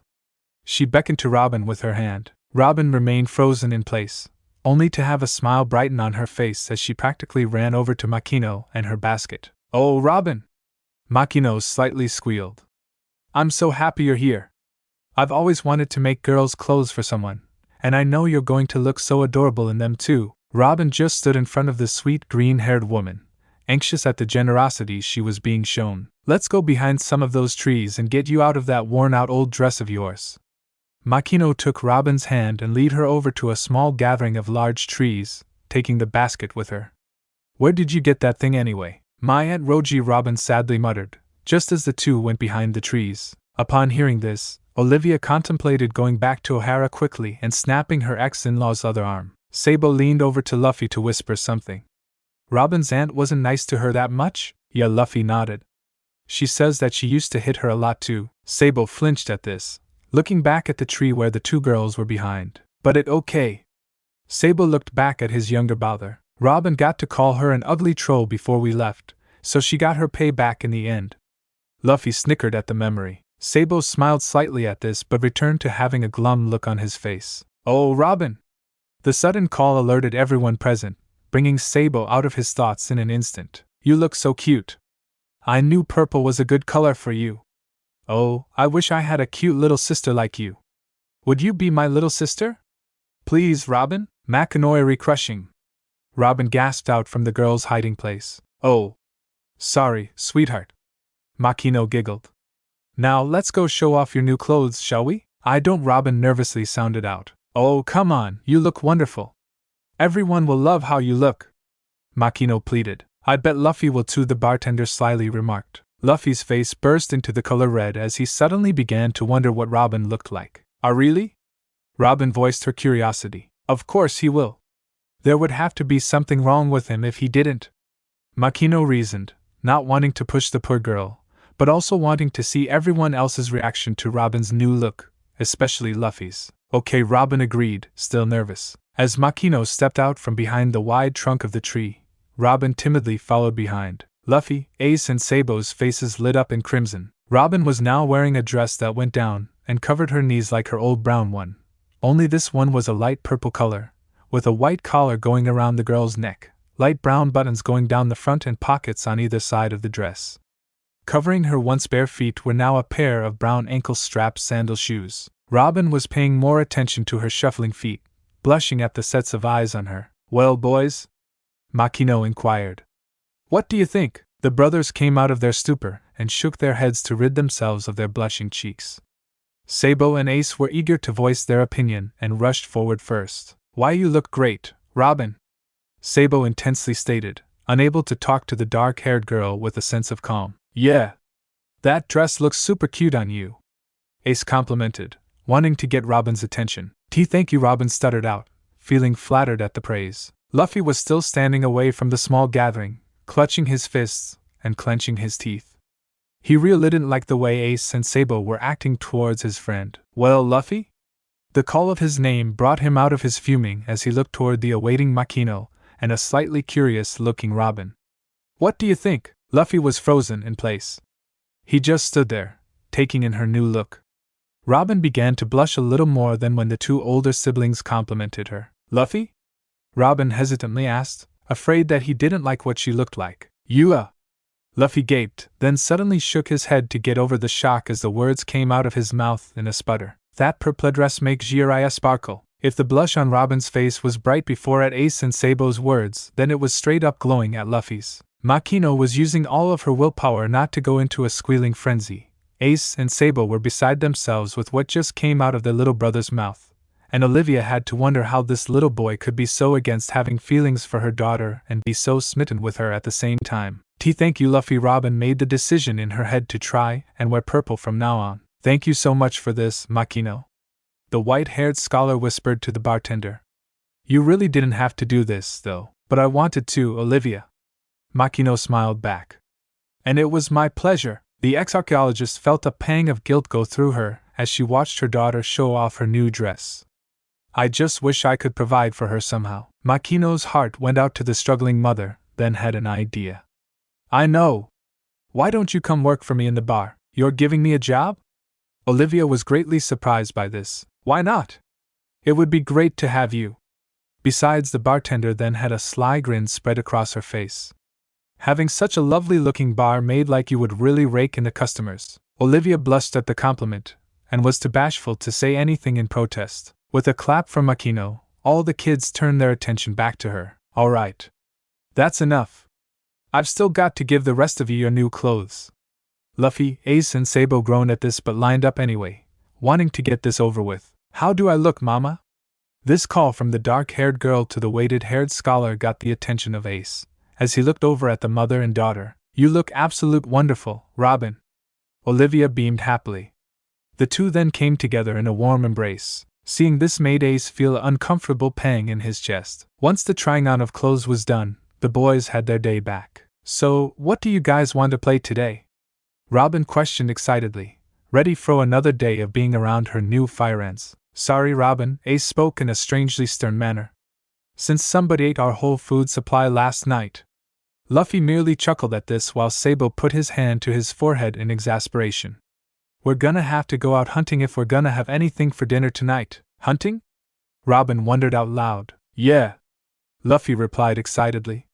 We go into the jungle and find any wild animals that look good enough to eat. Robin grew concerned for her friend, imagining what other kind of gigantic beasts lay in waiting in the thick wild apart from those boars she first saw that could attack the boys or Luffy. Luffy, unaware of the girl's concern, then had an idea. I know, Robin. Why don't you come with us? Robin was brought out of her musing to look at Luffy with shock. You me go in there? Robin took in the sight of the dark, forbidding forest, uneasiness filling her stomach. What are you guys talking about? Makino and Olivia came over to check on the children. Luffy asked Robin if she wanted to go hunting in the jungle with us.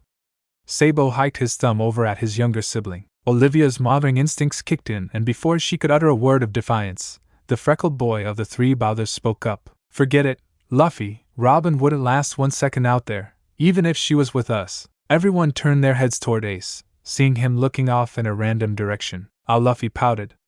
Why not? Robin doesn't know the jungle like we do, and she defiantly can't defend herself against any wild animals we'll find in there. Ace pointed out. Wild animals? The girl began to quiver at the notion, partly for her sake but mostly for Luffy's. See? She's getting scared right now. Ace went on rudely. Take it easy, Ace. Sabo interjected and turned back to his little brother. He does have a point though, Luffy. Then I'll protect her, Luffy declared, making the dark-haired girl blush at his boldness. Renewed courage filled her heart as Robin turned to her mother. Can I go with them, Mama? Please. Seeing the pleading bright eyes of her little girl, Olivia was hesitant on replying.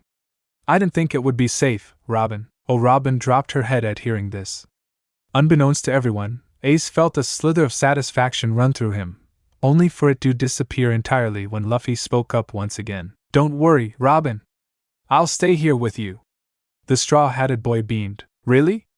Robin looked up again, happiness shining off of her. Luffy replied with a nod and a smile. Those two are inseparable, Sabo chuckled. Once Ace had heard this statement from the top-hatted boy, something inside him just snapped. What the heck makes you so special? All eyes turned to the freckled boy, even Dayton and the bandits watching from afar, being able to hear the loud outburst. Ace, what the dash? Was as far as Sabo could go as the seething 10-year-old marched up to the young girl. It must be so great being you. Having devil fruit powers, having Luffy all to yourself, having a mom. Ace continued to roar, making Robin shake like a leaf with every shout he made. Ace. Makino placed her hands on Robin's shoulders protectively. Ace didn't stop his advancing until Olivia stepped before the boy, towering over him with a stern gaze in her eyes. Get away from my daughter! The mother growled. Ace looked at her, then back the girl she was standing in front of, his anger growing more and more. Ace! Stop it! Luffy bellowed, running up to defend Robin. Darn it, Luffy! Ace turned on his younger brother, letting his rage take control of him. Why do you want to stick around with a little crybaby like her? Robin took offense to this, until Luffy started to speak up again. Robin's not a crybaby. She's my friend. And she's a lot tougher than you think she is. As if. Ace spat. If she couldn't fight off a bunch of stupid kids and her aunt, then there's no way she's as tough as you say she is. The sound of a slap echoed across the wide opening.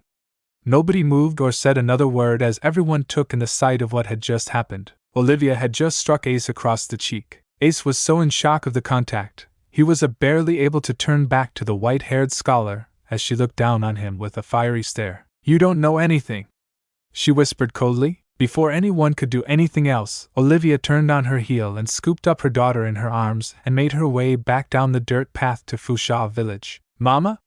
Robin questioned shakily. We're going home, Robin, Olivia ordered, not leaving any room for an argument. Robin looked back at Makino and the three boys, seeing Luffy's sad pout, Sabo's regretful eyes looking down, and Ace staring into space with anger and regret. Once the mother and daughter's presence disappeared down the path, Luffy's temper came back as he stomped up to Ace. What the heck was that for, Ace?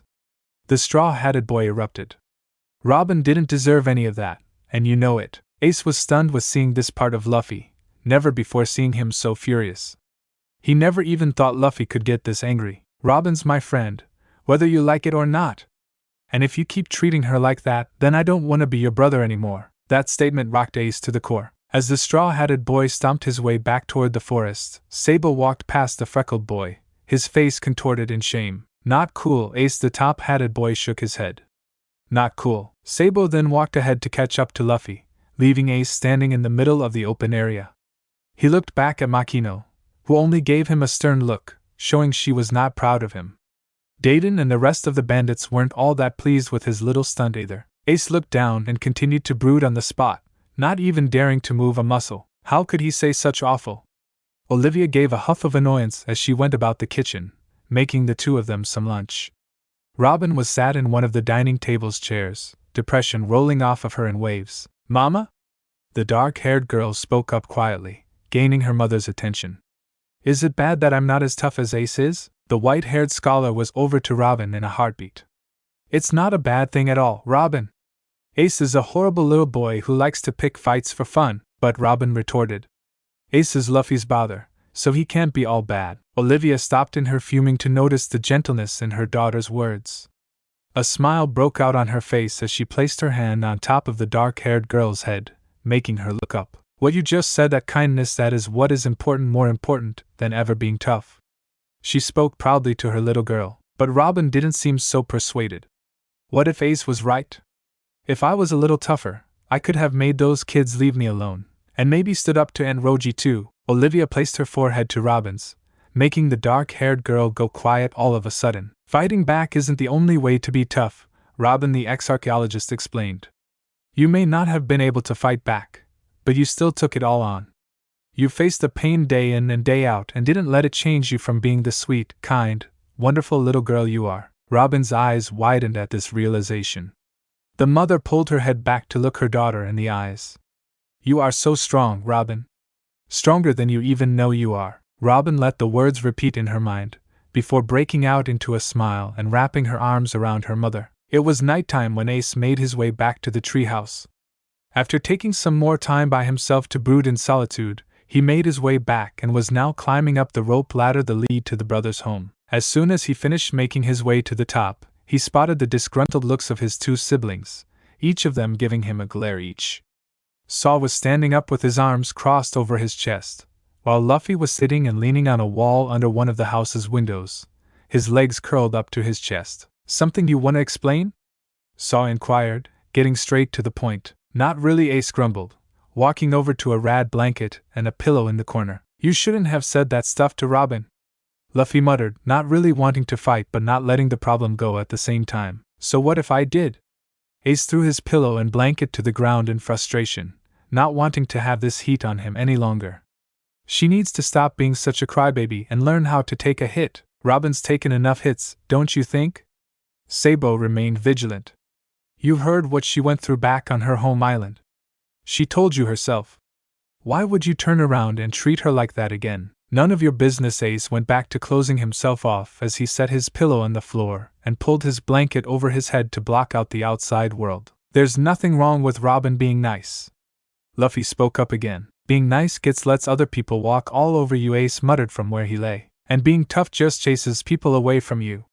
Sabo voiced out. When Ace didn't say anything else, Sabo's temper slightly got the best of him. I thought that after everything you've been through, Sabo mentioned, you'd understand how someone like Robin feels. Ace immediately brought his head up and glared at the top-hatted boy.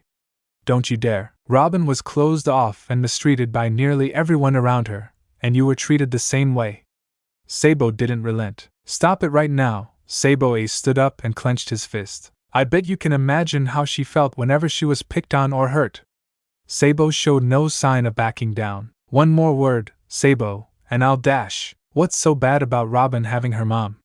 Luffy suddenly brought up, making the fuming elder bother turn to the boy in utter rage. Because she gets to have one, and I don't. A tense silence filled the boy's home. Now it all made sense. Ace realized what had left his mouth and proceeded to turn away to one of the makeshift home's windows and looked out of it. No other words needed to be said about the subject. This was a conversation that didn't need to go any further. Luffy and Sabo watched the boy with quiet understanding. After some time passed, Sabo took the chance to speak again. You know you have to apologize to her, right? He advised. I know, Ace relented, wanting to stop blaming himself as soon as possible. Luffy looked up into the night sky from where he sat. I hope Robin comes back tomorrow. There was a knock at the door as Makino waited outside of Robin and Olivia's new home. After a short time, the ex-archaeologist answers the door and was delighted to see the green-haired woman. May I come in? The bartender politely asked. The white-haired scholar was more than happy to do so. Robin just went to bed some time ago, so we have to keep it down, the mother advised. The two women sat at the kitchen table as Olivia put on a pot of tea. A gentle silence filled the space as Olivia poured 2 cups and set one in front of Makino, and took a seat at the opposite end of the table. I can't believe that boy would say such awful things, Olivia whispered, wishing to keep her frustration down low so as not to wake Robin. Yes, Makino agreed. It was certainly uncalled for. After everything that Luffy said about his brothers on the ship the way here, I thought he would be an older version of him. Olivia sipped at her tea to calm her nerves. I'm afraid there's not a chance there. The green-haired woman chuckled, then took on a solemn look in her eyes. They're not even of the same blood. The white-haired scholar looked up at this, eyes widening at the new information. Unbeknownst to the both of them, Robin was wide awake and currently peeking through her bedroom door to listen in on the conversation. Luffy met Ace when his grandfather brought him up to Dayton's for the first time, wanting him to grow up in a dangerous environment to help him grow up to be a strong Marine one day. The bartender explained. At first, Ace wanted nothing to do with him, going as far as to let Luffy follow him into the jungle and try to leave him there, not caring what might happen to him. Olivia was shocked at tease, but not as much as Robin. Then somehow, for some reason I still don't know, Ace and Luffy became inseparable. Making smiled her own words. They started to explore the jungle together, along with Sabo. Olivia looked down at the words she was hearing, suddenly feeling sympathy for the freckled child. That still doesn't give him the right to talk to my daughter like that, she retorted, not letting the newfound pity for the boy overlap the love for her little girl. No, it doesn't, the green-haired woman went on. But he has a slight reason for it. Olivia looked on at the bartender, whilst Robin leaned in slightly to get a better earshot. Ace's mother died giving birth to him, Makino mournfully stated. Olivia dropped her jaw slightly, as Robin almost gasped out loud. Ever since, he's been living with Dayton since he was a baby, with Garp coming and going to see him. Makino stroked her teacup with her thumb, numbing the pain of the words slightly for herself. And as he's grown up, he's been getting into fights with people bigger, older and stronger than him since I can remember being told. The ex-archaeologist looked into the hot liquid in her cup, imagining something like that happening to Robin if she never came back to O'Hara.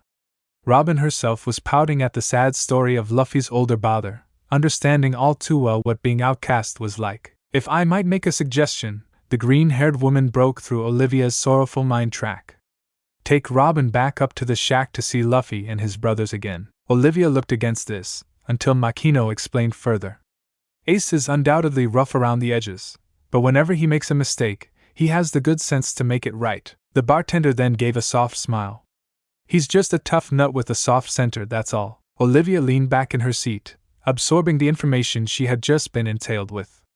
Her mind wandered to Robin, thinking about the connection she's built up with Luffy over the time they've spent together. She still didn't like the idea of her being around that little Ace boy, but depriving her of Luffy, her first ever friend, was something she was not about to commit. The white-haired scholar looked back to the green-haired woman who had enlightened her. Thank you for telling me this, Makino. Not a problem. The bartender waved off kindly. Anything to help keep Robin and Luffy together. Oh, good grief, the ex-archaeologist put her hand to her face, chuckling slightly as the mood of the room turned more light-hearted. As the two women talked into the night, Robin made her way back to bed, her thoughts turning to Luffy, Ace, and the pain the two of them shared. The sun was beginning to rise as the three boys waited outside of Dayton's rundown home. Ace was pacing back and forth, eagerly awaiting the chance to make amends with Robin. Sabo stood beside Luffy, leaning against the shack's wall and kicking a few stones in his foot's reach. The straw-hatted boy sat quietly next to Sabo, his straw hat overshadowing the look in his eyes. After a few more moments of waiting, the sight of Makino and Olivia made themselves present, coming up the dirt path on the hill. Luffy brought his head up as he caught sight of Robin, walking in front of the two adult women, and immediately leaped to his feet and ran down to meet her. Robin! The straw-hatted boy called out. Luffy! The dark-haired girl eagerly called back as she ran ahead to meet up with the boy coming her way. Once meeting each other halfway on the path, Robin noticed that Luffy was starting to shed large tears and his nose was running uncontrollably. I thought you weren't coming back. The straw-hatted boy blubbered. The dark-haired girl was taken back by the gross sight slightly, but was still flattered that someone would care so much about her. Of course not, Luffy. I'd never want to leave you, she claimed joyfully. Once the words left her mouth, both children blushed bright red and looked down to hide their flaring cheeks. Thanks, Robin, Luffy muttered sheepishly. Ja, no problem, Robin returned just as bashfully. The two women watching from afar smiled at the cute sight, before Olivia noticed the freckled boy of the trio making his way over. Before she could make a step forward to defend her daughter, Makino stopped her with hand to her shoulder. The bartender shook her head, sending the message that it was going to be all right, but the white-haired scholar was still skeptical. Robin? Ace made his presence known, bringing the girl back to reality, only to hesitate at the sight of the older brother and take a few steps back. Even Luffy stood in front of the girl, glaring at Ace as he protected Robin. Ace grimaced at this but stayed strong, wanting to make things right between him and Robin. The freckled boy cleared his throat and looked at Robin in the eye.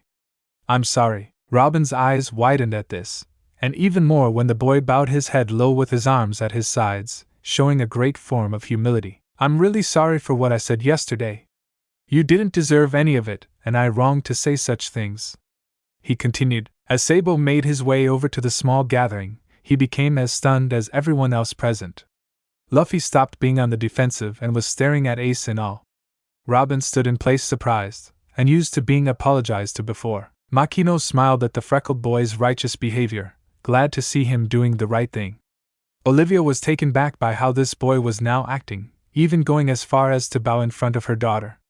Makino was right after all. After some time passed as everyone stood in silence, Robin was the first to start moving again and looked down at the bowing boy. She then gave a warm smile as she walked up closer to him. I forgive you, Ace. The boy looked back up in astonishment at the girl, who kept her warm smile in place. Thank you for apologizing. At the vision of the dark-haired girl smiling so sweetly at him, Ace felt his cheeks begin to glow bright red as he stood back up and cleared his throat again. Yeah, no problem, he managed to speak. I heard Makino talk about you last night when she came to see my mom. She admitted as Olivia looked at her daughter, surprised by her sneakiness. I'm so sorry you had to grow up like that, Ace. She looked at the boy sympathetically. It must have been awful. Ace remembered all the times he was laughed at by drunks and thugs when he was 8 years old, and all the times he beat the snot out of them for doing so, getting his fair share of cuts and bruises and complete losses at their hands himself, yet he painfully nodded. It was. The freckled boy felt a hand clasp his own, and he looked over to see the dark-haired girl giving him a warm, caring smile. Ace couldn't help himself but start blushing again and look away to hide his face. Makino smiled at the sight, glad to know that all was right once again. Olivia felt relieved that things had managed to be sorted out and that the boy had done the right thing. Sable was happy to see Ace being more open and gentle with other people, while Luffy was silently fuming with how Robin was holding hands with Ace. One thing I can't understand? Robin let go of the freckled boy's hand, gaining a quizzical look. Why did you get into so many fights in the first place? Ace stopped breathing for a while, uncomfortable with having to answer such a question. Saw blanched at the girl's words, trying to think of a way to change the subject before something bad happened. Oh, that's because people laughed at him for being Gold Roger's son. Everything and everyone stopped. All eyes were on Luffy, wide and aghast. Sable pulled his top hat down over his face, blown away with how big his little brother's mouth was. Makino looked back at the freckled boy, unable to find any words on the newly presented matter.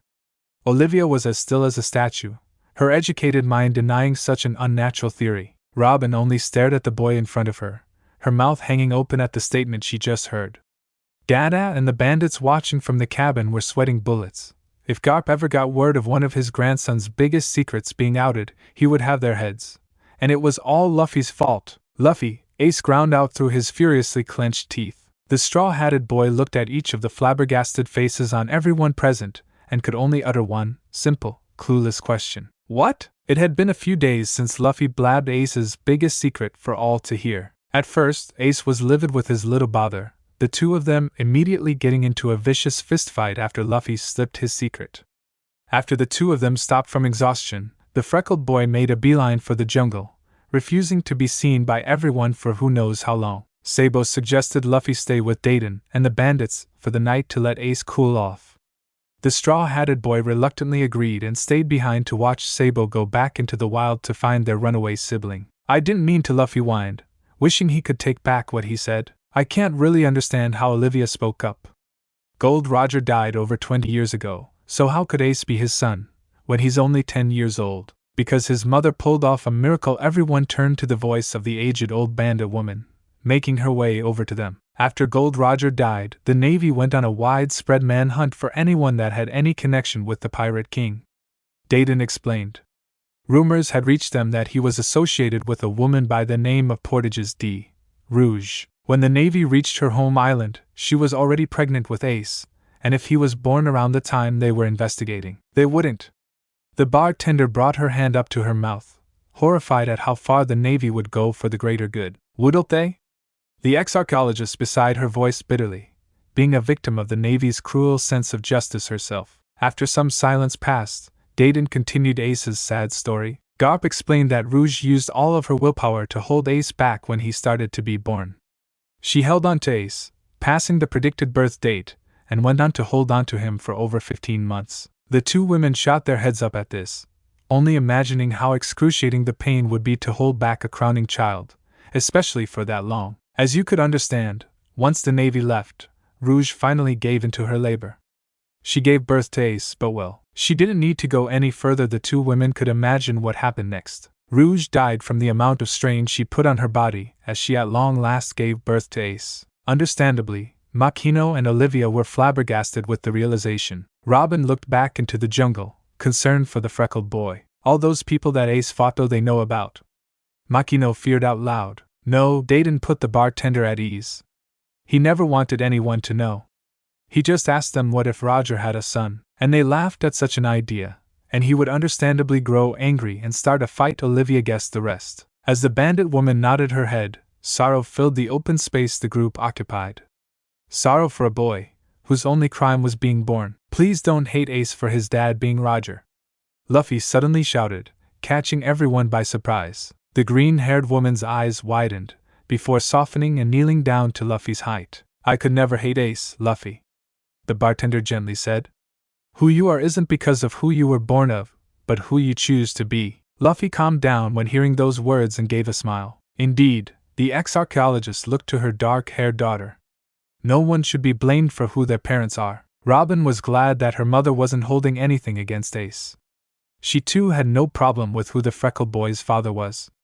Yet she also looked puzzled at her mother's words, as if they meant more than the white-haired woman let on. It took a bit of coaxing over the next few days, but they were able to let Ace know that they still cared for him, regardless of his heritage. The freckled boy was still skeptical and acted a little more withdrawn than usual, but soon enough, he was back to his old, roughhousing self. He was still slightly mad at Luffy for spilling his secret in the first place, but over time, he let the straw-hatted boy off the hook. At the end of the day, they were still brothers. It was another bright and sunny morning on empty Kalibo, with Robin sitting on a stump nearby the bandit shack, reading a book while kicking her legs. Olivia was sitting by her daughter, looking at what Robin was reading. The bandits of the old cabin were yet again watching the white-haired beauty from afar. Earlier that morning, they had received a message from Professor Clover, telling them of the situation back on Ohara. Garp had decided, after the civilians kept on bothering the scholars and the Tree of Knowledge, to place the tree under his personal protection, stopping any other assault or disruption caused by the island's populace. When Olivia came back to reality, she began to notice how many of the bandits were staring at her from their barely standing home. She was also able to hear the thugs' whispers to one another, since they weren't all that good at keeping their noise down. Olivia is so pretty, and she's so smart too, what I wouldn't give to get it from her. Olivia paid as least of mind as she could from the bandits' leering, still feeling uncomfortable with living around criminals. Robin couldn't help but find the man's swooning funny. Soon enough, Makino showed up, bringing with her a load of liquor for the bandits. The booze helped to distract the gang of crooks from staring at the two women, a feat Olivia silently thanked the bartender for, who only chuckled at knowing how the white-haired scholar felt. "How's the bar, Makino?" Olivia asked. "It's going great. Especially since you came to work part-time."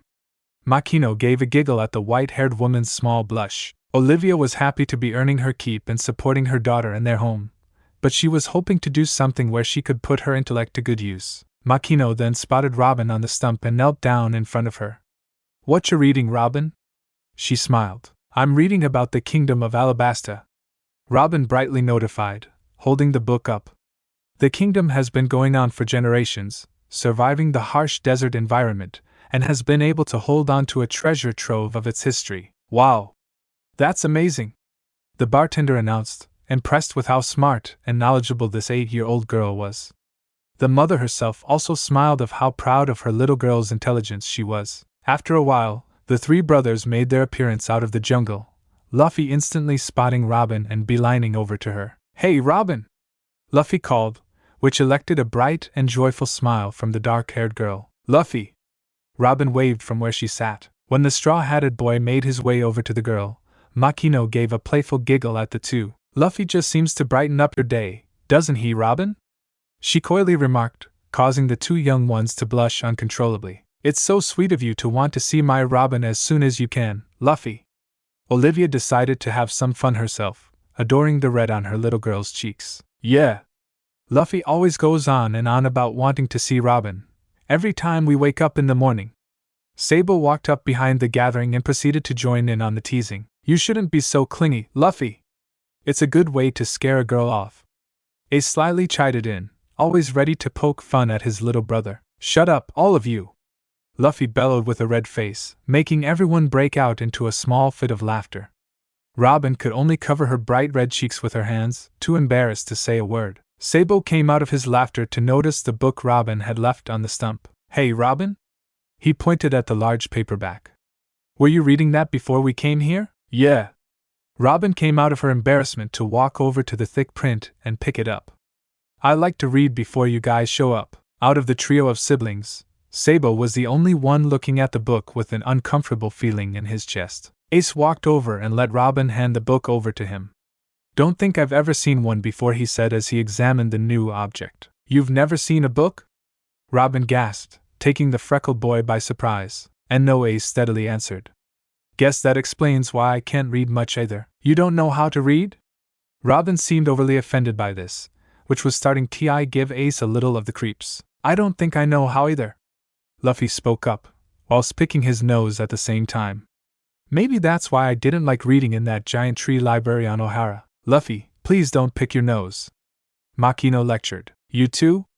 Robin got up in Luffy's face, scaring him off his feet. Books hold the greatest gift that mankind could ever give itself, the gift of knowledge. Robin spoke strongly. Knowledge helps the world to evolve and expand into a higher form of living and culture. Knowledge unites all living beings to share and cooperate with one another. Knowledge is the greatest power we have in the world. After finishing her unpredicted speech, Robin looked back at all the perplexed faces that had listened to her words.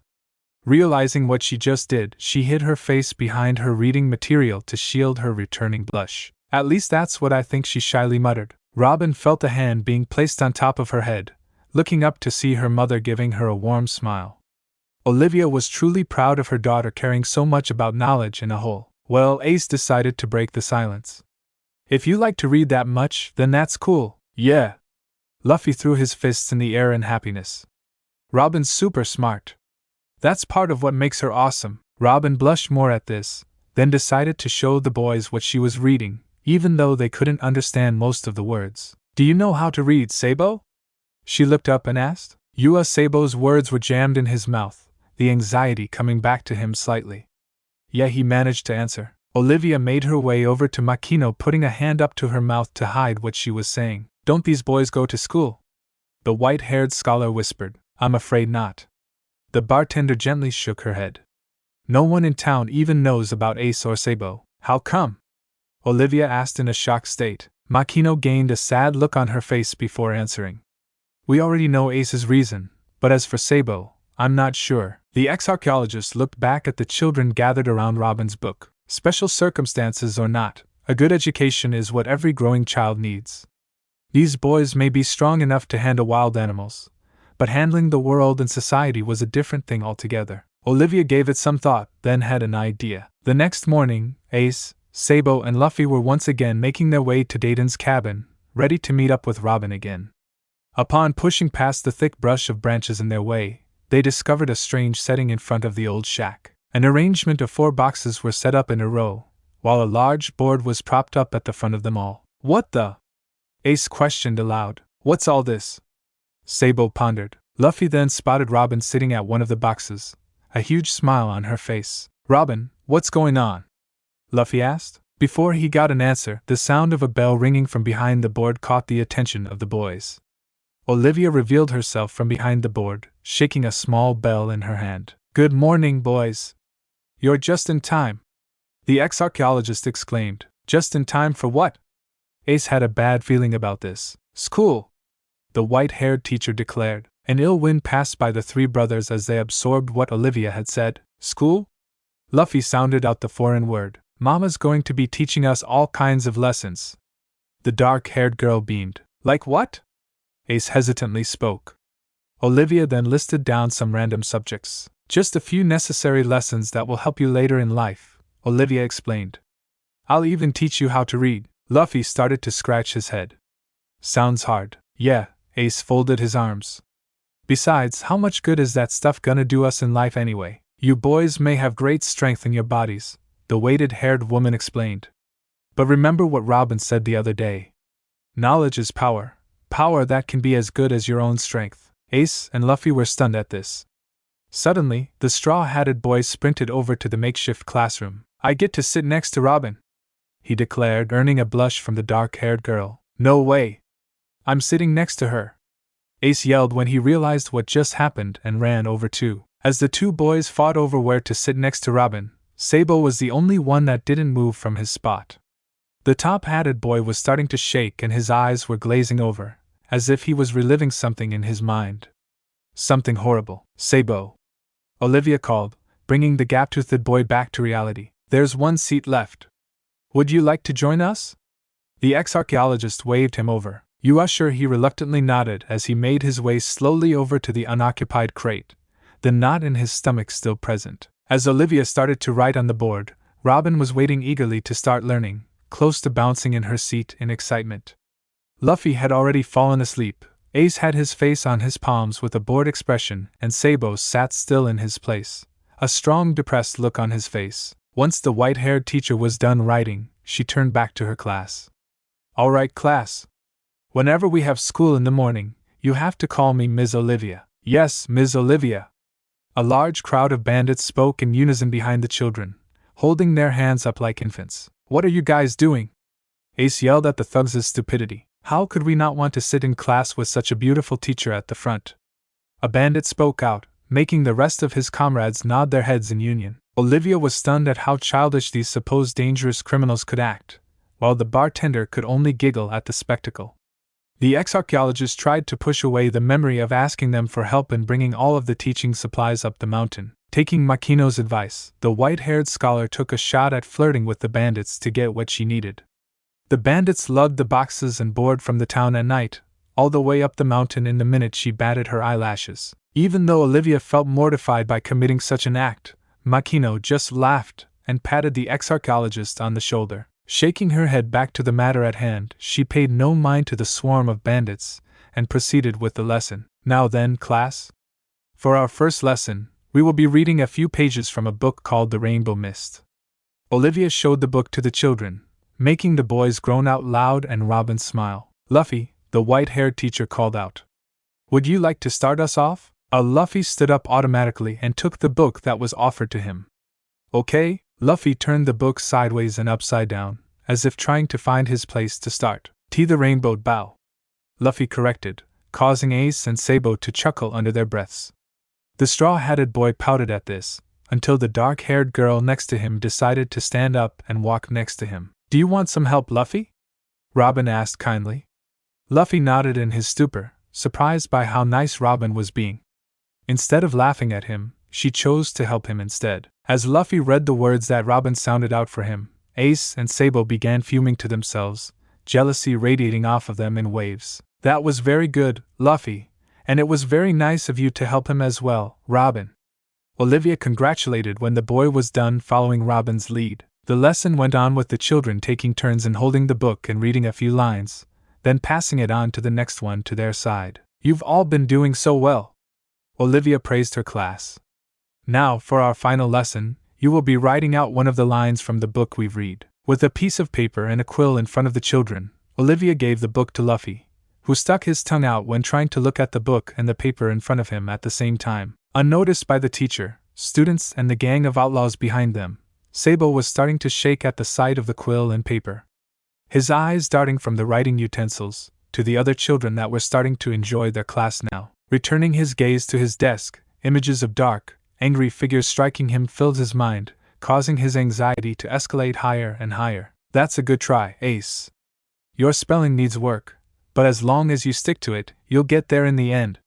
The freckled boy gave an unsatisfied huff, as Olivia then came in front of Sabo, who looked up at the white-haired teacher whilst trying to suppress his nervous state. "Here you go, Sabo," Olivia chimed. "Just pick a line and try to write it down as best as you can." After receiving her request, Sabo shakily picked up the quill from the ink pot and inched his hand close to the paper. Ace finally took notice of his friend's state, beginning to grow concerned. "Wait a minute." Sabo stopped in his movements and looked back at Olivia, seeing the worried look in her eyes. "Sabo, are you all right? Your hand is shaking," she noticed, causing the top-hatted boy to go into a spell of violent hyperventilating. The mental images were now so thick and visible, it was like they were happening right before the gap-toothed boy. "Sabo?" Olivia reached out to him, which finally caused the boy to freak out, with a petrified shriek. "Don't touch me!"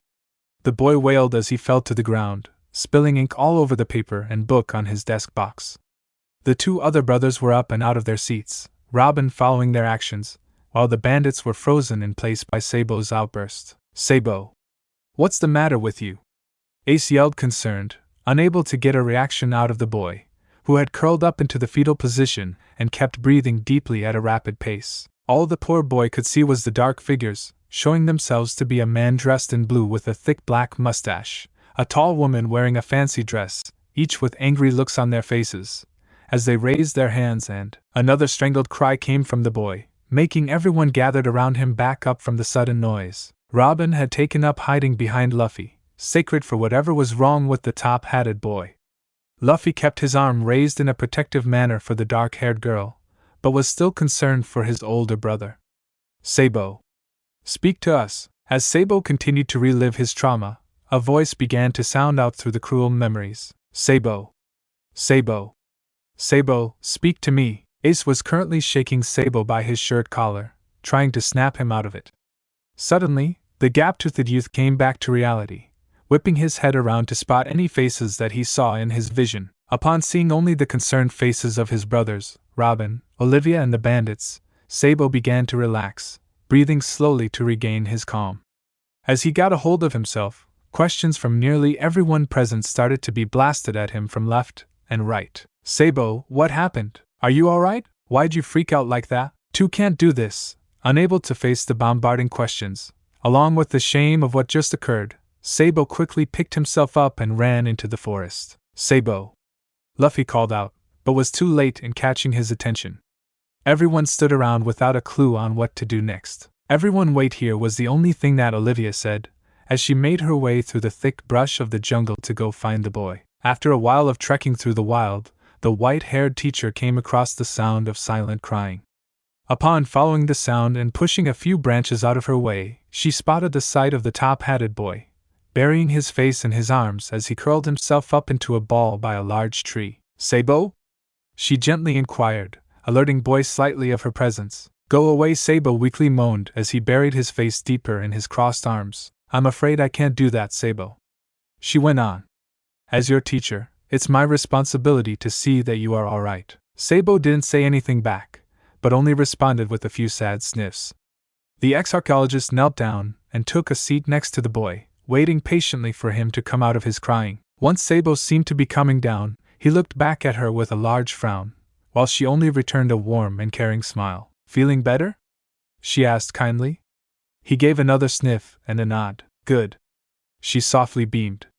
Now, can you tell me what's the matter? Sabo looked reluctant to say, but the kindness that this woman was showing was so overwhelming that he couldn't help but spill his feelings. I didn't want to write a read or go to class, he began. I know how to do most of that stuff already. How so? Olivia inquired. Sabo's face screwed up in discomfort before giving his answer. I'm not an orphan like Luffy or Ace. I still have my parents, he confessed. Really?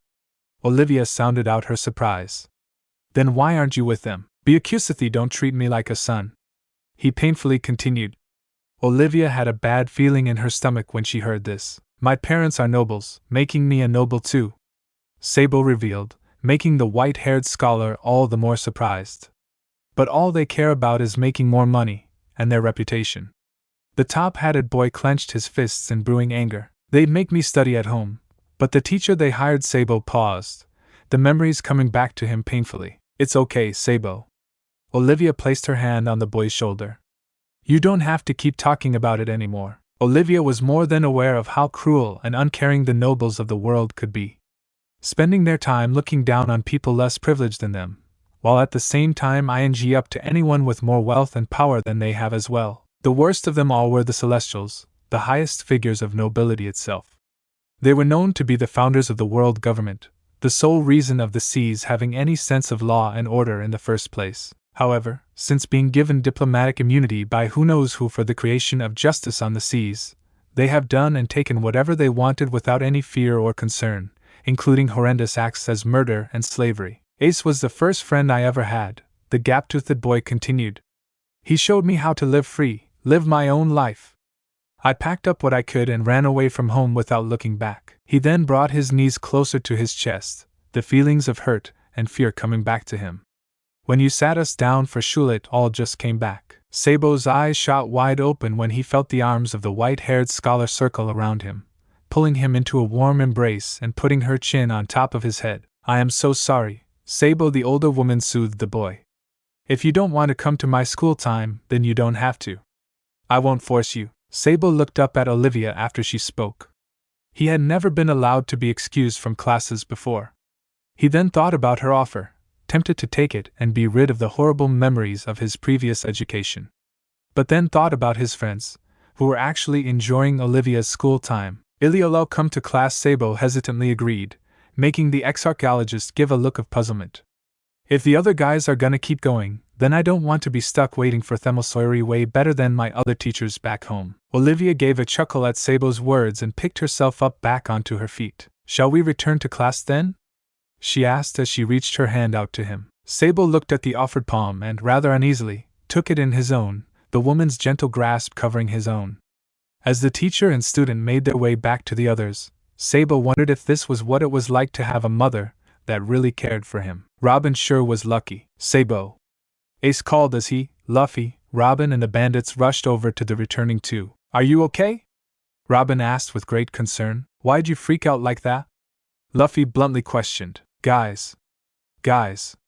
The top-hatted boy raised his hands, motioning for his friends to take it down a notch. I'm okay. Mrs. Olivia talked to me and helped me to calm down. You sure? Ace put his hand on Sabo's shoulder, showing his support for his bother. Sabo saw this action and looked back at the freckled boy with affirmation and gratitude. Yeah, I am okay. The sound of clapping brought the attention of everyone gathered back to Olivia. Alright, that's enough. Sabo doesn't need to be crowded like this. Olivia turned back to the top-hatted boy. Now, Sabo, if you don't want to join us for school, you don't have to. I won't force you to do something you're not comfortable with. Sabo looked back up at the white-haired scholar, absorbing her words. Let's all get back to class. Olivia led the children, and the smitten outlaws, back to the front of the board, wanting to get back on track on what she had planned on doing. Now, since two of you have some difficulty with certain things, and two of you don't, the white-haired teacher explained, wanting to avoid hurting anyone's feelings. You will be partnered up, with one helping the other. Once the makeshift teacher explained this, two hands immediately shot into the air. I want to be with Luffy. I want to be with Robin. Both children stared back at one another, and quickly looked away to hide their glowing red faces. The gang of bandits behind the class couldn't help but awe at the two. Olivia gave a small laugh at the adorable sight, and Ace and Sabo dropped their jaws at what they'd just seen and heard. The freckled older sibling put his head on the desk slightly hard, while the top-hatted boy placed a comforting hand on his shoulder, showing his care and understanding. Naturally, the two of them partnered up. The rest of the class went on with the dark-haired girl helping Luffy on how to read, while Ace was easily annoyed with how much he was getting words wrong and Sabo having to explain nearly everything to him. All right, children. The white-haired teacher called their attention. You've all done wonderful today. Since this is something new to you, you can have the day off tomorrow, but the day after, we start class again. Yes, Ms. Olivia. The children and the smitten bandits unified. While Olivia once again persuaded the outlaws to stow away the board and box desks, the four young ones stepped away, the three brothers making their way toward the jungle with Robin seeing them off. I don't know about this whole school thing, Ace pondered aloud. I had lots of fun today. Robin beamed. Of course you would, Sabo said as he looked back. Can you believe how bad Luffy is at reading? The freckled boy brought up with a grin. Yeah. The top-hatted boy agreed while sniggering. Robin had to help him the whole time he made a mistake, which was pretty much on every word. It was unfortunately true. The straw-hatted boy had screwed up nearly the whole page he was asked to read, with Robin having to correct him every time he got something wrong. As the two older siblings broke out laughing, Luffy snapped his head back at them. Shut up, you two. Why are you being so mean to Luffy? Robin was fuming with how they were treating their own little brother. You did just as bad as he did, Ace. The freckled boy cringed at the mention of this, remembering all the times he got ticked off with every time he got a word wrong and Sabo had to correct him. Upon hearing the sound of the top-hatted boy now laughing at his expense, Ace threw him a dirty scowl, making his brother stop in an instant. Come on, Robin! Ace then turned back to the girl to defend his little brother's ignorance. You gotta admit, Luffy's the most brain-dead, numbskull in the entire world. How can you not see that too after today? That was something that Robin couldn't let slide, and said three words that no one had ever said or heard before. Luffy isn't stupid. A breeze passed by as gathered children present as the two elder siblings processed what had just come out of the little girl's mouth. Out of the three of them, Luffy was by far the most surprised. No one had ever said he wasn't stupid. Not even Makino. How can you think he's not stupid, Robin? Dared to ask, getting a glare from the girl at the mention of the S word. Luffy may be a bit slow and not think things through, Robin regretfully admitted after she managed to calm herself. Buzz not as stupid as you say he is. Besides, you're his brothers. You shouldn't say stuff like that about him. Guilt then replaced their surprise, the young girl's words sticking them to their core. Ace and Sabo came out of their surprise to see Robin walking up to the straw-hatted boy and take his hands in her own. I'll never call you stupid, Luffy. You don't deserve to be called names like that. Thanks, Luffy stuttered. Thanks, Robin. Robin beamed a smile at him, then proceeded to warp her arms around his neck in a hug. Ace and Sabo had dropped their jaws at what was happening before them, while Luffy slowly raised his arms to hug Robin back, still in his state of bewilderment. Soon enough, a small smile crept up on his own face. "Robin!" Olivia called from across the field. "Time to go home, coming!" the girl called back, coming out of the embrace with Luffy. She ran across the clearing before turning back to wave at the boys. "See you tomorrow." As the boys stood in their places and watched Robin make her way over to her mother, Ace broke the silence with a clearing of his throat. Let's get going already. Dinner isn't gonna hunt itself." "Sure," Sabo returned as the freckled boy disappeared into the wild. Before stepping in himself, the top-hatted boy looked back at Luffy, still stuck in place. "Luffy, we need to go find dinner. Aren't you hungry?" Sabo attempted to get his attention. "Huh? Oh. Yeah, food." The straw-hatted boy snapped out of himself, and immediately made a dash for the forest. Sabo could only shake his head at his little overexcited brother. Looking back at Robin and Olivia as they made their way home, hand in hand, Sabo let out a small sigh, remembering the time he had with the kind-hearted woman. With a sad smile, he made his way into the jungle, to catch up with his brothers. "So, Robin, how did you like my school?" Olivia asked as the two made their way home. "It was the best," Robin chimed happily. "I'm glad to hear that." The white-haired scholar smiled. "Yeah," Robin went on. "It was so nice of you to want to help Luffy and his brothers to read. Everyone needs a good education." Olivia looked down at the dark-haired girl. "I'm just sorry you had to learn things that you already know." "I don't mind," Robin announced. "And I was kind of thinking." The mother looked down at her daughter, wondering what she was going to say next. "Maybe after teaching Luffy and his brothers, you could teach me more about the poneglyphs after." Olivia stopped dead in her tracks, causing Robin to stop along with her. The ex-archaeologist was slightly shaking, making the dark-haired girl rather nervous. "Mama?" Robin hesitantly asked. The next thing to happen, Olivia got down to her knees, took her daughter's shoulders in her hands and looked deep into her eyes. Robin, the white-haired scholar, sternly spoke. "I want you to forget all about the poneglyphs." Robin's eyes shot wide open at this. "But why? Going after those accursed things was the worst mistake I ever made," Olivia nearly yelled, scaring her daughter a little. Seeing the terrified look on her face, the mother calmed herself before continuing. "I risked far more than I realized when I went out searching for them, more than I can live with," she continued. "I don't want you to make the same mistake I did." She then looked down at the ground, partly ashamed of what she was about to say next. "As far as I'm concerned, the lost history of the world can stay lost." Robin was beyond shocked to hear this. Her mother, the woman she looked up to all her life, the person she modeled herself to be, had said something that went against everything that a historian stood for. It was as if she didn't take pride in her life's work anymore. "Promise me that you'll forget about the poneglyphs, Robin. Please!" Olivia seemed to beg. "I promise," Robin said in a small voice. The mother put her forehead to her daughter's as relief filled her body. "It's for the best, Robin. Trust me." Robin didn't say anything, but didn't completely agree with what her mother was saying.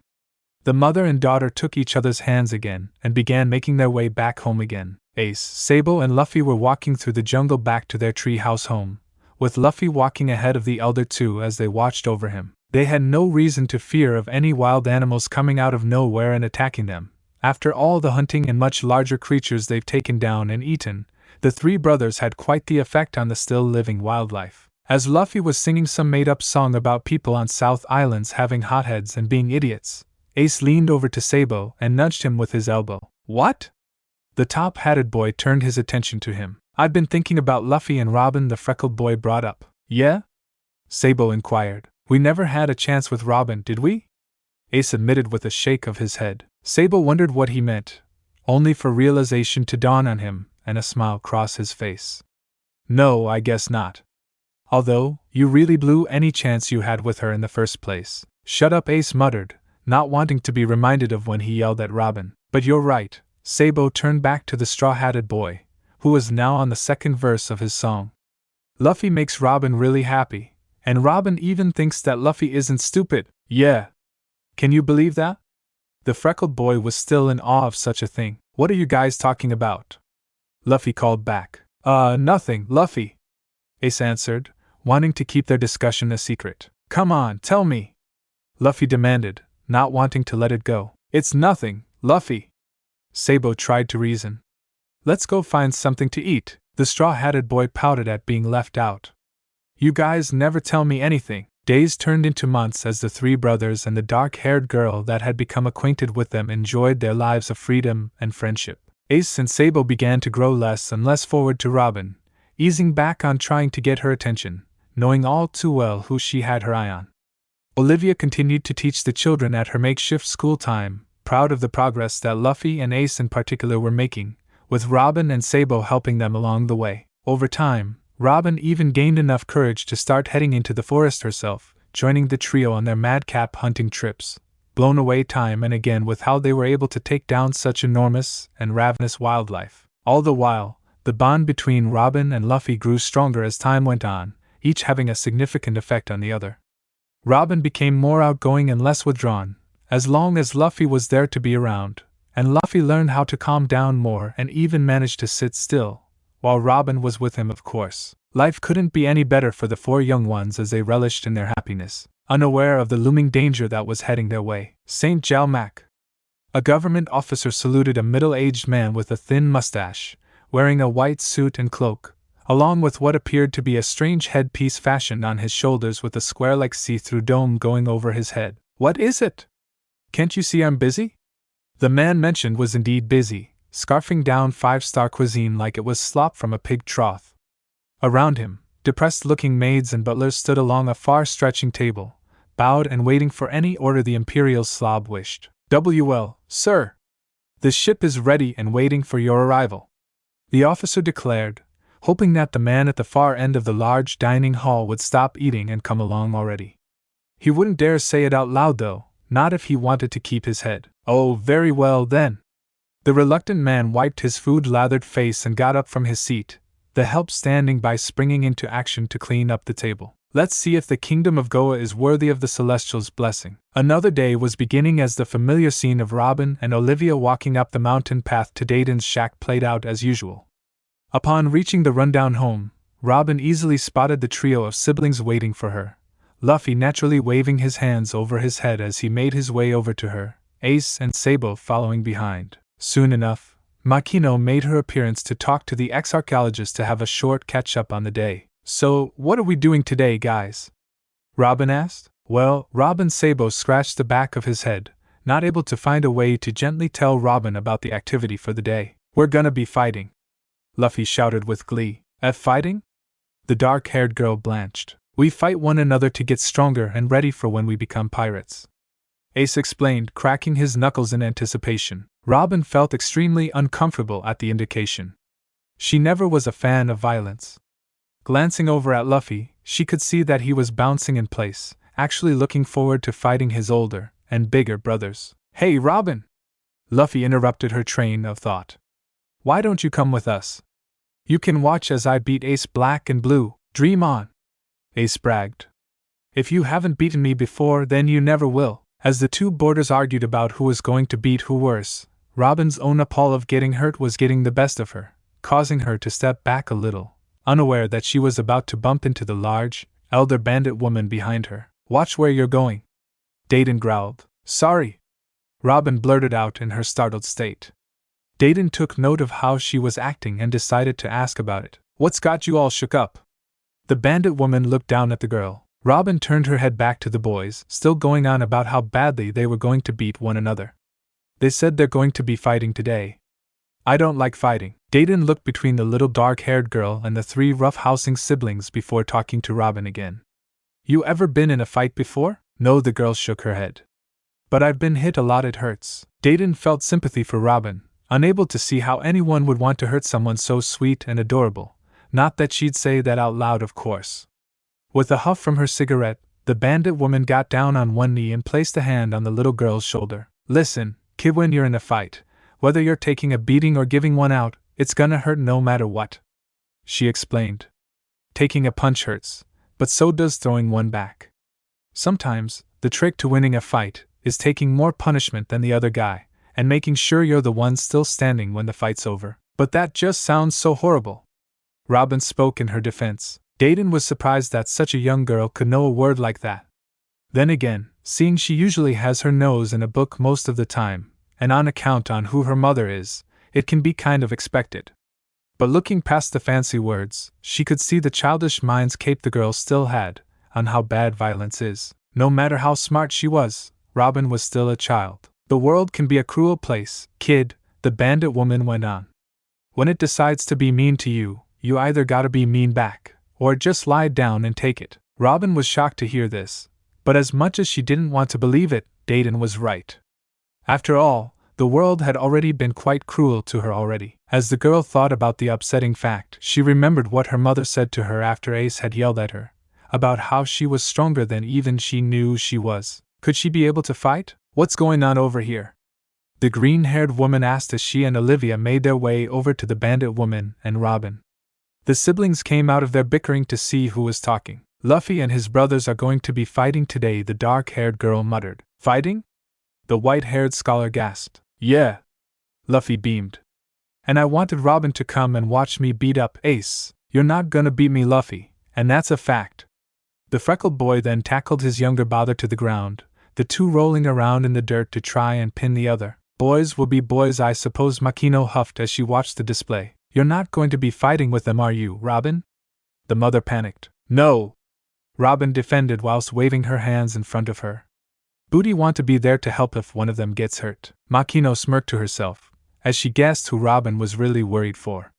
Olivia stared at her daughter, wondering what the best thing to do was.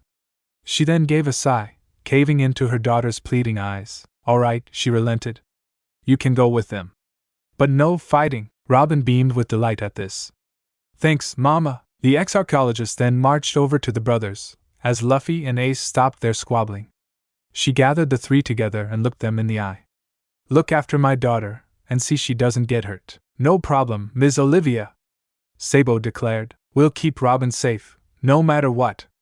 Ace proclaimed. You can count on us, Luffy announced. That's good. The white-haired scholar leaned in closer to the three, wanting to make her next words between her and them. Because if anything does happen to my little girl, whether it's your fault or not, I will bury you so far away from this island and so deep beneath the earth, it will take even the greatest archaeologists in the world 1,000,000 years to find your bodies. Each one of the three siblings shared a gulp of fear. When Olivia brought her face back from the brothers, she had a warm smile on her face, one that hid a chilling aura behind it. Have a good time, boys, she said sweetly.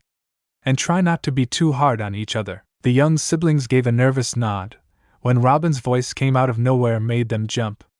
Are we ready to go? As the three shook themselves out of their shock, Luffy then hurriedly grabbed Robin by her hand. Yeah. Sure. Let's get going. He pulled her towards the jungle, the girl's face blushing all the way. The children then disappeared into the thick wild, leaving the adults the only ones in the clearing. What did you say to boys before they left? Makino inquired. Oh, just a little something about how fossils are made, the ex-archaeologist answered politely. Gum gum. Luffy wound up his clenched fist as he charged at Ace before throwing it forward.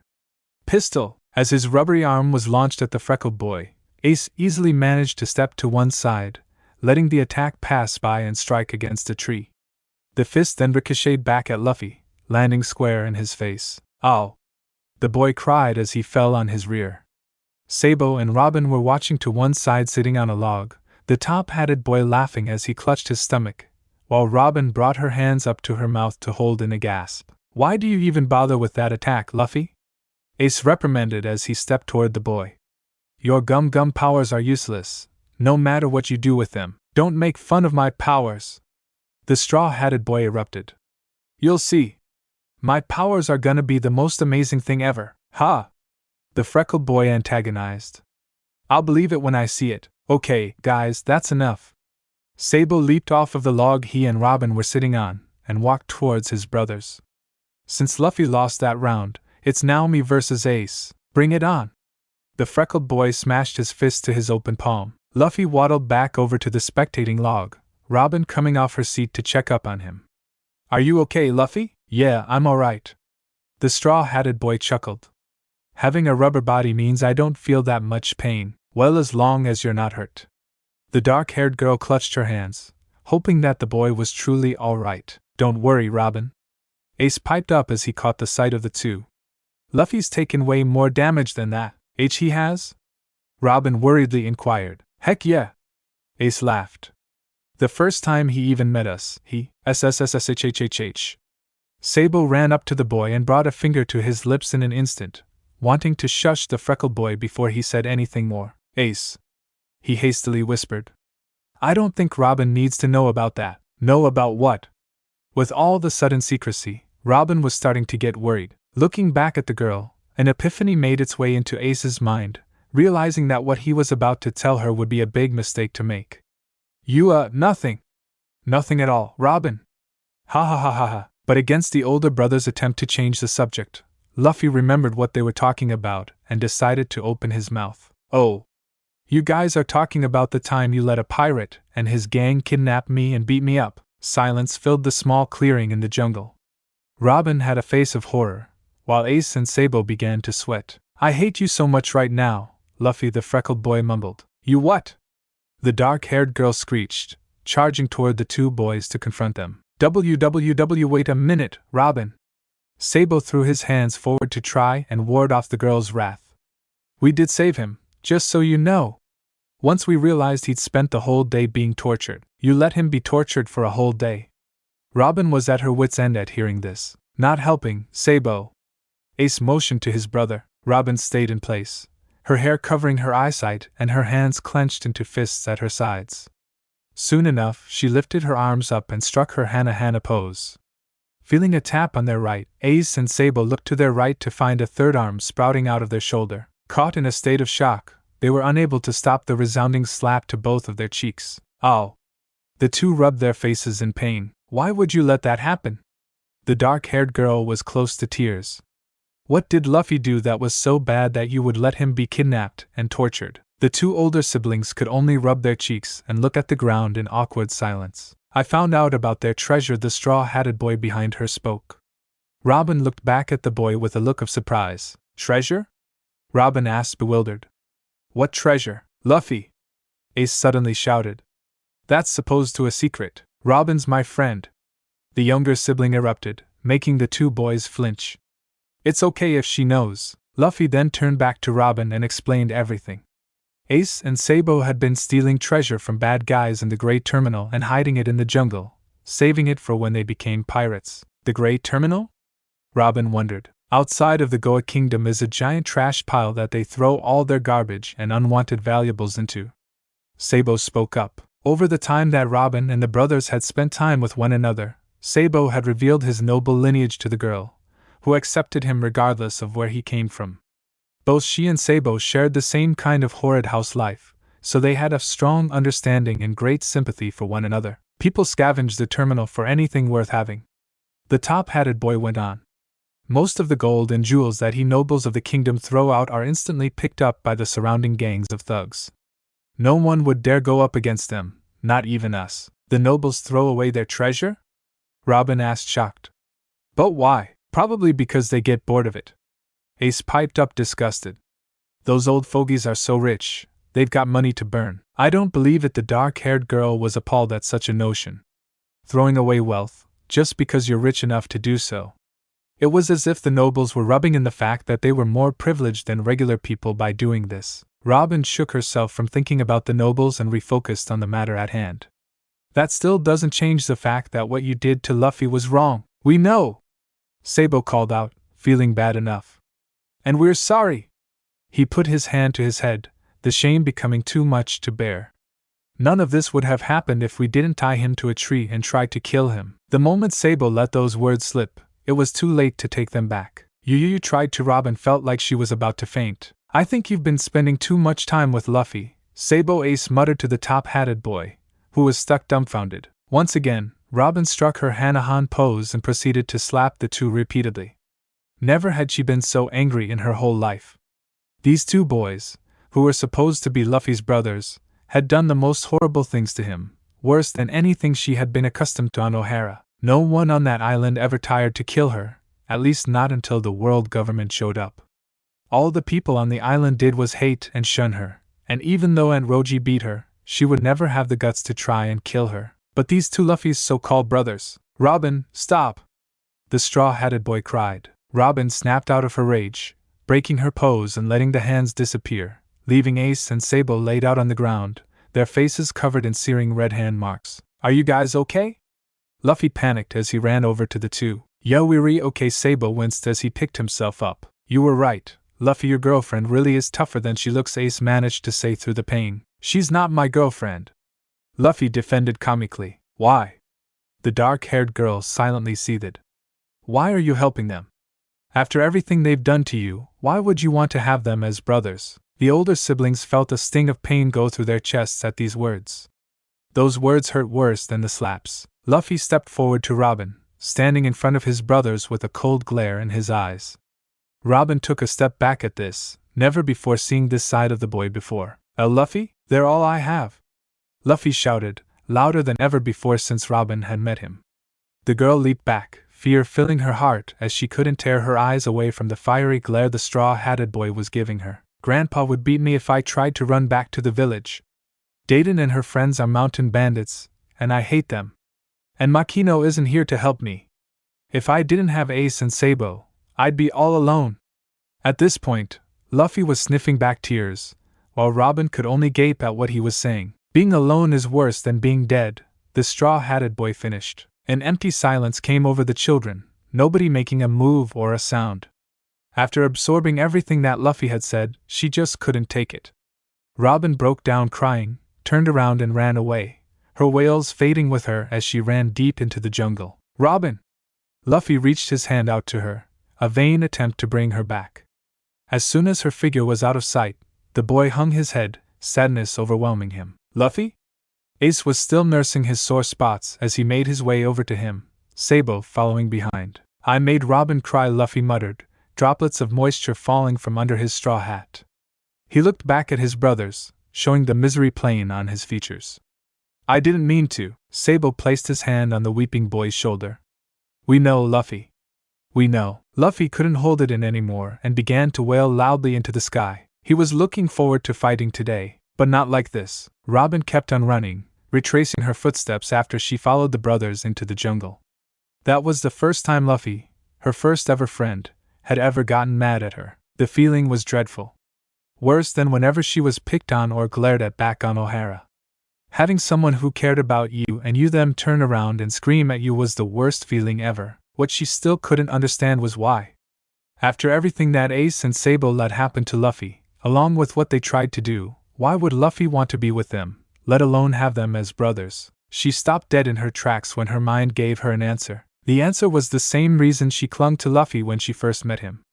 He was the only one decent enough around to be friends with, when everyone else was either too busy or didn't like her at all, because he was lonely, just like her, and just like Ace and Sabo. What Luffy said to her finally made sense. She wiped the tears from her eyes and immediately turned around, rushing back to where the trio of siblings was hopefully still gathered. She had to apologize. Upon reaching the brothers, she suddenly hid herself behind a large tree trunk, watching as a group of unsavory characters had the boys surrounded and down on the ground. Two figures stuck out among the men. One, a grotesque-looking man with a giant potbelly sticking out of a dirty white button shirt, a bald head with long, unruly hair protruding out of the back and sides of his head, and a toothless grin smeared across his face. The other, a smart-looking man wearing a dark blue petticoat, buckled shoes, socks going up to his knees, with a dark blue top hat on top of his head, long black hair with a matching mustache and a small beard on his chin, with a bored and unimpressed expression on his face as he looked down at the three young ones. Robin did not get a good vibe off of either one of them. To prove her point, the ugly bald man smashed his fist against Ace's head, spilling his blood out of the newly opened wound which splattered against the well-dressed man's cheek. The man in the top hat then pulled out a handkerchief, complaining about the ugly man, who he addressed as Blue Jam, getting commoners' blood on him, saying that he'll have to disinfect himself when he gets home. Blue Jam apologized to the rich-looking man, doing what could only be described as a bad impression of acting fancy and royal. The rich man turns back to the boys and addressed Sabo, telling him that it was time to come home. Robin guessed that this man was Sabo's father, the man who had a hand in making his home life a living nightmare. Ace and Luffy defended their brother, yelling at the rich man that Sabo doesn't want to go with him. Sabo's father ignored them and gave Sabo a choice: watch as Blue Jay and his crew kills his friends in front of him, or come home now and spare their lives, promising to never leave the kingdom again. Robin blanched at hearing this, nearly letting out a noise in protest to the ultimatum that would have given her away. With a heavy heart, she stayed in her hiding place and watched the spectacle run its course. With no other alternative, Sabo caved in and agreed to come home with his father, against Ace and Luffy's defiance. The top-hatted boy got up on his feet and followed his father home through the jungle, sobbing all the way as Ace called out to him and Luffy silently cried at the loss of one of his brothers. Robin brought her hands up to her face, keeping her own sounds of heartache from being heard as she wept for the boy who was forced to be a noble once more. As soon as the father and son had disappeared out of sight, Blue Jam ordered his men to grab the two boys left and take them back to their hideout. Ace and Luffy tried to fight them off, but there was too many of them. All Robin could do was follow the two captured brothers and pray for their safety. "Why'd you bring us here?" Ace bellowed as he and Luffy were surrounded by Blue Jam and his gang, all of them sitting around the inside of a broken-up shipwreck, Blue Jam's old ship without a doubt. As the two boys were standing in the middle of the group of thugs, Robin was hiding and watching behind a large crate from afar. Now! No need to be so rash," the hideous man chided gently, attempting to calm the boys to a failed degree. "I can understand it's been a rough day for you too, having one of your best friends turn their back on you to live a cushy life in the kingdom. Sabo didn't turn his back on us," Luffy dared to shout. "He hates being a noble." "Ha! That's a laugh," the run-down pirate sneered. "If I had the chance to live like the rest of those lucky jerks behind that wall, I'd take it in a heartbeat." "Anyone would. I bet the only reason he hung out with you in the first place was because he felt sorry for you." "You take that back." The freckled boy rushed forward before having a large, rusty blade pointing at him right between the eyes. In any case, the vicious bum seethed as he withdrew his sword. "We still need you boys to do a little job for us. You help us with this, you're free to go. We'll even split that treasure we found with you, 50-50. That treasure was ours in the first place," Luffy shouted. "Not anymore, it's not," Blue Jam roared as he stood from his seat, easily towering over the two brothers. "Bring out the crates," the ex-pirate ordered his men. When the cronies came back, they brought with them a load of large wooden crates with red flags sticking out of one of their corners. Robin's face turned white at the sight of them. She had read about these kind of crates before. Those boxes were filled to the brim with gunpowder and oil. Used in warfare, the boxes are used to cause a distraction and widespread damage.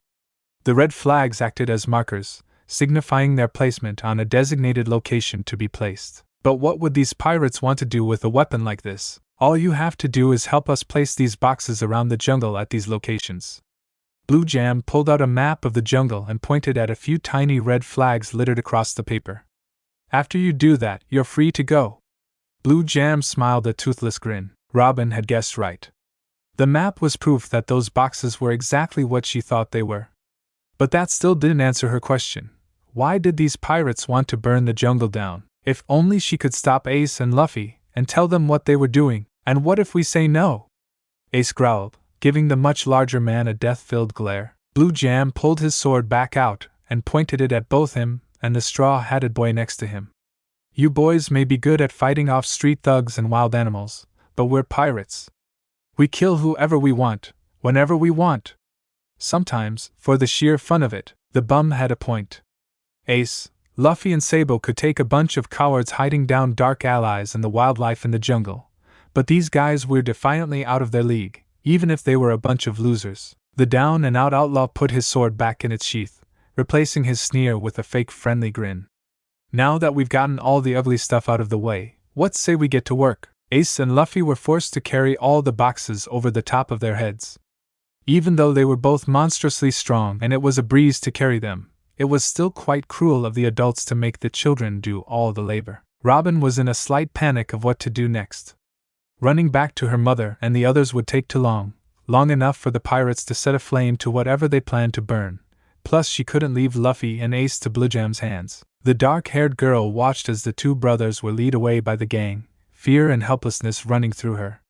Idea after idea ran through her mind, clouding her head and making her more desperate, and tears began to prickle at her eyes. The world can be a cruel place, kid. When it decides to be mean to you, you either gotta be mean back, or just lie down and take it. Dayton's words silenced anything else that came into the girl's mind. The old bandit woman was right. Here was the world deciding to get mean and hurt Robin, and worst of all, her friends. Was she going to do what she used to do back on O'Hara?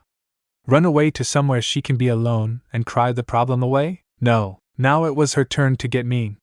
It was time to stand up and give the world a taste of what it's dishing out.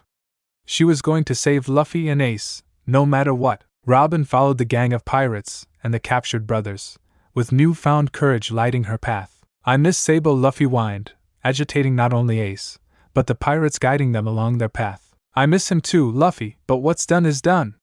The freckled boy gently whispered, distancing himself from his emotions as he does whenever things get too much. Looking back at his little brother, he decided to try and cheer him up with some made-up story. Besides, Sabo deserves better than to be with the likes of us. Now that he's behind the wall again, maybe his life will be better. Maybe his dad started to miss him, and will treat him better now that he knows what life is like without him. But I miss him. Luffy moaned once more. One more word and I'll smack you myself. One of Blujam's cronies threatened with a motion of his backhand. Ace would have ripped the man's throat out if it was just him, but knew that doing so would bring the rest of the gang down on him and his little brother. Ace didn't care what happened to him, but if anything happened to Luffy, place that one here, Blujam ordered, snapping Ace out of his thoughts. The freckled boy laid one of the flag boxes down before being shoved by one of the pirates to keep moving. Once the gang was out of sight, Robin came out from behind one of the many large tree trunks and made her way over to the large wooden crate. Taking in the size of the object and calculating how heavy it might be, Robin knew that lifting this thing would be impossible for her. She'd need an extra pair of hands, or 20. Going into her Hana pose, Robin protruded multiple hands to sprout out from under the crate and lift it in the air. Wincing a little at the amount of weight her hands were holding, Robin did her best to stay strong, managing to walk along with a series of conveying hands pluming out of the ground, one batch of hands having the crate to the next. Robin deduced that she and the crate were close to the outer rim of Dawn Island itself, from all the maps she had seen and memorized. Coming from out of the jungle, a cliff viewing out to the wide open sea appeared. With a few more straining heaves, Robin managed to throw the crate into the ocean, watching it sink into the dark depths, completely out of sight. Robin wiped her brow and gave a victorious smile, only to remember that there were plenty more crates where that came from. Running back into the wild, Robin hoped to catch up to the group and repeat her actions, until every last crate was gone. She still didn't understand.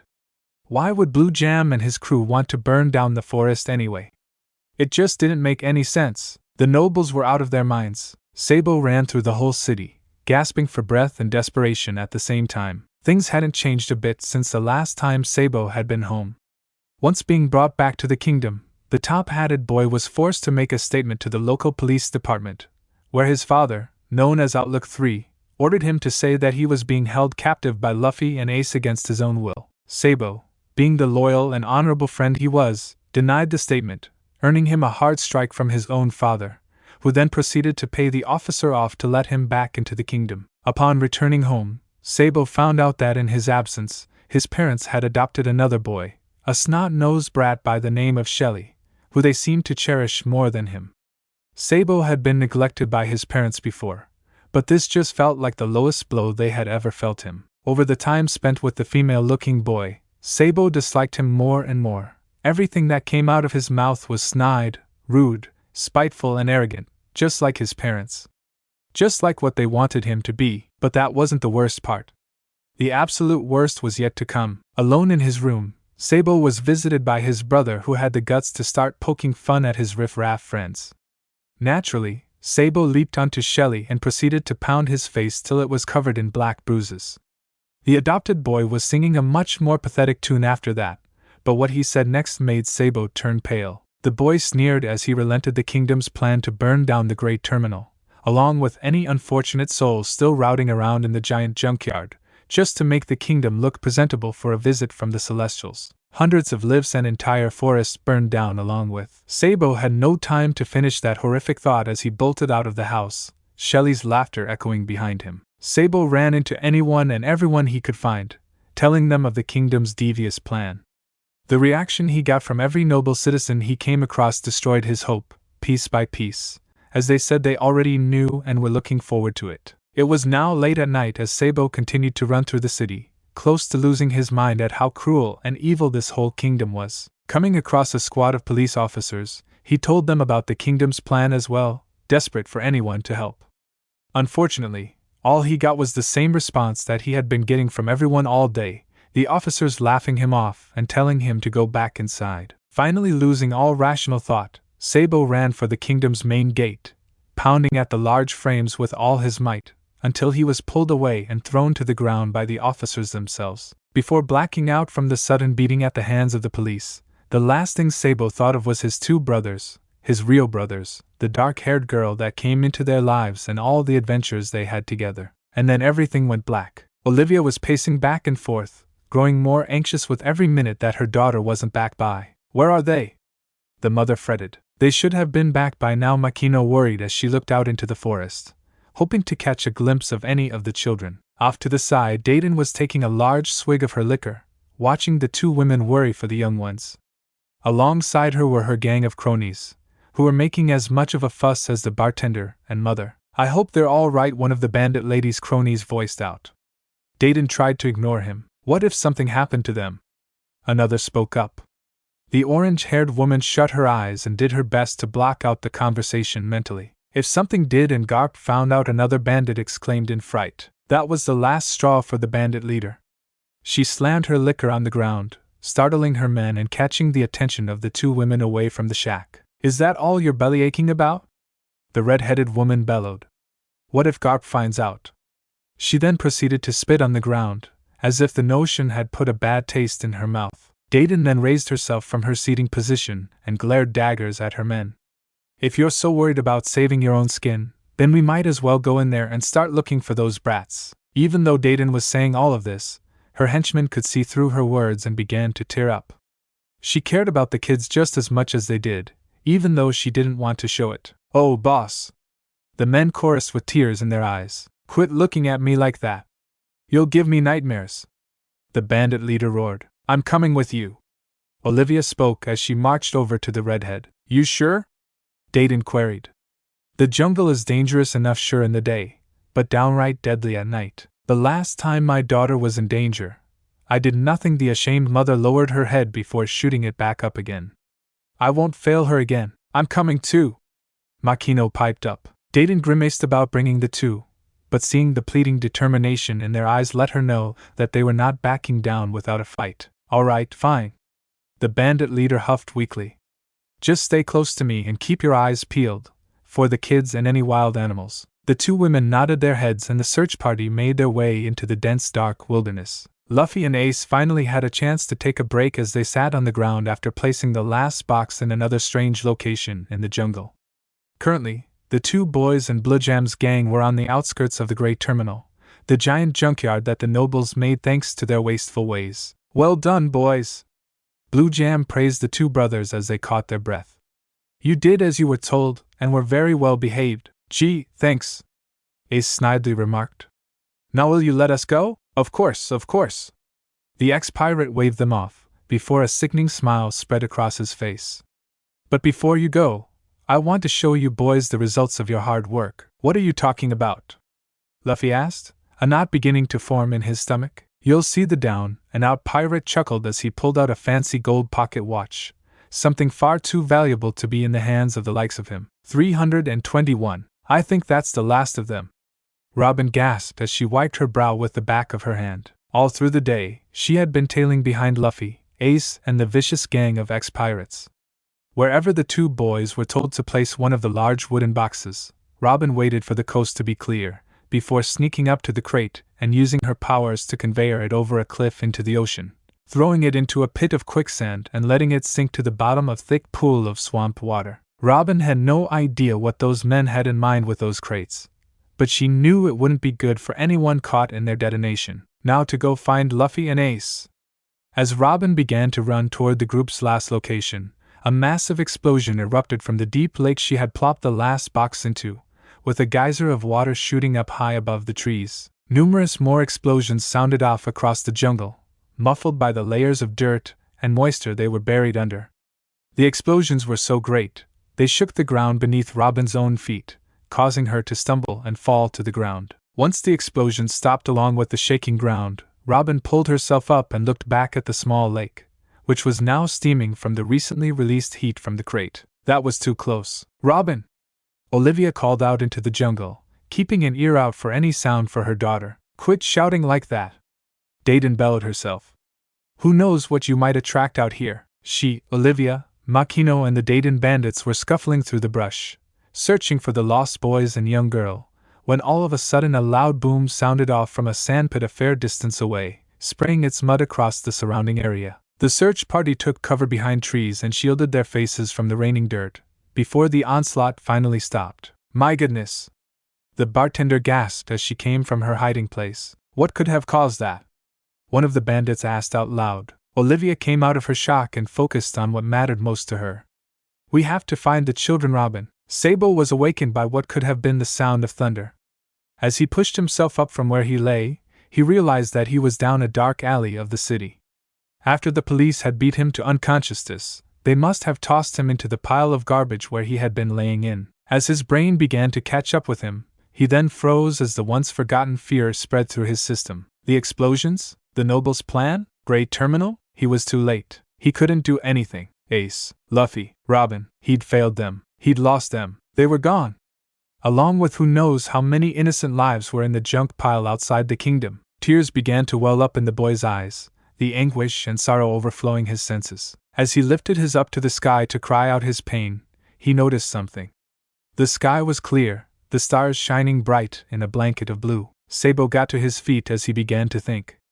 The Noble's plan was to burn down the Great Terminal to make the kingdom look presentable for the Celestials. That would mean that they would have to set the place on fire. But there was no fire, no smoke in the sky, nothing but the night sky and the stars. That could only mean one thing. Great Terminal wasn't on fire. Great Terminal was still there. Why isn't that infernal scrapyard burning? The voice of a deeply upset old man roared as he slammed his fist on the arm of his chair, making his balanced glass of wine rock and fall to the floor. I do not know, Your Highness. A butler stuttered whilst standing beside a window with the curtain drawn, looking out over the kingdom and far over the city's wall to the terminal. Bluejam, you fool! The king of Goa thundered as he continued to pound the arm of his seat. How could someone as stupid as you screw up a plan as simple as this? Bluejam was stunned. He heard the explosions, he placed the boxes where they had to be, so why was nothing burning? What's going on, boss? One of his men asked from behind him. Shut up! He snapped as he began to pace back and forth, looking out into the distance for any sort of sign of a fire. Smoke, a red glow, anything. What were those loud booms just now? Luffy spoke up, which only caused the toothless ex-pirate to look back at the two boys slowly, a look of pure rage building on his face. Ace took notice of this and sprang to his feet. What's up with you? The freckled boy struck a pose of keeping a hand toward Luffy in an effort to protect him, and one clutch into a fist for defense. What did you do? The balding man whispered darkly as he slowly strode over to the two brothers, pulling out his sword as he moved. What are you talking about? The straw-hatted boy fearfully asked, only to have one of Bluejam's men grab him from behind and hoist him off his feet. Luffy! Ace shouted, but before he could do anything, he was then restrained himself by another one of the thugs. As the two boys struggled, Bluejam stopped in front of the boys and hollered at the top his lungs as he pointed his sword towards them. What did you do? Like we said! Ace shouted as he struggled. What are you talking about? Great Terminal is supposed to be in flames right now. Bluejam revealed angrily, causing the two boys to stop and look at the man in horror. That's what those boxes were for. Ace was nearly as white as a sheet. You mean we would have helped you burn down Great Terminal? Luffy fearfully said out loud, horrified at the idea. You did something. The ex-pirate deduced as he slammed the back of his sword's handle across the straw-hatted boy's face. Leave him alone! Ace barked as he went back to struggling. You did something to the boxes when we weren't looking, didn't you? Bluejam then walked over and struck Ace. You had your eyes on us all day. The freckled boy ground out. And we just put the boxes where you told us to. Luffy blubbered as tears began to build up in his eyes. Shut up! Bluejam thundered as he began to pace back and forth, the anger seething within him. You've ruined everything. Now the king will never let me and my crew into the city. We're never getting out of this pigsty. The king? Ace asked, wanting to know what in the world was going on. Tell me right now. Blue Jam was in front of Ace in an instant, his sword pressed hard against his throat. Ace. Luffy wailed helplessly. I know you did something, so don't lie to me if you value your life. The ex-pirate bellowed as he got up close to Ace's face. Tell me what you did. They didn't do anything. A voice came from behind the group as they all turned back. A small, dark-haired girl came from out of a cluster of bushes and walked out in front of the men and brothers. It was me, Robin? Luffy gasped. What are you doing, Robin? Ace shouted in newfound desperation. Run for it, you! Blue Jam pulled his sword away from Ace and walked over to the young girl.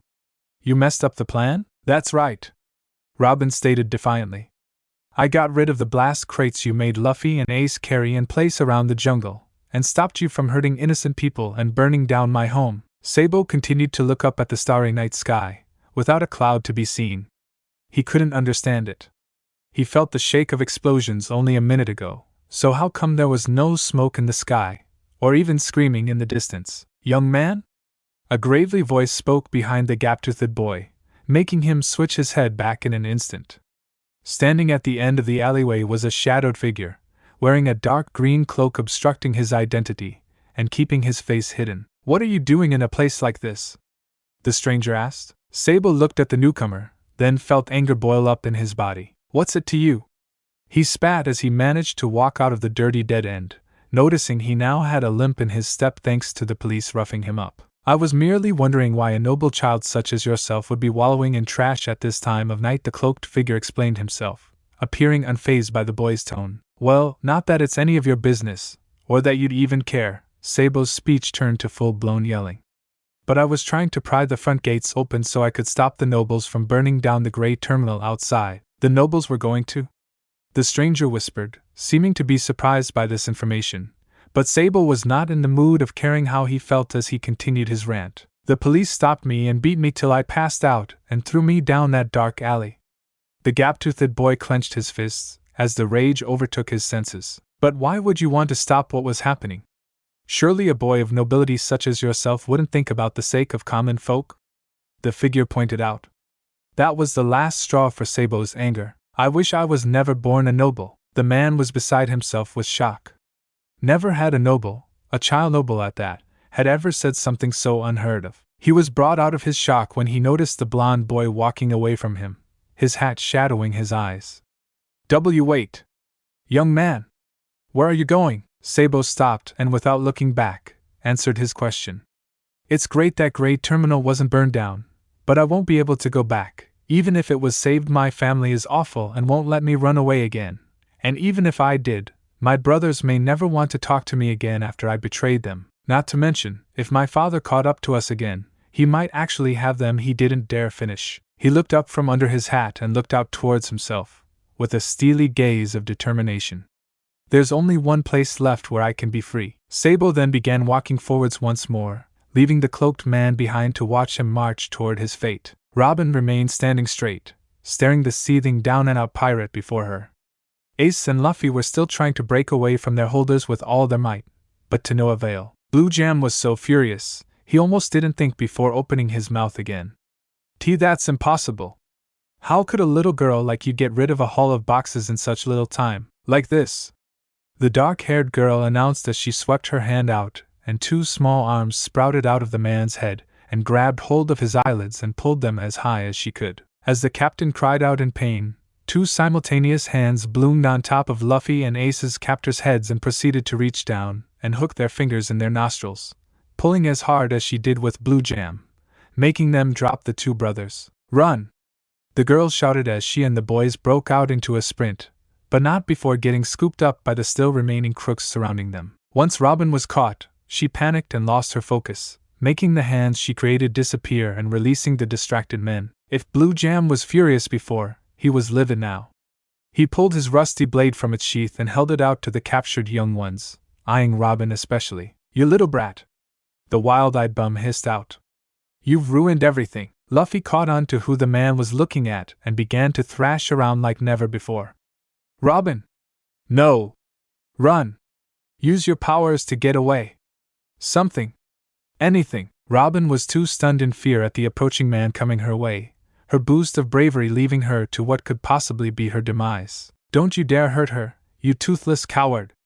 Ace roared as he began to struggle harder than before himself, even giving his captor a hard time holding him. Tears started to prick at the girl's eyes as she could only stare at the blade-wielding brute stalking closer to her. Luffy couldn't take watching any longer and followed his instincts. He bit down hard on his holder's arm around his waist, who instantly let go to nurse his injured skin, as Luffy fell to his feet and made a beeline to stand in front of Robin and hold his arms out in protection. "I won't let you hurt her, Luffy?"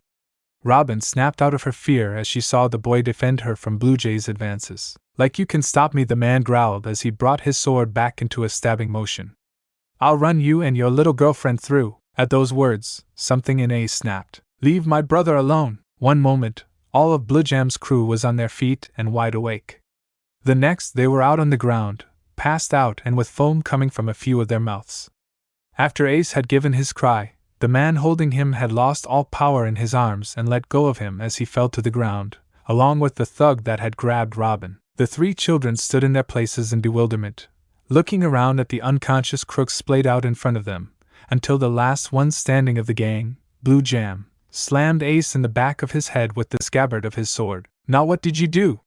he thundered. Ace nursed the back of his head as Luffy and Robin ran over to him, falling to their knees in worry before looking up at the beyond angry ex-pirate. The man lifted his sword high above his head, ready to bring it down on the helpless young ones in one fell swoop. "You're all a bunch of freaks." Ace shielded Luffy and Robin with his body, whilst Luffy and Robin clung to each other with their eyes closed tight, waiting for the sword to come down. Before Blue Jam could gain his satisfaction, a large wooden club smashed across his face, sending him to the ground and falling into the dirt. As the balding brute pushed himself from where he lay, he looked back up, ready to give whoever stopped him what he was going to give the kids.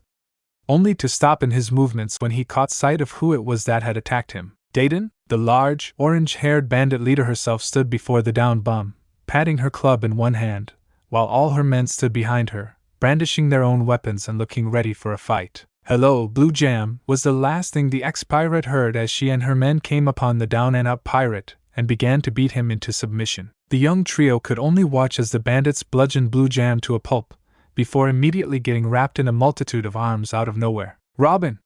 the mother cried as she clung to her daughter desperately. "Mama?" Robin gasped as the white-haired woman pulled her face back to look at her. "Thank heavens you're all right." The woman wept, as her little girl realized who it was before burying her face into her shoulder to cry her eyes out. "Ace! Luffy!" The green-haired woman squeezed her boys tightly, never wanting to let them go. "Are you okay?" "Yeah, we're good," Ace said, acting as if what had just happened never did. "I was so scared, Makino. I thought we were gonna die." Luffy wailed as tears and snot leaked from his face. "Stop crying, Luffy!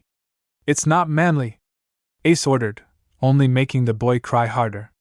The bartender sighed happily, glad that her boys were still as rambunctious as ever. After giving them another strong hug, Makino leaned back and placed her hands on both their shoulders. "What happened here? What are you doing all the way out here?" The bartender fretted as she pulled away. "Why are you with these men?" Olivia asked in a panicked tone. "It's a long story," Ace breathed out as he began to relax from the danger he and the younger ones were in. After the beating was over, the band of crooks were tied to a tree, all of them still unconscious from whatever Ace had pulled, along with an out-cold, black and Blue Jam. They were going to burn down the junkyard. Makino brought her hands to her mouth in horror. "And made you carry that cargo without you knowing what it was?" The white-haired mother seethed at the criminal's actions. "Pretty much," Ace mumbled as he looked over at the battered and bruised bum that had him and his little brother at blade point. Oh, how he wished he could have gotten a shot in himself. Per Sabo, the bartender then brought up. "I can't believe he did that for you. We gotta get him back," Luffy demanded desperately. "We can't do that, Luffy. Sabo doesn't belong with the likes of us." Ace spoke up next, yet his words lacked any resolution behind them. "He'll be happier back at home with his family, his real family." "That's a lie and you know it," Robin bellowed. Everyone was frozen in place from the little girl's outburst, Ace, and Luffy most of all. "Sabo could never be happy if he lived with his parents," Robin continued to shout. "He ran away from home for a reason in the first place, didn't he? He didn't go home for his own good, he sacrificed himself for you. You saw that?" Ace questioned in surprise. I came back to say sorry for beating you up, until I saw those pirates and Sabo's dad, so I hid behind a tree. Robin admitted. Luffy couldn't help but smile as he walked over and took the dark-haired girl's hand in his own, bringing her attention to him. Thanks for coming back, Robin. He beamed. The young book lover smiled warmly at the straw-hatted boy and blushed at the contact between their hands. Wait, Ace mumbled, drawing everyone back to him. I just remembered something. Something that Blue Jam said before you arrived to save us. Blue Jam said that the king wasn't going to let them into the kingdom. Did the king hire Blue Jam and his crew to burn down the terminal? Olivia deduced. Humph. Dayton huffed as she crossed her arms in disgust. And people say bandits are bad. The nobles just keep proving they're even worse than us, and they still have the nerve to stick their noses up at us. Why would the nobles want to burn down this junkyard? Making asked in horrified curiosity. Don't they know that there are people living here? You ever known a noble to care about what happens to people that are beneath their form of living? Dayton inquired darkly, making the notion all too clear for the innocent bartender. As the green-haired woman bowed her head in uncomfortable understanding, Olivia was next to speak up. No wonder that poor boy ran away. We've got to get him back, Luffy announced determinedly. Darn right, we do, Ace agreed. We'll break into the city and look all over for. No! Makino put a stop to the boy's plans. After everything you've been through already, I will not let you go charging off into more danger. You too, Robin. Olivia spoke up, taking motherly authority. But Mama, Robin pleaded. What about Sabo? Garp should be coming back to the island soon after visiting O'Hara, Makino explained. As soon as he does, we'll tell him about what's been going on here and have him take care of it. He can even find Sabo and look after him too. That'll take too long. Ace seethed, anger boiling up inside him. Ace, please. The bartender reached out to him, only for him to flinch back, away from her hand. Screw this. The freckled boy spat as he began stomping in the direction of the walled-off kingdom. I let Sabo go once. I'm not gonna abandon him now. Me too, Luffy declared as he and Ace proceeded to break off into a sprint toward the city. Ace. Luffy. Makino called out to them, only for her calls to fall on deaf ears. It's no use. The orange-haired bandit leader spoke up as she walked over to the bartender. You of all people should know how stubborn those boys get when an idea pops into their heads. If we go after them, we'd only get in their way and make things worse. Makino wanted to go after them, regardless of Dayton's words, but had to reluctantly admit that the large woman was right. All we can do now is go back and wait for them. Dayton and her boys began to head back through the jungle to return to their run-down shack of a home. Makino had no choice but to follow them, whilst Olivia took up the rear of the group, but not with her daughter beside her. She turned back to see Robin staring off at where the two brothers had run off to and felt a deep pit in her stomach of what might be going through the young girl's mind. Robin? The ex-archaeologist hesitantly reached out to her. I'm sorry, Mama, Robin spoke before she turned back to her mother. But I can't leave Luffy and his brothers behind. Robin, don't! The white-haired woman tried to stop her, with pleading thick in her voice. I'll be back soon, was the last thing Robin said before sprinting off to follow Luffy and Ace. Robin! Olivia called out to her desperately, only to watch her run off into the darkness. Her mother's intuition was split in half. Part of her wanted to run after her and drag her back home to safety, while the other wanted to support her and let her help her new friends. The internal struggle within her made her body freeze in place, making her watch her daughter disappear. Are you kidding me? Ace yelled as he and Luffy were stopped by a mess of boulders and cement, blocking up what used to be their only pathway into Goa Kingdom. Now what do we do? Luffy panicked. How are we supposed to get in now? I'm thinking.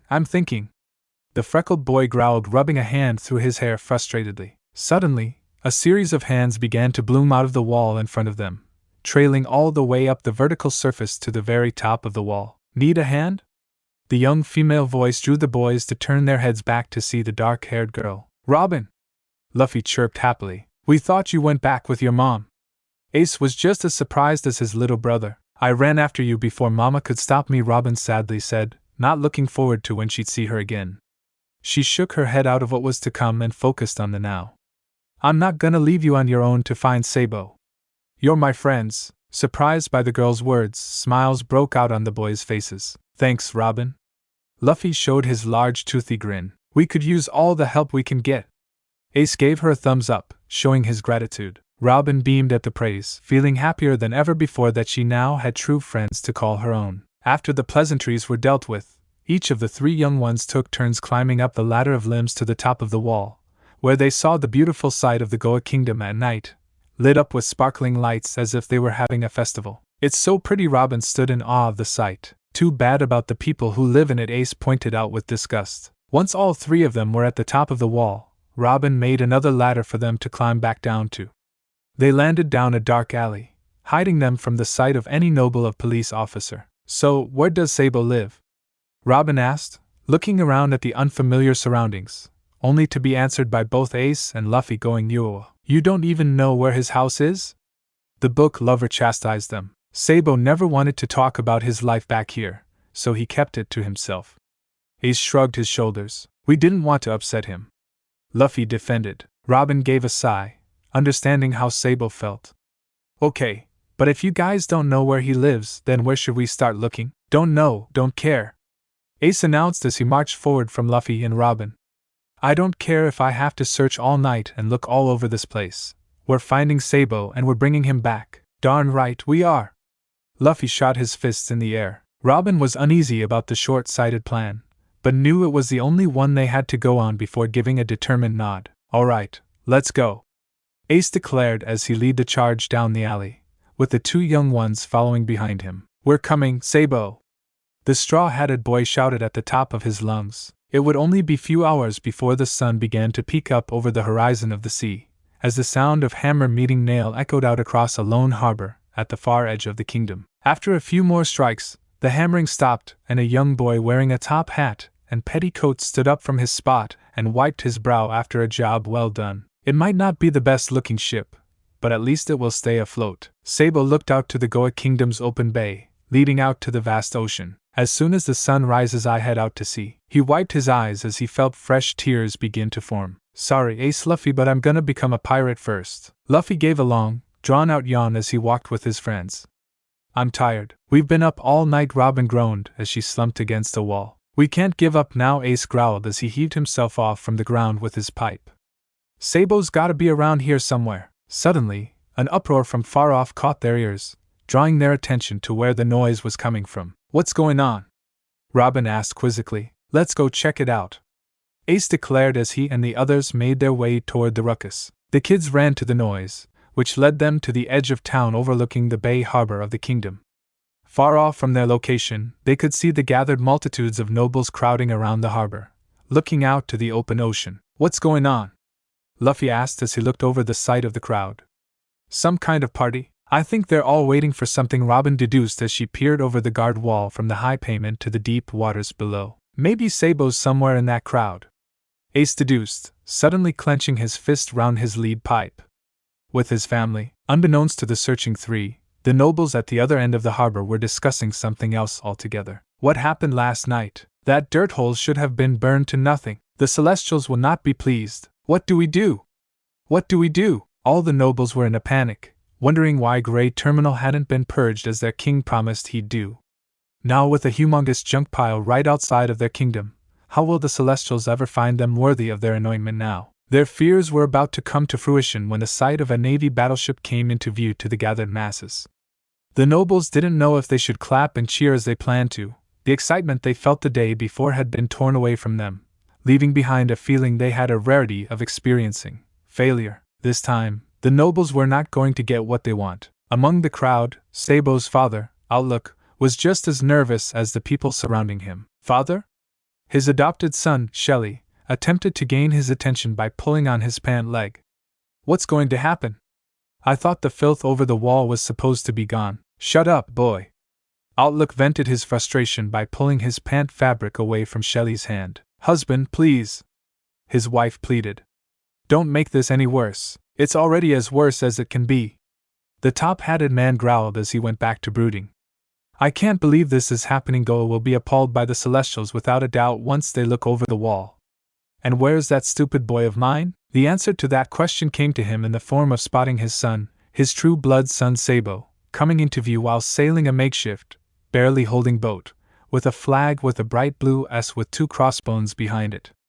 Outlook was wrong. This situation could get worse. As the small boat made its way through the open bay, Luffy and the others were too distracted by the large ship that had come in. Hey! That's a marine battleship! Luffy jumped with joy at the sight of the large vessel. Do you think it could be Garp? Robin hoped out loud. Did Makino get in touch with him after all? I don't think so. Ace spoke with an edge. See that big fat guy wearing the weird bubble on his head? Yeah? Luffy peered closely at the strange person. Wonder who he is. Saint Jalmac. A marine saluted. We are about to make dock with Goa Kingdom. About time. The overweight rich man thundered. It shouldn't have taken this long to get here. Go this slow again, and I'll see to it you're made my slave on the spot. Why, yes, sir. The marine returned weakly, not wanting to anger the man any more than he unintentionally had. Jalmac made his way over to the side of the ship, taking in the sight of the kingdom and the gathered crowd of nobles there to meet him. As he gazed at the crowd, he noticed how unenthusiastic the people there seemed to be. Why aren't they cheering for my arrival? The Celestial questioned hotly. Don't they know how to treat their superiors? Saint Jalmac, sir. A marine called his attention. There seems to be a small sailboat on the water on the side of our ship. What? As the children took in the sight of the ship, Luffy was lucky enough to look away back at the crowd, only to spot something else in the water. Hey, look! He pointed to the foreign object. Another ship. Ace and Robin looked to where the straw-hatted boy was pointing, and with a closer inspection, Ace's eyes shot wide open. That's Sabo. Sabo? Luffy and Robin chorused together as they leaned their heads over the side, trying to get a closer look. Seeing the familiar blue petticoat and top hat, Luffy and Robin broke out into widespread grins. It is Sabo! Luffy hollered with glee, before he sprang to his feet on top of the wall, and began waving his arms over his head. Hey, Sabo! Over here! Unfortunately, Luffy's calls weren't able to reach the noble child. He was too far out in the bay. Well, this is it, Sabo spoke to himself as he turned his ship's helm. My first day out at sea. Ace and Luffy would be so jealous. He chuckled to himself at the thought, before giving a wistful sigh. I wish they were here to see me off. Sabo! Luffy called again. It's no use, Luffy, Robin attempted. Sabo's too far out. He can't hear us. Ace looked back to the marine ship. Looks like the big guy noticed Sabo too, and he's getting all wound up for some reason. He's yelling at his men and everything. Why would Sabo being out there upset him so much? Robin asked. Luffy looked closely at the man in weird clothes, watching as a marine came over to him, carrying something strange. Upon closer inspection, the boy's face fell when he realized what the device the marine handed the plump man was. Is that a bazooka? A what? Ace and Robin hollered as they watched the man inspect the firearm before hoisting it on his shoulder. Why would he want something like that? Ace questioned out loud, a deep pit forming in his stomach. As soon as the man took aim at his chosen target, Robin realized the worst. He's gonna shoot Sabo. Sabo! Ace called out with all his might. Get out of there, he can't hear us. Robin whimpered, unable to look away from what was about to happen. Sabo Luffy followed, tears beginning to brim at his eyes. Luffy then sniffed up his tears and looked ahead, determination blazing in his eyes. He hopped up on the wall and clenched his fists tight. Luffy? Robin looked up to the boy quizzically. What are you doing? Ace wondered, desperation clear on his face. Without answering either of the two, Luffy placed his left hand on his right shoulder and began to swing his arm round and round like a pinwheel, his focus on Sabo's boat and nothing else. Gum gum, Saint Jalmac. A bold marine stepped forward. Is there really a point in firing on a pedestrian boat, with a child on it no less? Jalmac turned back with a dark scowl on his face, making the marine regret his actions immediately. Of course! The man bellowed, as he turned back and took aim. I can annihilate anyone I please, ASIS my right. Pistol! Before Jalmac could even pull the trigger, a sudden jerk rocked Sabo out of his thoughts and looked to where the source was coming from. A lone hand had latched on the broadside of his ship. Scanning the hand, he followed the extended forearm all the way back to an abandoned side of the harbor, and his eyes widened at who he saw. Luffy? Sabo whispered in disbelief. Guys? A bright smile shone on Robin's face. You did it, Luffy. Way to go! Ace praised the rubber boy. Now what are you waiting for? Pull him in! Pull him in! Before Luffy could do such a thing, the strain of his stretched arm began to drag him across the wall. Before he could fall into the sea below, Ace and Robin noticed his panicked face and immediately grabbed hold of him. Ah! Pull me in! Pull me in! The straw-hatted boy wailed in fear. What the devil is that? Jalmac roared as he followed the freakishly long limb all the way to its owner, spotting the young trio at the end of the harbor. Children with devil fruit powers? Looking back down at the ship below him, he noticed that the small vessel was being pulled back toward the children and away from his ship. You dare? He bellowed, his face red with rage. You dare to defy me? The crazed Celestial aimed once more at Sabo and pulled the trigger. Right before the blast could strike the boat, Sabo was pulled out of the way and the resulting explosion hit and missed nothing but open water. The shockwave of the blast rocked Sabo's ship, causing him cling on to the closest stable thing he could get a hold of. Luffy, Robin and Ace kept pulling with all their might, dragging the boat across the crashing waves caused by the rich man's weapon. Every time Jalmac had a bead on the top-hatted boy, he'd miss by mere inches thanks to the young ones at the harbor. What is going on out there? A noble cried out as he and the crowd watched the display going on out at sea. The Celestial is trying to shoot that boat out of the water. A noble woman exclaimed, waving herself with a fan to calm herself of the intense situation. Outlook and his family were stunned at what was taking place. They couldn't take their eyes off of it. Jalmac was furiously firing at the small vessel, seething with every missed shot. Luffy and the others kept pulling Sabo in, and with one last heave, and one last shot from Jalmac, Sabo's ship was rocketed into the air from the shockwave of the blast and began sailing through the sky toward his rescuers. Sabo! Luffy happily cheered, tears falling from his face. Ace was the first to realize what was about to happen and grabbed Luffy by the back of his collar and Robin's arm and began making a run for it. Move! The makeshift pirate ship collided right where Luffy, Ace, and Robin once were, debris flying everywhere as the ship grinded against the stone ground, chasing down the fleeing children, all the while Sabo clinging on for dear life. The ship then came to a sudden stop, flinging Sabo from his perch and sending him crashing on top of his friends. Ow, the top-hatted boy groaned. You, Robin moaned. Everyone okay? Ace asked while he pushed himself up. No, Luffy's voice was muffled as his face was flat on the ground. Once the children got back up and dusted themselves off, they had a moment of silence as they all looked at one another. The staring contest between Sabo and the trio went on for a little while, until Ace and Luffy shouted in joy, tackling Sabo in a hug. Sabo! Luffy wept, clinging on to the boy's petticoat, not wanting to let go. Thank goodness you're all right. Robin wailed as she wrapped her arms around the boy, not daring to let go. You scared the heck out of us. Ace shouted, tears threatening to fall from his eyes. Guys! Guys! Sabo called out over Luffy and Robin's crying, managing to push them off. What are you doing here? Saving your life, apparently. Ace replied hotly, crossing his arms as he glared at the gap-toothed boy. What were you doing out there? Sabo tried to find an excuse, but found none as he lowered his head. I was trying to set out to sea. What? The trio yelled in union. I couldn't, take it. Sabo relented. When I found out about the noble's plans to burn down Grey Terminal, I tried to open the gates to get to you guys. Next thing I know, I'm getting knocked out by the kingdom's police. Luffy and Ace growled at this while Robin threw her hands up to her mouth in shock. I had this place too much to stay and I couldn't go back to you guys because my dad might find us again, and actually he couldn't bring himself to say it. And he didn't think you guys would want me back, not after everything that's. Sabo was interrupted by a punch to the face, courtesy of the hot-tempered freckled boy. Ace?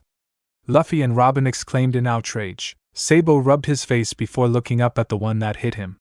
What the heck was that for? For being stupid? Ace bellowed, shocking everyone present. He took a few deep breaths to try and calm himself, but it didn't work. You think we wouldn't want you back? Don't you dare think that. Luffy couldn't stop crying about you when you left, and Robin had to knock some sense into me to come get you. He scratched the back of his head, his next words being a little hard for him to say. How can we be the ASL pirates without this? Sabo looked up at Ace, who was looking away to hide his embarrassed face, and couldn't help the moisture that came to his eyes. He wiped the close to falling tears away and beamed at his fellow older brother. Thanks, Ace. The freckled boy looked back and cracked a cocky grin as he reached his hand down to help the top-hatted boy up. Anytime. Ungrateful greeting party ships blocking my path and children with devil fruit powers. What kind of kingdom is this? Jalmac roared as he looked out over the bay, making the crewmen of the ship backpedal to avoid his fury being directed at them. "Yes, sir?" One brave government agent spoke up, making the seething saint turn his head back at him. "Turn this ship around," he bellowed, throwing his bazooka to the ground in anger. "We're going back to the Holy Land this instant." "Why, yes, sir."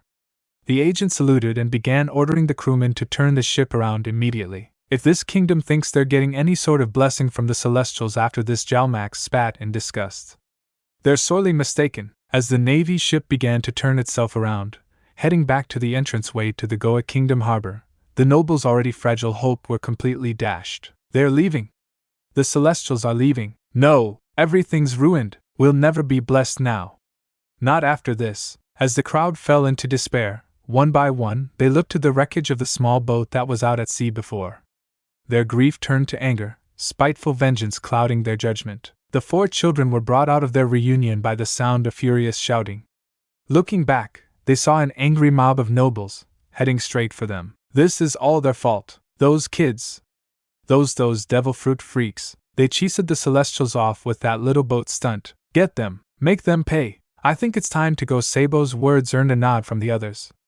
The 4 young ones broke out into a wild run for an exit, any exit. Luffy, Robin, Ace and Sabo ran down an alley, hiding behind the wall to avoid the detection of the raving nobles scouring the town for their blood. Ace gave a huff. Now they decide to do something for themselves. Sabo looked around the alley, looking up and down the large, white brick wall that made the alley a dead end. He recognized it in an instant. "Hey guys! This wall leads right over to the outside of the kingdom." He spotted a large pile of boxes and got an idea. "Luffy, Ace, help me with these boxes. We'll pile them up and climb out of here." "Good idea, Ace," Luffy chimed as he and his brother went to work on building their makeshift escape. "Keep an eye out for us, Robin," Ace advised as he lifted a box with Sabo's help. Robin gave a nod and poked her head around the corner of the alleyway. The minute she did, she gave a horrified yelp and ran down to where the boys were. "What's up, Robin?" Luffy asked. "You," was the answer he got, but not from Robin. The boys shot their heads back at the entrance to the alley. Ace glared at the figure. Luffy stared in disbelief, but Sabo was shaking like a leaf. "Dad," he breathed. Outlook stood at the end of the alleyway, panting for breath, with a wild and crazed look in his eye. "You little brat," he ground out. Soon enough, Sabo's mother and his adopted brother showed up behind the top-hatted man, spotting Sabo and his friends against the wall. Outlook took a step forward. "You've ruined everything." He was suddenly stopped by a multitude of hands forming along the narrow closing of the alley and forming up into a web of limbs, keeping the children and the nobles separated. Sabo looked behind him and spotted Robin holding her hands together and giving the adults a scathing glare. "I won't let you hurt him," she declared. Outlook was aghast at the phantom armed fence. Soon enough, Sabo's mother and his adopted brother arrived behind Outlook, spotting the boy and his saviors down the dead end. "Sabo!" the mother cried out. "What were you thinking, sailing out on that boat?" For a moment, it seemed like she showed true concern until, "You've cost us the blessing of the Celestials. How could you do this to us? Your son nearly got blown up by that rich fatso," Luffy barked, dropping the box he was carrying without a second glance. "And you don't even care?" The woman backed up in fear of the straw-hatted boy. "So these are the friends you spent your time with outside the kingdom," Shelly sneered as he looked to each one of Sabo's saviors. "Not only poor, but freaks too." Ace stepped toward the fence of limbs and glared at the big-nosed boy through the gaps. "Don't make me come over this fence, you turd." Shelly panicked at the ferocity behind Ace's words, and hid himself behind his adopted mother, his knees visibly shaking. Outlook wasn't about to let these children intimidate him, though. He looked back at his son, who was only frozen at his presence. "Do you realize what you've cost us?" he ranted. "Goa Kingdom's future has been jeopardized by your selfishness." Sabo's eye ticked. "Our home will never be blessed by the Celestials now, all because of you and your stupid friends." Sabo's brows creased down. "Sabo, please." His mother spoke up next. "Haven't you caused us enough pain as it is?" Sabo clenched his fists. "As for you," Outlook roared as he cast his eyes on the 3 with Sabo. "If it was for you 3, that disgusting junkyard would have been burned off the face of the earth, which it deserves, and we'd be rich beyond our wildest dreams." Sabo's jaw locked. "There's people living in there," Luffy defended. "You would have killed them all, just to make yourselves look good. What's a few lowlives rolling around in filth, compared to those QITH noble blood?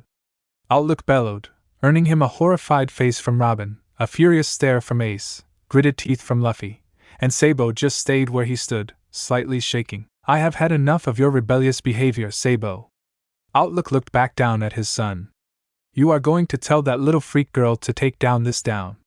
And then you're going to come back home with us, and you'll never disobey me again. Would you just shut up for once in your miserable life, Dad? Everybody stopped. Sabo gave his father a look he had never seen before, pure, unfiltered rage. The top-hatted boy was breathing heavily, as if the anger boiling inside him was seeking ventilation from its build-up.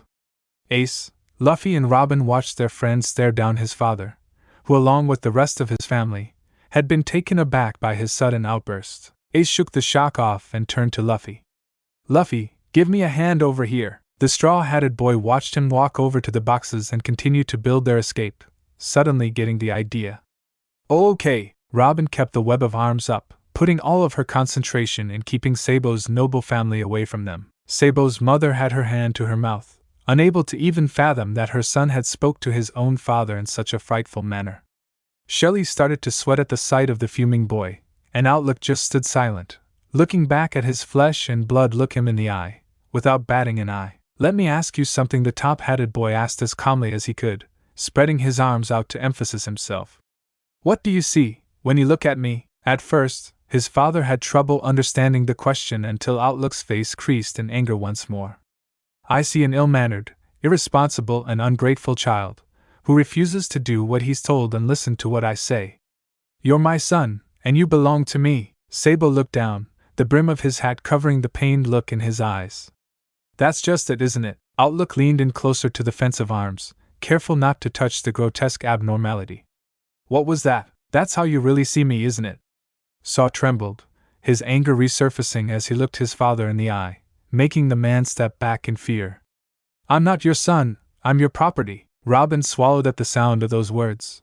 Luffy looked back at his brother with concern, while Ace continued to build the tower of boxes, now reaching halfway to the top of the wall. Even when he was still working, he still listened, letting Sabo say what he needed to say. Let me ask you something else?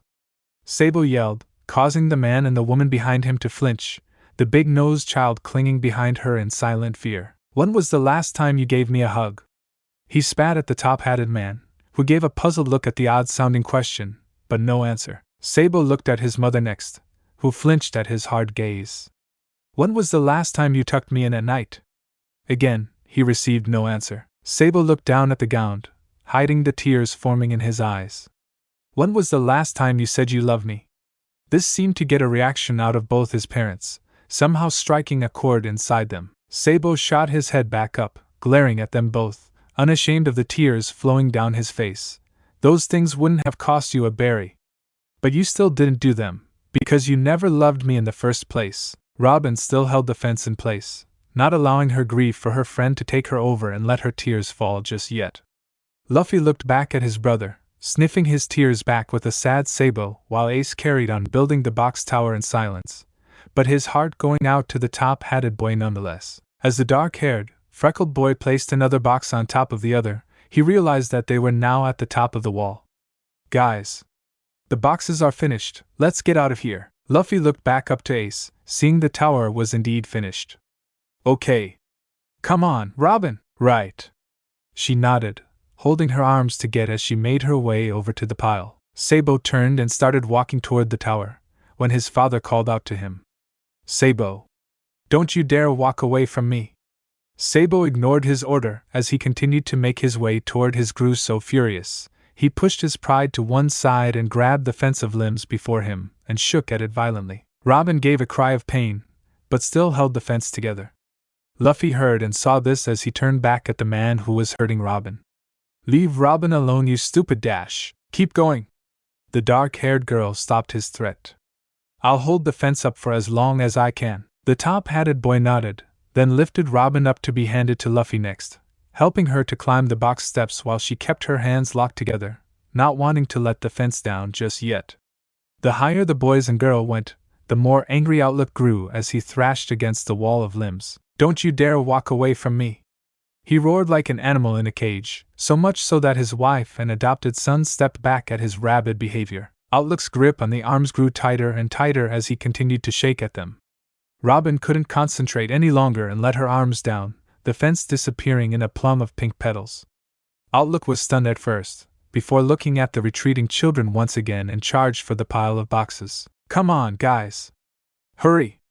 Ace reached the top and motioned for the rest to get up there quick, seeing the seething noble climb the boxes like a madman. However, Outlook's lack of climbing experience showed as he lost his grip on a ledge and nearly slipped off the makeshift tower. Luffy reached the top of the wall next, then reached back down to grab Robin's hand. Robin pulled herself up with Luffy's help and turned to help Sabo up. Robin reached down to grab Sabo's hand as he reached out his own, only for Outlook to catch up and snatch his ankle in his grasp. "You're not going anywhere!" he bellowed as he pulled on his son's leg, making him wince in pain. Luffy, Ace, and Robin immediately grabbed onto each of Sabo's arms and pulled with all their might.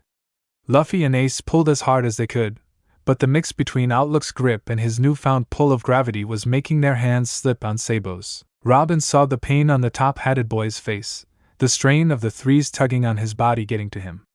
In a spur-of-the-moment idea, Robin let go of Sabo quick and struck her pose once more. Two small arms spout out of the side of Outlook's head and in a swift motion, grabbed each end of his mustache and pulled hard enough for his face to stretch out and distort. Outlook gave a growl of anguish and let go of Sabo's leg, using his elbows to keep himself latched onto the wall's ledge, while using his hands to nurse his sore face. Sabo fell forward onto his bothers and Robin, immediately getting up and running to the end of the edge on the other side. "How do we get down?" he called back. "I've got an idea," Luffy declared as he looked over the edge and then suddenly jumped off. "Luffy!"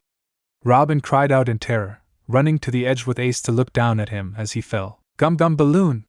Buffy announced as he sucked in a heap of air, expanding his stomach to a comically large size and holding it in as he gently floated to the bottom and bounced when he hit the ground. Ace backed up from the ledge with a grin. "Luffy, for once, those powers are coming in good use." He then ran to the end of the ledge before jumping and sailing down toward his little brother's belly, bouncing off him and landing safely. "Come on, Robin!" Ace called up.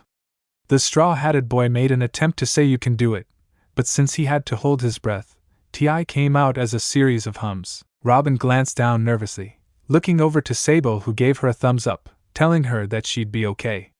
The dark-haired girl relaxed a little at this, then proceeded to jump off, screaming all the way down before plopping on Luffy's stomach and bouncing off onto the ground.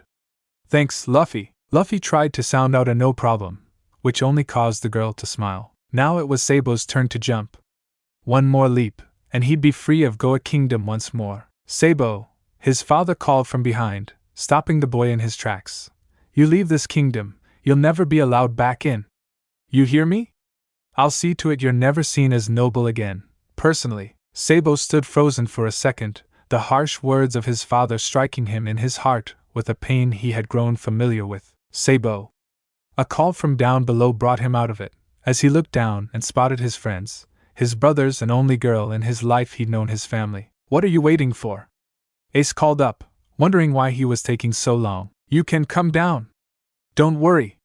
Luffy will catch you," Robin shouted out, wanting to put any of his fears at ease. "Let's go home, Sabo," Luffy tried to say, but still held his breath to give him a safe landing. Sabo was so beside himself, he couldn't help but smile at the sight of them. The three people that made his life worth living. "You know something, Dad?" Outlook looked up from his struggling on the side of the ledge to see his son look back with a sad smile. "That's everything I've always wanted," and with that, he turned around and jumped. "Sabo!" Outlook began thrashing wildly at the ledge, accidentally kicking the footing of boxes out from under himself. The nobleman was now hanging onto the ledge for dear life rather than fury. His wife and adopted child gained a look of horror, seeing him in such a dire and humiliating situation. The man's lack of physical strength caught up with him, though, as he could no longer hold onto the ledge. He fell from the towering height, falling with a wail as he landed on the mess of wooden boxes, crushing them beneath him. "Darling!" his wife cried as she frantically minced her way over to him, breaking out into hysterical crying as she did so. Outlook was dazed from his fall, answering his wife with a moan of dizziness. Shelley could only look as his new parents acted in such undignified manners. Nobles wouldn't dare admit when they were in the wrong, or had made a mistake, afraid of what would happen to their precious reputation. But on this day, the reputation of Goat Kingdom had been utterly and undoubtedly run through the mud, along with the now broken and disgraced Outlook family. We did it! Ace thrust his fists in the air in triumph. We totally did it! We got Sabo back! Luffy cheered with his freckled sibling. The four reunited young ones were walking through the thick brush of the jungle. Ace was beaming at a mission accomplished. Luffy was grinning with glee at having his brother back. Robin was at the far back smiling at the three, but then noticed that out of them all, Sabo was the most quiet. Did you see the look on that little, big-nosed chicken's face when I got into his? Ace bragged, remembering the little runt that hid behind the noblewoman. I thought he was gonna wet himself. Luffy laughed out loud at that, clothing his stomach to soothe the ache. Robin leaned over Sabo's shoulder so she could be heard over the boys bellowing. I'm glad you're back, Sabo. Yeah, the top-hatted boy returned, a sad sort of smile plastered on his face. Good to be back, and hey! Ace turned back to get the returned brother's attention. Way to go on telling your old man off. As the freckled boy chuckled at this, Sabo looked down at the ground, clearly not as enthusiastic as he was. Boy, what I wouldn't give to give my dad what for if he was still here. Ace continued to laugh as he looked back. I mean only to stop when seeing the downcast look on his returned brother's face. Sabo, what's up, huh? The top-hatted boy barely reacted to Ace as he looked up partly. Oh, nothing. After that, the children kept trailing through the woods in quiet, a mood of unease over them all after their victory. Back at the bandit shack, both Olivia and Makino couldn't stop pacing back and forth, darting their eyes to the forest, hoping to catch a glimpse of the missing children. Dayton sat on her porch with a bottle of whiskey in hand, too tense to drink but wouldn't dare admit it. The rest of her gang were huddled inside, all with looks of distraught on their faces. At the far end of the opening, tied to a different tree, was a still unconscious Blue Jam and his crew. A rustle from the bushes alerted everyone, bringing the two women whipping their heads in the noise's direction, the bandit leader to her feet and her men barreling out of the cabin. With another rustle, for familiar faces made themselves known. We're back! Ace declared proudly. We got Sabo! Luffy happily cheered. Luffy! Ace! Making ran to the boys and scooped them both into a hug, tears falling down her face. Don't ever do that to me again, Robin! Olivia cried as she wrapped her arms around her daughter. Robin returned the hug just as intensely. I'm sorry I ran away from you, Mama. The girl wailed, afraid of how angry her mother might have been. But I had to. I just had to. It's okay, Robin. Olivia put the young one's mind at ease. It's okay. You're safe. That's all that matters. Over at the bandit cabin, the gang were bawling their eyes out, happy the children were safe. They're alive, Dayton. One turned to their booze, who turned away to look the other way. They're okay. See? Yeah. Happy days for all. She grumpily chided, only to turn back and let silent tears roll down her face, her quivering lip barely keeping her cigarette in place. Once the mother and bartender were finished holding the three, they looked over to the returned child. Sabo, hi, he half-heartedly greeted with a weak wave of his hand. This stopped the two women in their tracks. Sabo, are you alright? Making asked with concern. Of course I'm fine. The top-hatted boy smiled brightly, a little too brightly. Ace, Luffy and Robin pulled by but out of the fire, literally. The two women looked at each other, uncomfortable with how the boy was acting. The rest of the bandits caught on to the change in atmosphere, their cheers and tears dying down, even Dayton looking back from where she sat. Since I thought there was no way I was gonna see any of you again, I decided to set off out to sea and become a pirate early. The gap-toothed child explained. But when I got out in the harbor, this huge ship came out of nowhere, with this guy carrying a huge bazooka, and tried to blow me out of the water. Everyone was unnerved by the upbeat manner that Sabo was speaking in, but didn't dare stop him. Then out of nowhere, my brothers and Robin saved me from getting blasted. Luffy even managed to pull off aiming when he stretches. The boy went on. After my boat crashed and these guys saved me, we made our escape by building a pile of boxes up to the top of the kingdom's wall. When suddenly, my dad shows up. He starts ranting and raving about how we've ruined everything, how much he hates me and wishes I was never born, and how he just wants me to do as I'm told for the rest of my life. Tears began to prickle in Sabo's eyes, but he just kept going. Then, after for who knows how long, I finally managed to tell him to shut up, and how much I'd rather be dead than be a noble. Robin held him off with her powers, and Ace and Luffy finished the box mountain. We climbed to the top, but my dad tried to stop me, again. He pulled at my leg and said that if I left this time, he'd do everything he could to make sure I never see the inside of Goa Kingdom again. Tears were filling up the eyes of Makino, her hands covering her sobs as all she could do was watch this small young boy have a breakdown. Olivia managed to work her way over to the child and take him by the shoulders. Sabo, the top-hatted boy, looked up with tears in his eyes and a pained smile on his face. I'll never have to see that horrible city, or my awful parents ever again. Isn't that great? Silence was the answer he was met with. Ace, Luffy and Robin only stared at their brother and friend after his recollection. Making clutched at her skirt, tears freely falling from her eyes. Dayton went back to staring the other way, keeping her remorse for the boy quiet. Olivia was still holding on to Sabo's shoulders, looking into the painfully forced happy expression on the boy's face. Sabo, the white-haired woman, breathed out, bringing the top-hatted boy's attention to her. She tightened her grip on him as she leaned forward slightly, looking deeper into his eyes as moisture began to form in her own. Sabo, I am sorry your father didn't love you. The fake happiness left Sabo's face for a stunned one.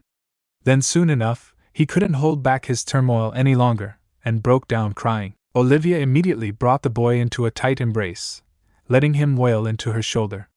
Makino could sit beside no longer and tackled the two, wrapping her arms around them both. Ace walked up to where his brother cried and simply placed a caring hand on his shoulder, letting him know he was there. Buffy barreled into the back of Sabo, hugging him from behind and crying just as hard as he was. Robin followed suit and managed to squeeze past Luffy and hug the top-hatted boy also. All of them let Sabo know that they were there for him. They cared for him. They loved him. Do you think the boy was lying? A large cloaked figure said to another. The two were sailing on a ship outside of the Goa Kingdom harbor, looking over the now shamed noble city. No, the smaller figure spoke back. The pan in his eyes was too real to be faked.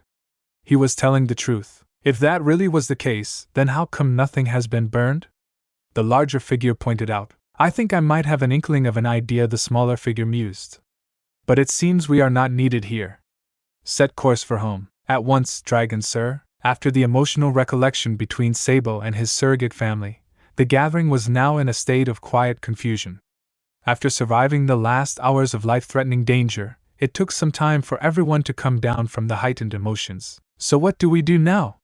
Luffy asked out loud, breaking the silence. Ace looked over to the still unconscious thugs tied to a tree and scowled.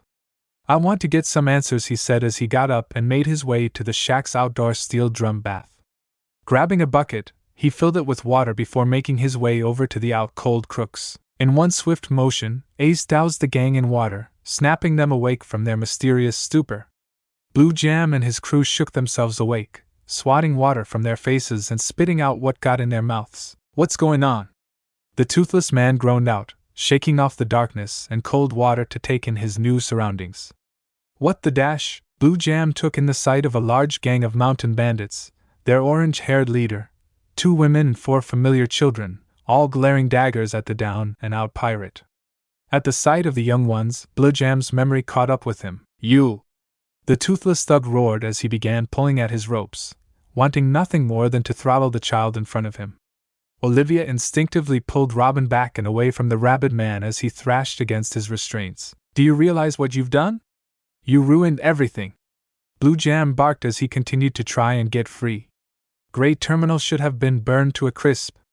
If it wasn't for you and that little freak girl Dash, don't call Robin a freak. Luffy immediately snapped as Makino wrapped her arms around his. Was it to stop him from charging at the toothless thug? Growling at the child, his attention turned to the last person he thought he'd see outside the kingdom again, the top-hatted noble's son. What are you doing here? Blue Jam asked, genially confused. I'm back where I belong, Sabo proudly stated, looking the toothless bum square in the eye. I'm never going back to Goa Kingdom again. You can't be serious. Blue Jam struggled in his ropes before speaking again. You had the world wrapped around your finger. Anything you wanted, you could have. But you threw it away? For what? Sabo kept his stare on the balding man as he stepped back to the people behind him. For them? Blue Jam retorted, the boy staying silent his only answer. What's wrong with you? They're nothing, they're everything to me. Sabo made clear. You think I had the world handed to me on a silver platter back in that kingdom? Wrong. That place was nothing but a prison for me. I hated that place, and I hated my life. Olivia and Makino looked at the boy with sadness. Robin turned her head down at the ground. Luffy and Ace stared at their brother with devotion. As the mountain bandits stood at the back pitying the former noble child, Dayton took to drinking from a bottle of liquor. Even if she was feigning to pay attention to what was going on, she had a strong wish to put the toothless ex-pirate into another coma, just to make herself feel better. Before Blue Jam could say anything else, Olivia spoke up from where she stood with Robin. So it's true then? You really tried to burn down Grey Terminal and force these children to do your dirty work for you? The down-and-out pirate stopped his struggling to glare at the white-haired scholar. Yeah, so?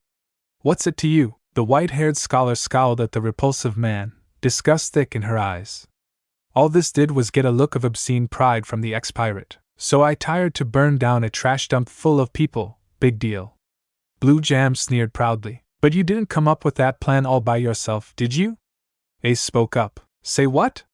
Blue Jam asked, a bead of sweat going down his brow. When you were losing it over the boxes failing to blow up, you said that the king would never let you in now. Ace pointed an amusing finger at the toothless man. What did you mean by that? It was the noble's plan, Sabo answered for him, making everyone turn their heads toward him. The kind of Goa must have hired Blue Jam to burn down Grey Terminal. He looked at the man with great grimace. Why would the king of Goa want anything to do with the likes of Blue Jam here? Dayton spoke up, stepping forward from the crowd. Because nobles wouldn't be caught dead getting their own hands dirty. The top-hatted boy was clutching his fists and boiling anger again. Their plan was to burn down Grey Terminal and everyone in it, also they could look good for when the Celestials arrive. Gasps of horror came from the bartender and archaeologist, with Robin throwing her hands up to her mouth to stifle her own. Say what? Luffy shouted in shock, with Ace by his side grinding his teeth in rage. The bandits were blown away by the frightening revelation, with their red-headed leader throwing her bottle to the ground with a smash at the utter audacity of the nobles. All those people. Makino was close to tears for their lives in the junkyard. They would have done such a thing? Just, Olivia said in a stupor. Dayton interrupted her with a loud, spite-filled spit on the ground.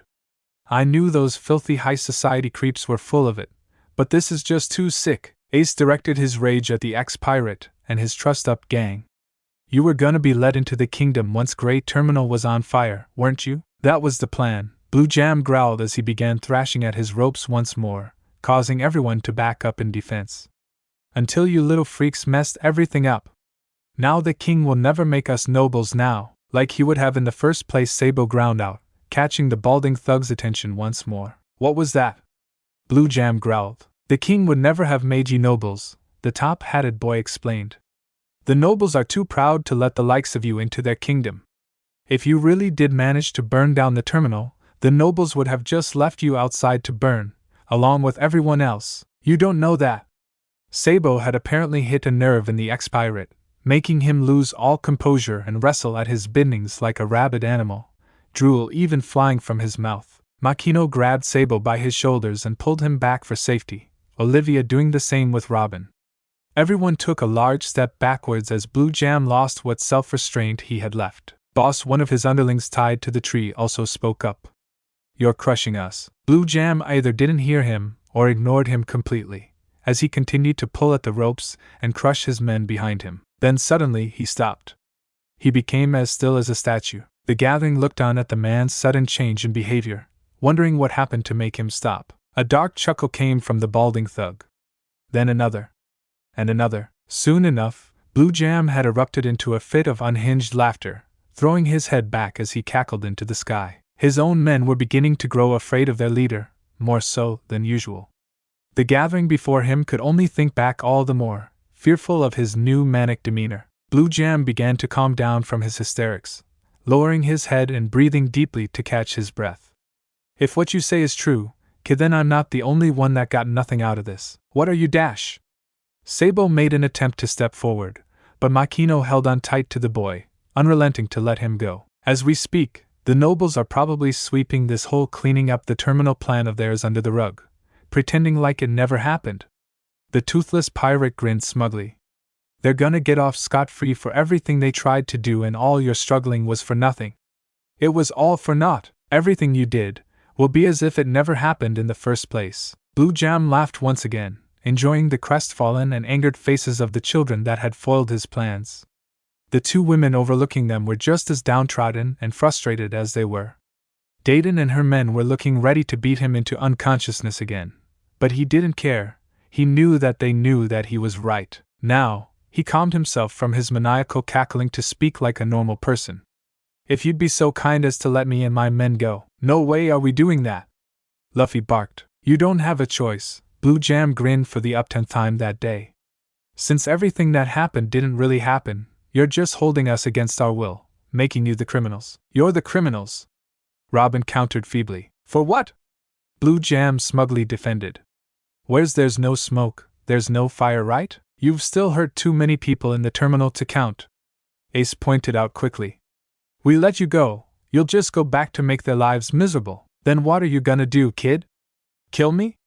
Blue Jam stared the freckled boy down, daring him to try something. Ace stood frozen at the ex-pirate's words, unable to help himself but contemplate the notion. He swallowed. Maybe we should, Ace, Makino shrieked. Don't say such a thing, but it's the best option, isn't it? Ace turned back to the crowd. Without Blue Jam around, everyone can be safe. We won't have to worry about him anymore. But Ace, Luffy mumbled shakily. I don't want to kill anyone. I don't mean you, Luffy, Ace corrected, before turning back toward the toothless bum. But we can't just let him go. Blue Jam grinned. The freckled kid may play tough, but he doesn't have it in him to take a life. Not like him. The toothless man was enjoying the sour looks on the crowd's faces, but even their misery wasn't enough. No, they needed to pay for their meddling in his business. They had no choice but to let him and his men go. All he had to do was let them talk it out some more, just wait it out, and the minute they did untie them, he and his gang would carve them into ribbons. Nobody humiliates him and lives to tell the tale. Spoken like a true Marine, my boy. The new voice broke Blue Jam out of his thoughts to look back at the newcomer, along with everyone gathered there. Garp? Makino gasped in surprise. The hero of the Navy was indeed standing before them, arms folded over one another with a toothy grin adorning his face. The trussed-up toothless bum stared at the Marine captain quizzically, wondering where he had heard that name before. When he finally did remember, his face went white. Garp? Blue Jam echoed dumbly. Grandpa. Luffy and Ace announced ecstatically. Grandpa? Blue Jam's face turned his namesake. I see everyone's been busy while I've been gone, the bearded man deduced as he walked toward the gathering. Once he reached them, the Marine Vice Admiral turned to the mother and daughter of the group. Robin, Olivia, you'll be happy to know that the upset to do with the Tree of Knowledge on O'Hara has been all cleared up. Garp beamed. No one will be going after the tree, or the archaeologists, anymore. Clover and the rest send their regards. The white-haired scholar's face showed great relief, while Robin smiled brightly, knowing her friends back home were safe and sound. How did you get back here so quickly? Makino asked in her disbelief. The winds were just on our side, is all. The Marine man laughed out loud, before turning serious on a dime. Now what exactly has been going on since I've been away? The children were more than happy to relay everything that had happened to them in the past hours of turmoil and panic. And then Sabo landed down with us, and we headed back here. Luffy finished, breathing hard as the excitement of their adventure caught up with him once more. Garp rubbed his head, absorbing the words spoken to him by the young ones. You're not gonna believe a bunch of kids, are you? Blue Jam spoke up suddenly. Shut up. Garp didn't even look back to know that the balding bum was sweating bullets. The Vice Admiral stood from his spot, an air of authority radiating off him. It seems I'll have to pay the King of Go a visit. And what about the bubblehead that tried to blow up Sabo? Ace pointed out. Garp gave a sigh of reluctance, not looking forward to the reaction he would get. I'm afraid there's nothing I can do about that. Say what? The four children were aghast by this. The Celestials are of a much higher authority than the nobles, and certainly more than the Navy. Garp clarified. They are the ones that created the world government, the source of law and order across the seas. So they say, Olivia murmured to herself. They have diplomatic immunity, meaning that they cannot be punished for any committed crimes on their behalf. Garp concluded. That's stupid. Too stupid. Ace roared in defiance. They tired to kill Sabo, and there's nothing we can do about it. Luffy questioned wide-eyed. To put it simply, yes. Garp nodded solemnly. Luffy looked down to the ground in dissatisfaction, while Ace ran off to punch a tree until the bark came off.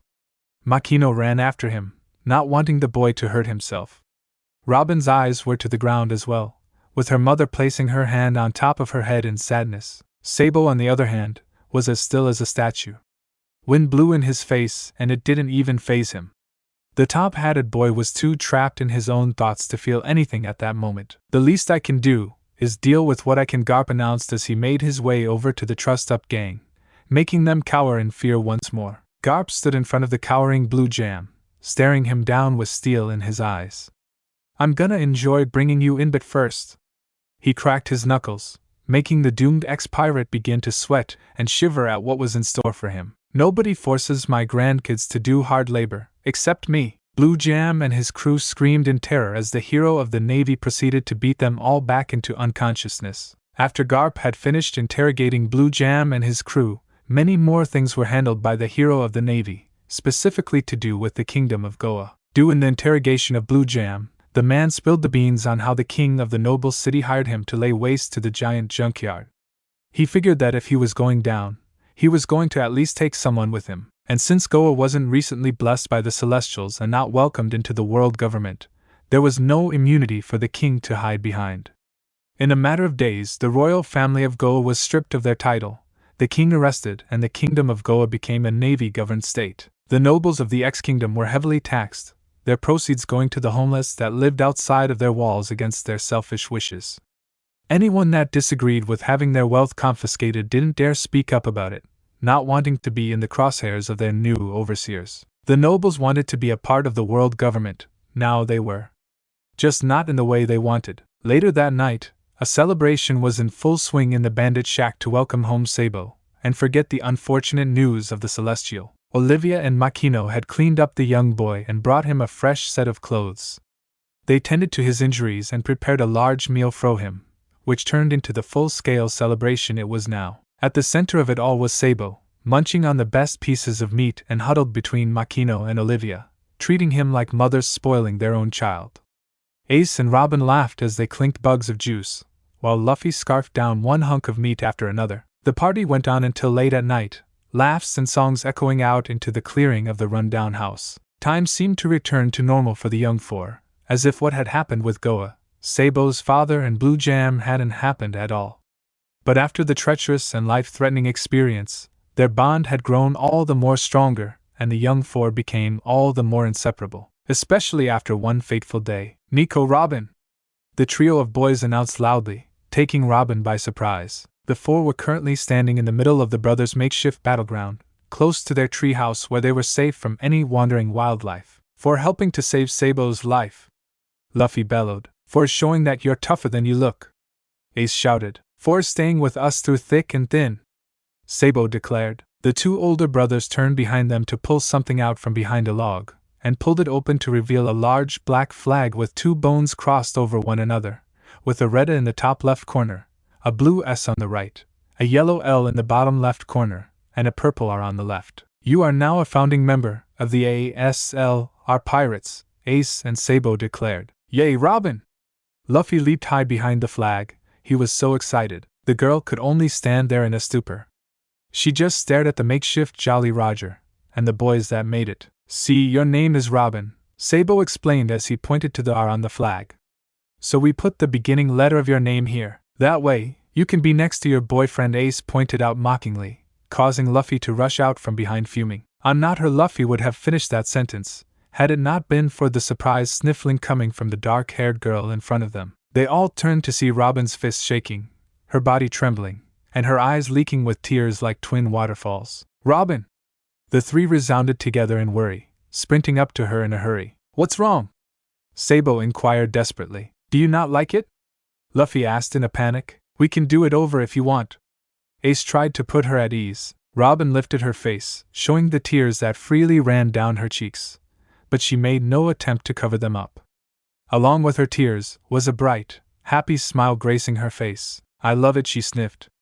Thank you. Taken back by her words, the two older brothers smiled at the newest member of their crew, while Luffy abandoned the two to rush over to her and wrap his arms around her, laughing and spinning, making the girl stop crying and begin to laugh along with him. "Congratulations, Robin," the straw-hatted boy praised. "Thanks, Luffy." She beamed. "You really want me to be on your crew?" "Of course we do," he answered as he stopped spinning along with her. "We'd be stupid not to." Robin couldn't help but sniffle again at his words before tackling him with a hug of her own. "Thank you." As the two youngest members of the child pirate crew hugged and laughed, Ace and Sabo stepped closer together, enjoying the sight. "We still up for tonight?" the top-hatted boy whispered. "Heck yeah, we are!" the freckled boy answered silently back, before rushing up to the two in front of him, Sabo catching up behind. "Hey, Luffy!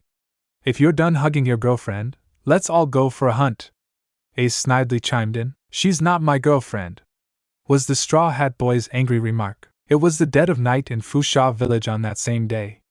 The townsfolk were long into their sleep.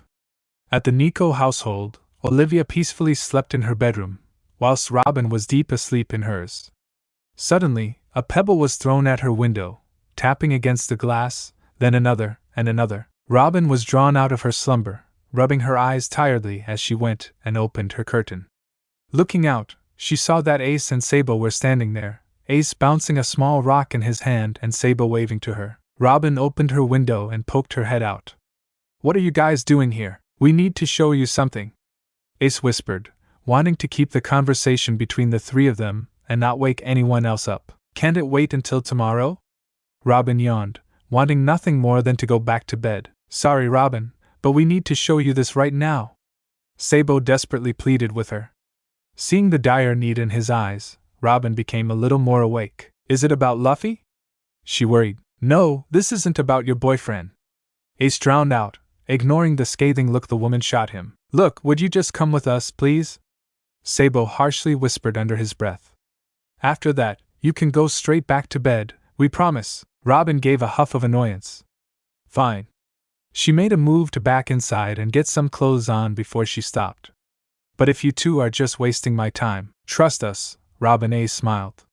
"This'll be worth it." The three children were trudging through a patch of forest that connected with the dense jungle of Mt. Kulubo.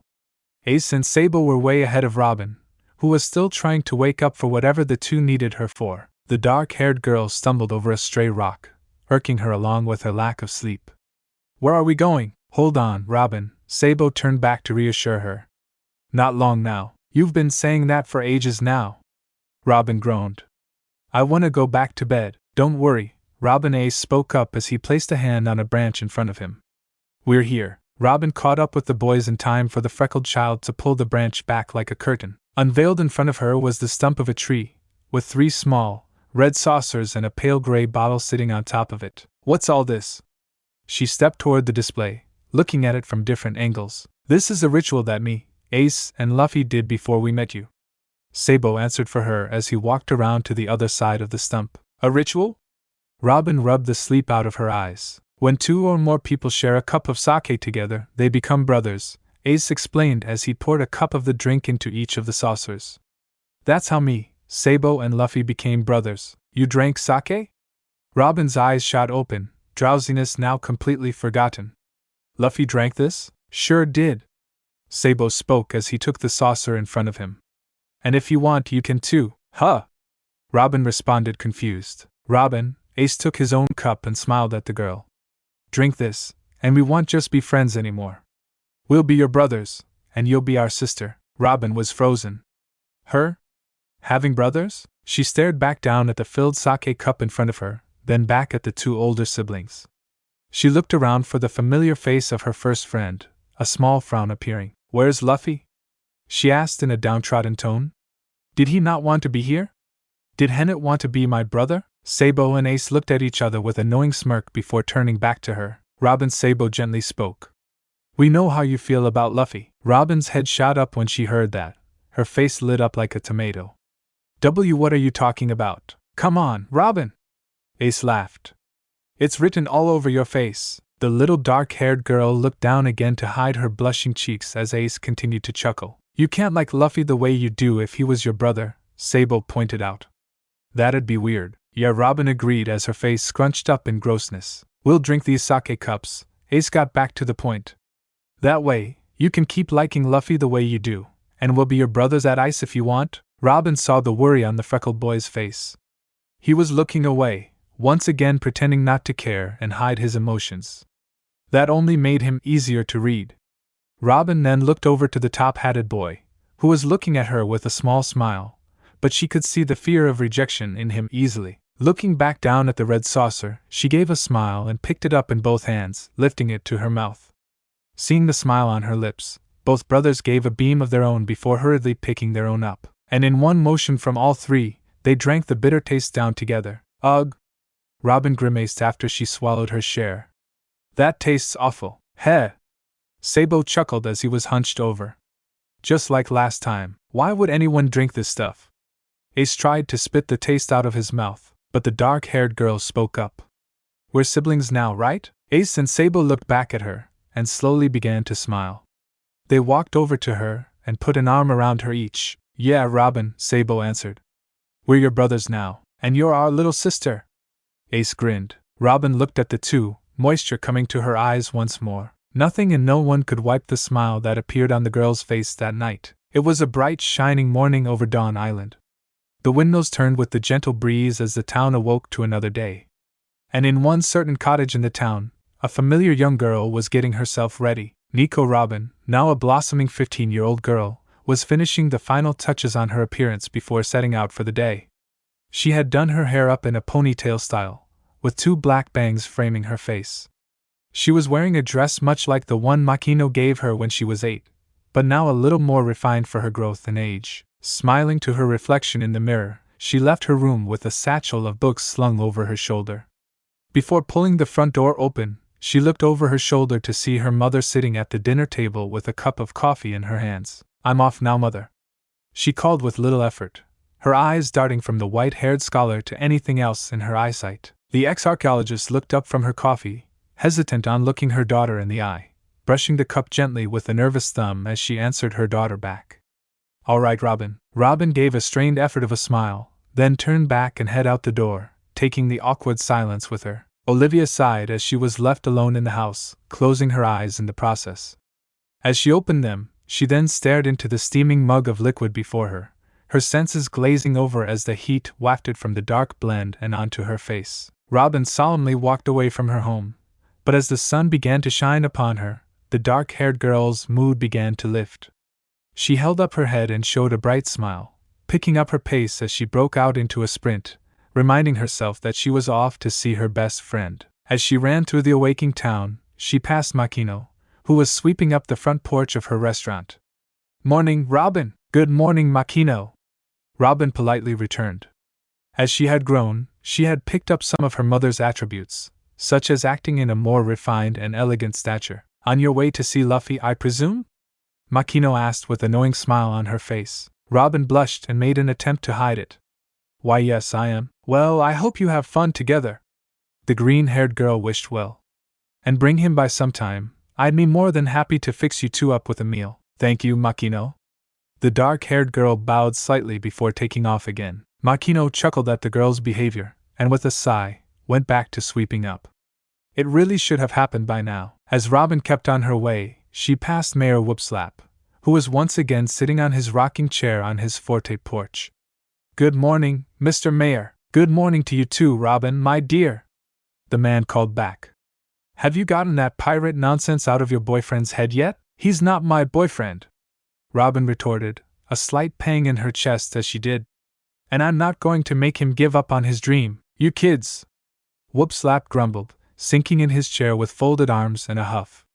Robin merely gigged to herself and continued on her journey to Mt. Corvo. The mayor kept his eye on the girl leaving as he mused to himself.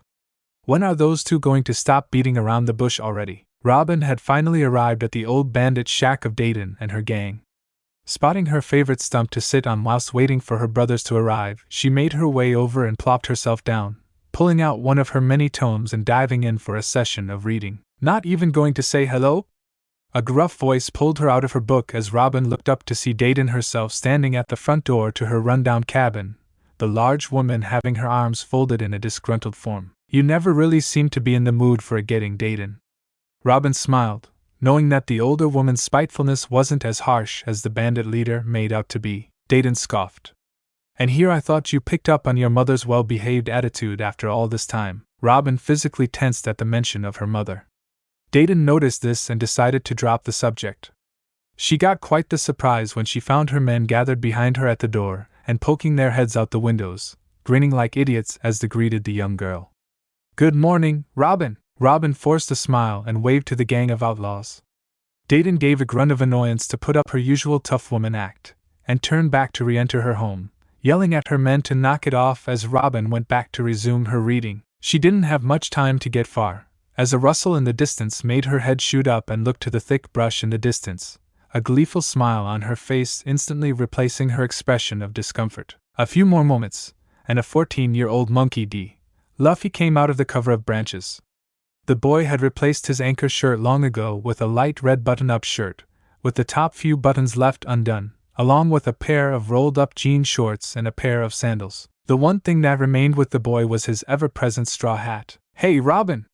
Luffy called out ecstatically, waving to her as if she were a million miles away. Robin closed up her book and set off toward him, smiling all the way as she did. "Good morning, Luffy!" The straw-hatted boy chuckled happily, glad to see his fiend once again. "Ready to go?" "Absolutely." The dark-haired girl followed her best friend into the jungle he just appeared from, waving to the cabin of bandits as she disappeared along with Luffy. As the bandits watched the two go, they all gave a sigh. Those two have been friends for so long now. Yeah, Robin's done a good job, sticking with Luffy after Ace and Sabo left. He was so sad to see them go, but Robin did everything she could to make him smile. A slam of a beer bottle hitting the floor made all the gathered men flinch in fear, as their orange-haired boss lady simmered in a corner, a lit cigarette in her teeth. "Don't you boys start getting soft on me." The bandits then darted out of the woman's vicinity, bumping into each other and busying themselves with anything they could come up with. As they did so, Dayton gave a puff of smoke as she stared at the wall before her. "Everyone else can see it, so why can't they, nitwits?" she mumbled grumpily. "Gum gum bell," Luffy declared as he sent his outstretched head charging into a tree trunk, implanting his face into its bark. Robin grimaced at the sight, watching as the boy pulled his face out of the tree, leaving behind an imprint of his face in the hull. "What do you think, Robin?" Luffy beamed with pride at showing off his latest idea for a new move. "Well, when you said you were going to use your head, I honestly didn't expect that," Robin confessed. "Yeah," Luffy chuckled. "The other guy will never see it coming." Robin didn't have the heart to say that that wasn't what she meant. The two would usually do this in their time together.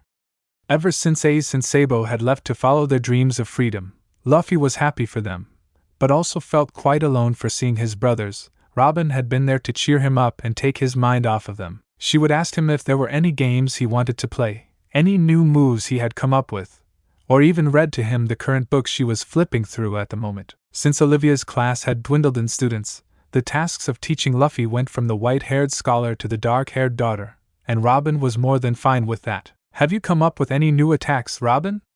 Luffy asked, giddy with seeing another one of Robin's new moves. Robin made the decision to try fighting once again, while a little against her mother's will.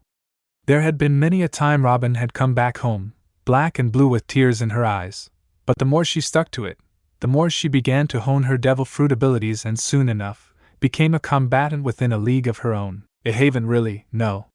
Robin looked to one side, an exasperated expression on her face. Luffy took notice of the girl's change in mood, and decided to ask about it. "Something wrong, Robin?" No, Robin tried to wave off, but knew that she wasn't doing so good a job. As gullible as Luffy could be, he had a strong knowing of when Robin was having trouble with something. Finally giving in, Robin heaved a sigh before explaining. Mother and I have been fighting again?" The straw-hatted boy frowned at this. "About those Ponowatsuts again?" "Yes, the Ponogapais." Robin leaned against a tree trunk, her eyes drooping as she remembered her and her mother's latest argument. "I asked her again if she could teach me what she knows about them, but she keeps blocking me out, telling me that you could get hurt or worse going after them?" Luffy finished for her. It hasn't been the first time this subject had come up for him when talking to his old-time friend. As usual, Robin droned, showing how tired she was of having to repeat herself on the same subject she had been going on about since she entered her teen years. "Sorry you have to hear about this," for I don't even know how many times now. No sweat, Robin. Luffy waved off nonchalantly. It's just that, Robin vented. I've been wanting to go after the poneglyphs ever since I was old enough to hold a book by myself. My mother was my hero, even if I never really knew her. But now that I have her again, and finally have the chance to learn what she knows, she says no. Robin slumped to the bottom of the root of the tree, and pulled herself up into a ball. I know she's trying to protect me, but this is what I based my life on. Luffy looked at his glum friend, scratching his head as he tried to come up with a way to cheer her up. The poor boy was never as good with his words as Robin was. He then made his way over to her, sitting down in a cross-legged position next to the dark-haired girl. Why don't you just go ahead and do it? Luffy inquired innocently. Study the Pono thingies anyway? It's what you want, right? Robin seemed to tense at his inquisition, looking up to him with a guilty expression. Actually, I have been. So, your mom is helping you? Luffy showed his confusion on his face. No, Robin shook her head. Tu took one of her old journals and have been reading through for the past couple of days. Luffy's eyes widened at this. You stole it? What difference does it make? She was shaking with grief as she bared her guilt, the repressed feelings she had been trying to ignore coming to the surface all at once. There's no way I'll ever find the true history of the world anyway. The straw-hatted boy was blown away by this. What makes you say that? Because the whole world seems to be out to stop me from doing what I want to do. Luffy saw her distress and immediately got up from where he sat, made his way over to her, and placed a comforting hand on her shoulder. Robin looked back at him, then threw her arms around him in a desperate hug. Luffy was more than willing to return it. Maybe she's right, Robin mused out loud. Maybe I should just forget about the poneglyphs. Luffy was shocked to hear this as he brought Robin out of their embrace to look at each other. What? Why would you want to do that? It's not that I want to, Luffy. Robin shook her head gently. It's just she is right about what she says. The government tried to destroy all of O'Hara to keep the true history of the world a secret, and who knows how many other people would want to keep it a secret, or even use that knowledge to put people in danger. Luffy kept silent and let the girl talk, letting her words sink in as he listened. A moment of silence passed by the two young friends, a breeze passing by as time seemed to stop for the both of them. After a while, Robin came out of her thoughts to ask Luffy a question. Luffy, why do you want to become the Pirate King? She asked. Because I want to. The boy answered in an instant, showing no shred of hesitation. This didn't seem to be good enough of an answer for her. But it just can't be the Smipple, Luffy. It'll be dangerous. Pirates have been trying to go after One Piece for years, and none have succeeded. Not to mention the Marines, the Sea Kings, and all the other crazy phenomenon that happens in the Grand Line. I don't care. Luffy stood his ground. I'm going to be the Pirate King, and that's final. Robin was quite surprised to see this reaction, but couldn't help but smile. I see. I wish it were that simple for me. Luffy, I wish had as much courage as you do, too. What are you talking about? The straw-hatted boy called out. Of course you're brave. Robin looked up at him in confusion. You let people call you names and pick on you and not let it get to you, saved your home island from being blown up, came with me, Ace and Sabo on our hunting trips, helped save Sabo from getting shot. And every time your mom has said no to helping you find out more about those Ponowutsits, you're still reading about them. The boy counted off each of the deeds with expressed astonishment. Robin, you're totally brave, and totally awesome. The girl was in a stupor from being praised so much, and a blush and a smile found its way onto her cheeks. Thank you, Luffy. No problem. Luffy found himself stricken with the beaming delight radiating off the dark-haired girl at that moment. The boy wondered, for the longest time, ever since he first met Robin, a weird, warm feeling had been building up inside him as the two spent more time together. His face would warm up, his heart rate would rise, and he found himself at a loss of thought more than he usually would. Gulping down his nerves, he got up from the ground and decided to speak up about what had been bothering him for many years, to the person who made him feel this way. Robin, can I ask you something? Of course, Luffy. The dark-haired girl looked up at the boy, wondering what could be bothering him. Luffy found himself feeling quite fidgety, but maintained himself to keep going. You see, every time I see you, you make me feel this feeling. Robin's eyes widened at this. I get all warm inside, and it's always when I'm around you. The girl took in a breath. I don't know what it is, or how to put it, but it's not a bad feeling. I don't know what it is, but it's a nice feeling, but it feels like it's not enough. Robin felt as if her heart stopped for a split moment. So, I was wondering if you knew what it was? Luffy looked away, suddenly scared of what Robin would say or do. Robin found herself at a loss of words. This couldn't have been happening. This had to be a dream or something, right? There's no way that he could he? Robin decided to take a chance. Actually, Luffy, I think I do. She confessed. Really? That's great. Luffy exclaimed joyously, until he saw Robin coming closer. Robin stepped toward the straw-hatted boy, ignoring her timidness as she held her hands in one another in front of her. I've had same feeling you have around me for as long as I can remember every time I look at you. She stopped in front of him. You were the first person, apart from Clover and the others, to accept me for who I was, to even like me for who I was. She looked him in the eye. You're really special to me, Luffy, more than anyone else in my life, possibly more than my mother. I think I love you, Luffy. Luffy's eyes widened at this. All time seemed to stop all around the two. A gentle breeze blew past them, ruffling the leaves on trees and the grass beneath them. You love me? The straw-hatted boy repeated. Robin nodded, her nerves catching up to her and taking her courage to talk. At that moment, something inside Luffy seemed to click, as if suddenly everything made sense. His eyes lit up, and a smile broke out on his face. Robin, he took each of her hands in his, causing her to blush and look him in the eye once more, seeing him give her his trademark toothy grin. I think I love you too. By the way he said it, and the way he looked her in the eye as he did, Robin knew he was telling the truth. Her own eyes widened at his words, then she felt them becoming wet, as she thought that this moment was never going to happen, that Luffy would have no clue as to what she was talking about. She made a mental note to never doubt Luffy again. Robin dived for the boy, locking her arms around him, weeping tears of happiness as she clung to Luffy for what seemed like dear life. I was so afraid you wouldn't know what I was talking about. Come on, Robin! Luffy chuckled. I may not be as smart as you, but I'm not that stupid. You're not stupid at all, Luffy. Robin shook her head with a teary giggle, looking him in the eye. You're amazing. Luffy chuckled at the compliment, but then the mood shifted to another. The two locked eyes, either one looking away. They began to lean in closer and closer. Monkey D. Luffy and Nico Robin, after 7 years of being best friends since they first met, shared their first with the one they cherished. They stayed linked by their lips for a long while, until a thought came to Luffy's head and he pulled away reluctantly, disappointing Robin greatly. Wait a minute! We can't do this. What? Robin felt like her heart was about to break, having what she always wanted taken away from her in such a cruel fashion. Why not? You were part of the ASL, our pirates, Robin. The boy frantically explained. It would be like ing my sister. The boy then felt like he was about to throw up. Once Robin absorbed his reasoning, she chuckled warmly at this before speaking. It's okay, Luffy. We're not brother and sister. Luffy was in the middle of wringing out his rubber tongue like a wet towel, when the dark-haired girl caught his attention. Huh, Ace and Sabo shared sake with me when I was 8. That made me their sister, and them my brothers. She smiled at the fond memory before going back to her explanation. They knew how I felt about you, and left you out of it because of that. The boy blinked owlishly for a moment. Oh. He then breathed a sigh of relief. Boy, that's a relief. That would have been gross. Robin giggled at this. I quite agree. She then made her way back to the yo and wrapped her arms around his neck.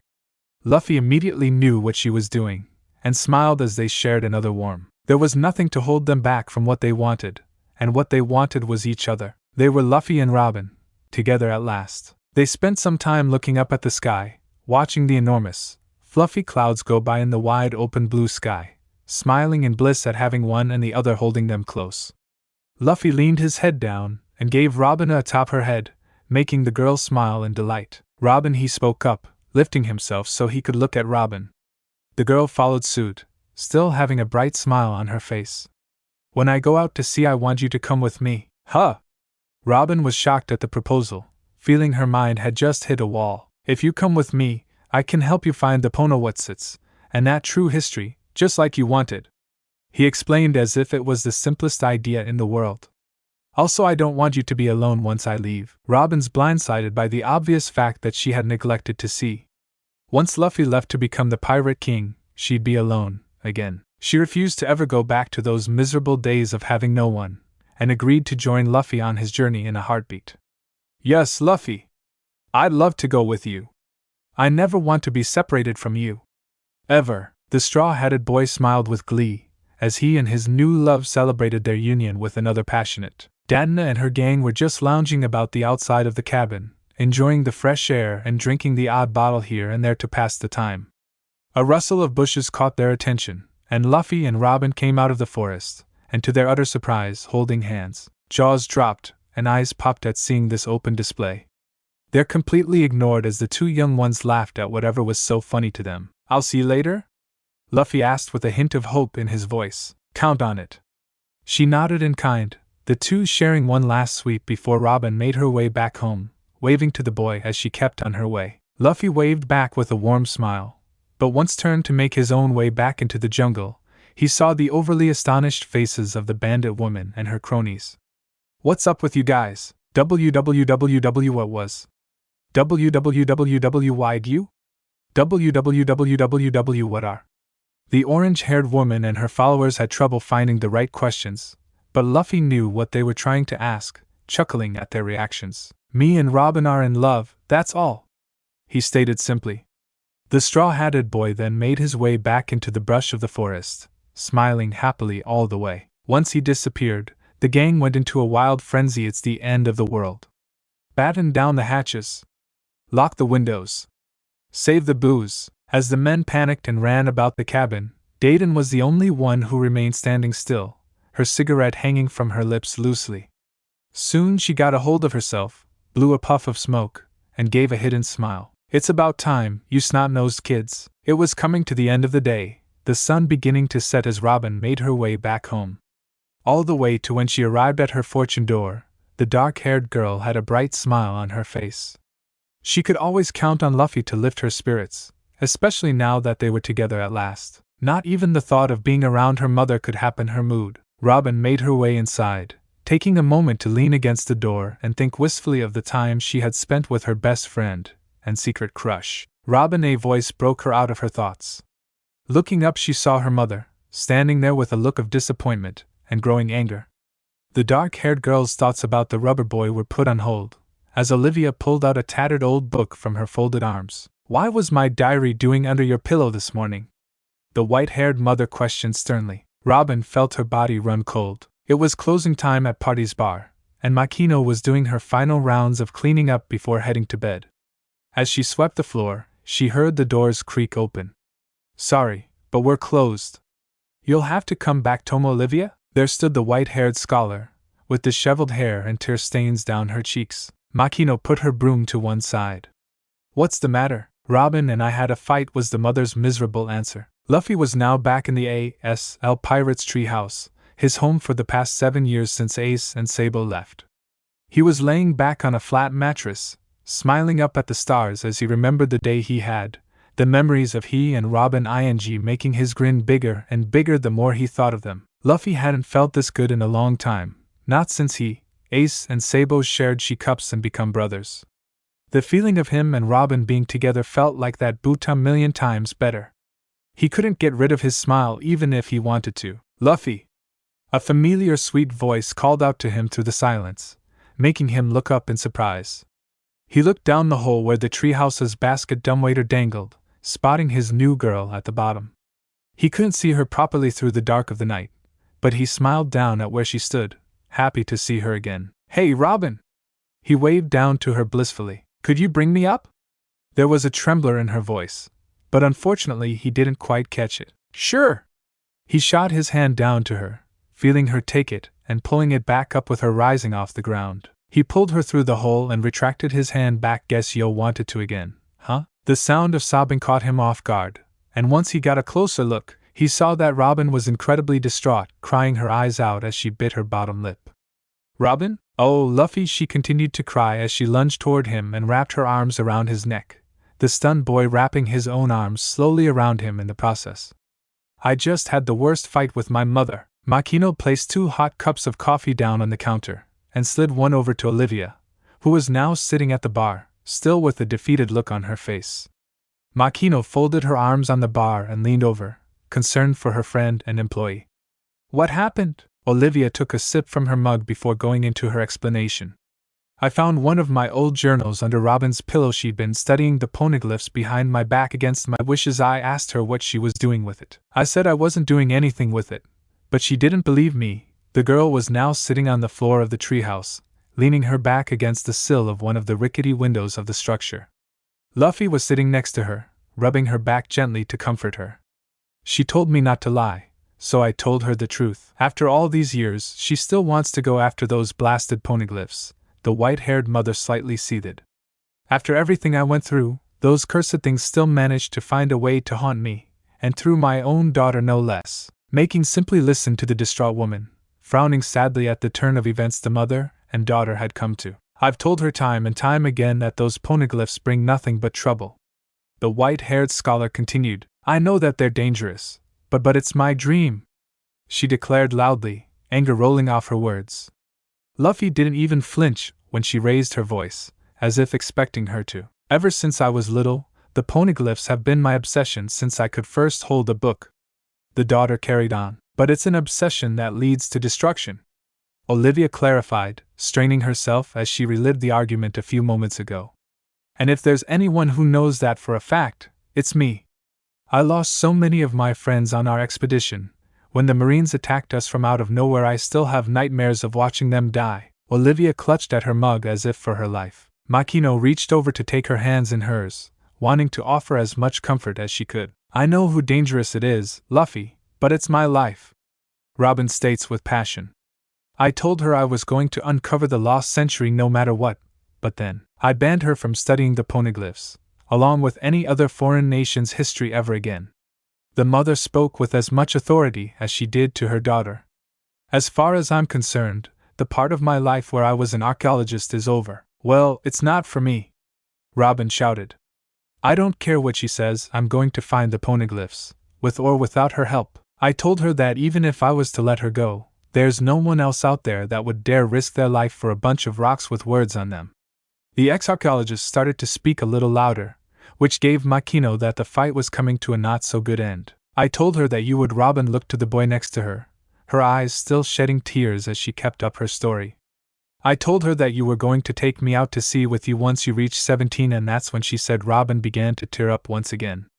She said that she was never going out to sea, and that she was never to see Luffy again. The bar was silent for a long while. Olivia looked down into her still steaming mug, while Making could only look at the distressed mother in pity. Oh, Olivia! Makino reached out to place a hand on the white-haired woman's hand. I know you want to keep her safe, but it's not worth breaking her heart to do so. But what else can I do? The white-haired woman asked desperately. I can't keep her here for the rest of her life, but I don't want her to get herself hurt out there either. Makino smiled sadly as she stepped around the bar counter and sat in the stool next to her. She placed a comforting hand on the ex-archaeologist's back. Do you not think I'm afraid for Luffy? Olivia looked at the bartender in surprise. He wants to become the Pirate King. That's too dangerous to even imagine. But as much as I don't want to let him go, I have to. It was the same with Ace and Sabo. I didn't want them to leave, but I couldn't keep them from what they wanted. The distraught mother gazed at the green-haired woman, wondering what point she was getting at. Because sooner or later they have to make their own way. Their lives will eventually become their lives. Olivia's eyes shot open at this, then for the second time that night, broke down crying as Makino held her close in the empty bar. The mother knew what she had to do, but she didn't have to like it. Robin had been pulled into an embrace courtesy of her first friend and crush, and was letting her tears fall freely. Luffy let the girl cry into his shoulder, while looking off into the distance, as if musing with an invisible force that only he could see, and talking to it with his own mind. After some time passed, Luffy brought the girl to look her in the eye, her face contorted in emotional pain. Robin, he spoke softly, but earnestly. What do you want to do? Robin sniffed her nose while recomposing herself. What? Your mom wants you to stay, and I want you to come with me, the boy explained, acting in a mature that Robin never seen from him before. As she looked into his intense eyes, she had to be honest, Robin felt quite weak at the knees. Luffy carried on with asking Robin a final question. But I want to hear it from you, Robin. What do you want to do? Robin gave the question some actual thought, not wanting to dive right into a choice with reckless abandon. Luffy may be good at that, but she wanted to be a little more responsible. After mulling over her intentions, she showed a determined face. I want to do it. Luffy, I want to find the true history of the world. Luffy showed a proud smile. The mother and the bartender made their way quickly up the mountainside, spotting Dayton sitting on the porch of her cabin. Dayton! Making cried out. Have you seen Luffy or Robin anywhere? I haven't seen those two come out of the forest since I saw them this morning. The orange-haired woman spat. This made both women freeze in place. Luffy and Robin? Makino was stuttering repeatedly, but Olivia interjected before she could continue. There were more important things to focus on at the moment. Do you know where they could be? The mother asked earnestly. For all I know, they're in that wreck of a treehouse the brat calls home. Dayton hiked a thumb in the direction of the dark jungle. Thank you? Olivia nodded to the bandit leader quick before heading straight for the forest, Makino following close behind. Don't you think you should have gone with them, boss? One of her men spoke up from behind her. If they've got a mess, then they've got to clean it up. It's got nothing to do with me. Dayton bellowed back, as she went back to stargazing, smoke rising from her cigarette into the night sky. So they better fix whatever's wrong. Luffy heaved a large dinghy off a bank into the water, which led out into the wide open ocean. There. That should do it. The two newly formed lovers had made the decision to forego waiting for Luffy to become 17, and head out for the sea as soon as they could. The straw-hatted boy kept into the boat, wobbling a little as he found his balance on the uneven motion of the waves of the sea. Ready, Robin? The boy turned back to his girl. He was pretty eager to set off, but Robin was still a little unnerved by the sudden turn of events. Choosing to ignore her anxiety, she shook her head of negative thoughts and put on a brave smile. Yes, let's. A rustle of bush behind them made her stop. Turning around, the two saw both Olivia and Makino step out of the brush and into view. I'll never get used to walking through this place, the green-haired woman groaned. Robin! Olivia cried out as she spotted her daughter, looking as if she were about to step into a boat with the straw-hatted boy. What are you doing? Robin was blindsided by seeing her mother again, but her anger began to boil up as she stood before the white-haired woman. What I want to do, mother? I'm heading out to sea with Luffy, and there's nothing you can do to stop me. This is insane, Robin! The mother cried as she stepped toward her daughter, who stepped back as she approached. You don't have any supplies, no map or compass. You're just hopping into a boat and hoping for the best. Do you have any idea how reckless that is? Luffy and I will get by, she stubbornly stated. She knew that her mother was right, but she was in no mood for admitting it. Luffy! Makino stepped up next to chastise the straw-hatted boy. I thought you were going to wait until you were 17, just like your brothers did. Was that a lie, or did you feel like breaking that promise all of a sudden? A guilty expression made its way on the rubber boy's face. He hopped out of the boat and back onto dry land, making his way over to the three females. It's not like that. Robin wanted to go after those Pono thingies, and said that her mom wasn't going to let her, so I said that I would, and the boy's lower lip began to quiver as he suddenly fell to his knees and clutched his head in anguish. I'm sorry, Ace. I'm sorry, Sabo. I just wanted to help Robin. Makino sighed at the boy's blubbering, while Olivia and Robin continued to have their discussion. Robin, you are not going out on that boat, then what am I allowed to do, mother? Robin raged. I can't read, I can't study, I can't go out to sea. I can't see Luffy ever again. What do you want me to do? I want you, Olivia sighed as she let go of her building frustration. I want you to be happy. Robin's scowl softened at this, while Luffy and Makino looked on from afar. Robin, I am sorry, the mother confessed. I'm sorry that I said those horrible things back at home, but you have to understand, I was scared. Scared of you leaving, and she couldn't bear to say it, but everyone knew what he was talking about. She gave another small sigh before continuing. I know now that there is nothing I can do to stop you, no way to stop you from following in my footsteps. She then gave a frown. I don't need to lose you, Robin, not like this, not in any way, but if this is how you want to live your life, I won't stand in your way anymore. Mother, Robin spoke wistfully. Olivia raised her arms, moisture coming to her eyes. I love you, Robin, please don't hate me. Robin felt her eyes begin to well up. She made a desperate dash to her mother and wrapped her arms around her.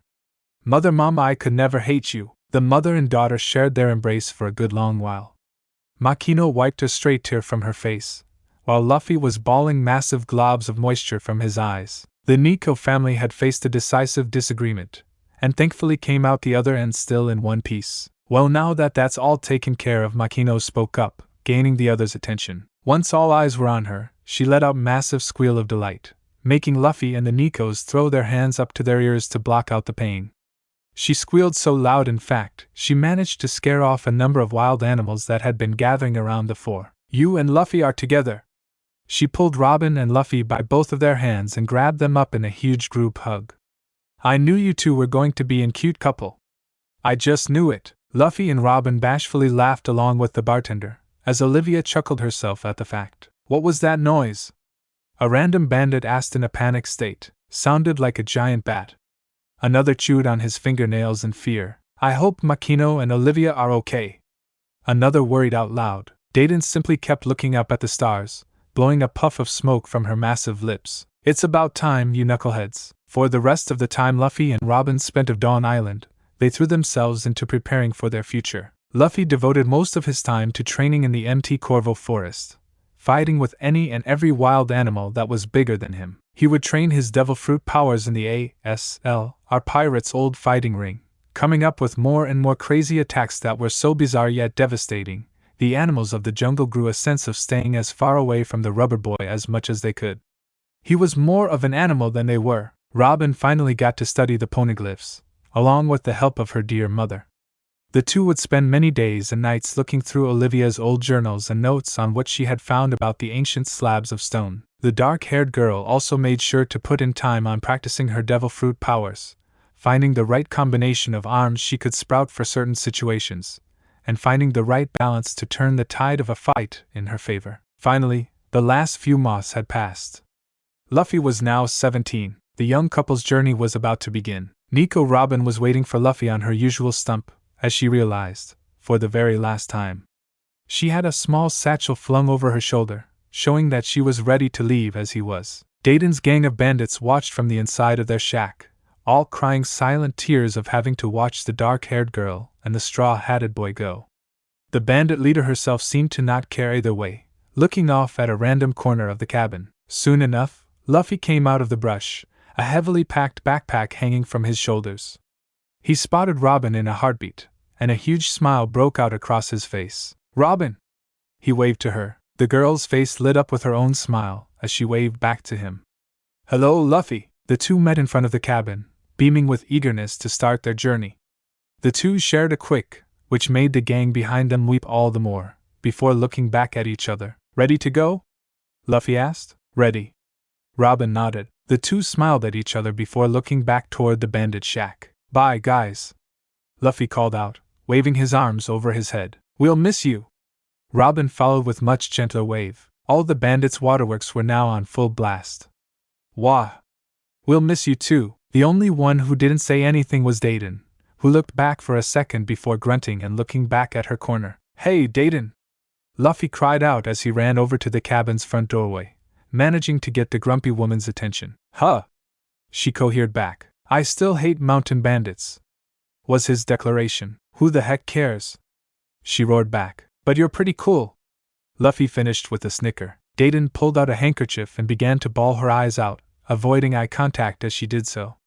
"Just get out of here already, you rotten little turd, Ms. Dayton?"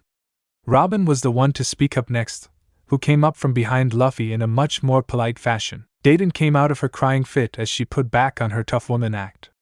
"What do you want, girlie?" The dark-haired girl gave a deep bow. "Thank you for everything you've done for me, and for looking after Luffy and his brothers as you have." Dayton blew her off. "Yeah, whatever. And if it's all right with you," the girl shyly interjected.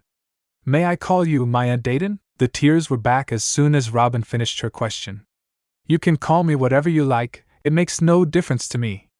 "No, get out of here, both of you!" Robin buckled warmly at the bandit woman's behavior before turning around and leaving, following Luffy's pace as they made their way to Fusha Village's harbor. The whole town had gathered together to see the two soon-to-be pirate lovebirds seal off.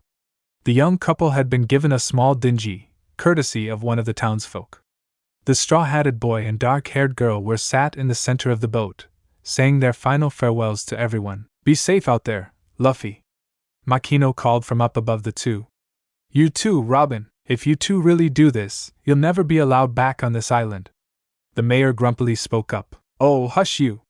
The green-haired woman slapped Whoop-Slap on the arm, earning a grumble of disapproval from the man. "Take care of yourself, Robin. Olivia had knelt down to speak personally to her daughter. I will, Mama, don't worry. The dark-haired girl answered back. I'm your mother, dear. Olivia placed a hand on Robin's shoulder. It's my job to worry about you. Robin smiled, and the mother and daughter shared one last embrace. Olivia then looked up from her daughter and aimed her sight to the straw-hatted boy. Make sure my Robin is safe out there, Luffy, and take care. No problem, Ms. Olivia. Luffy beamed a toothy smile, earning a small chuckle from the mother. Once the Nikos broke off, Olivia stood back up, holding back as much of her tears as she could, with Robin wiping away a few of her own. The girl turned to her man, a smile taking place on her face. All set, Luffy? One last thing he stated as he stood up straight and put his fists in the air. Ace. Sabo. We're heading out now. We'll see you guys again soon. Wish me and Robin luck. Some of the townsfolk were confused to the boy's sudden words. The heck was that, Luffy? Some sort of good luck chant? Nah.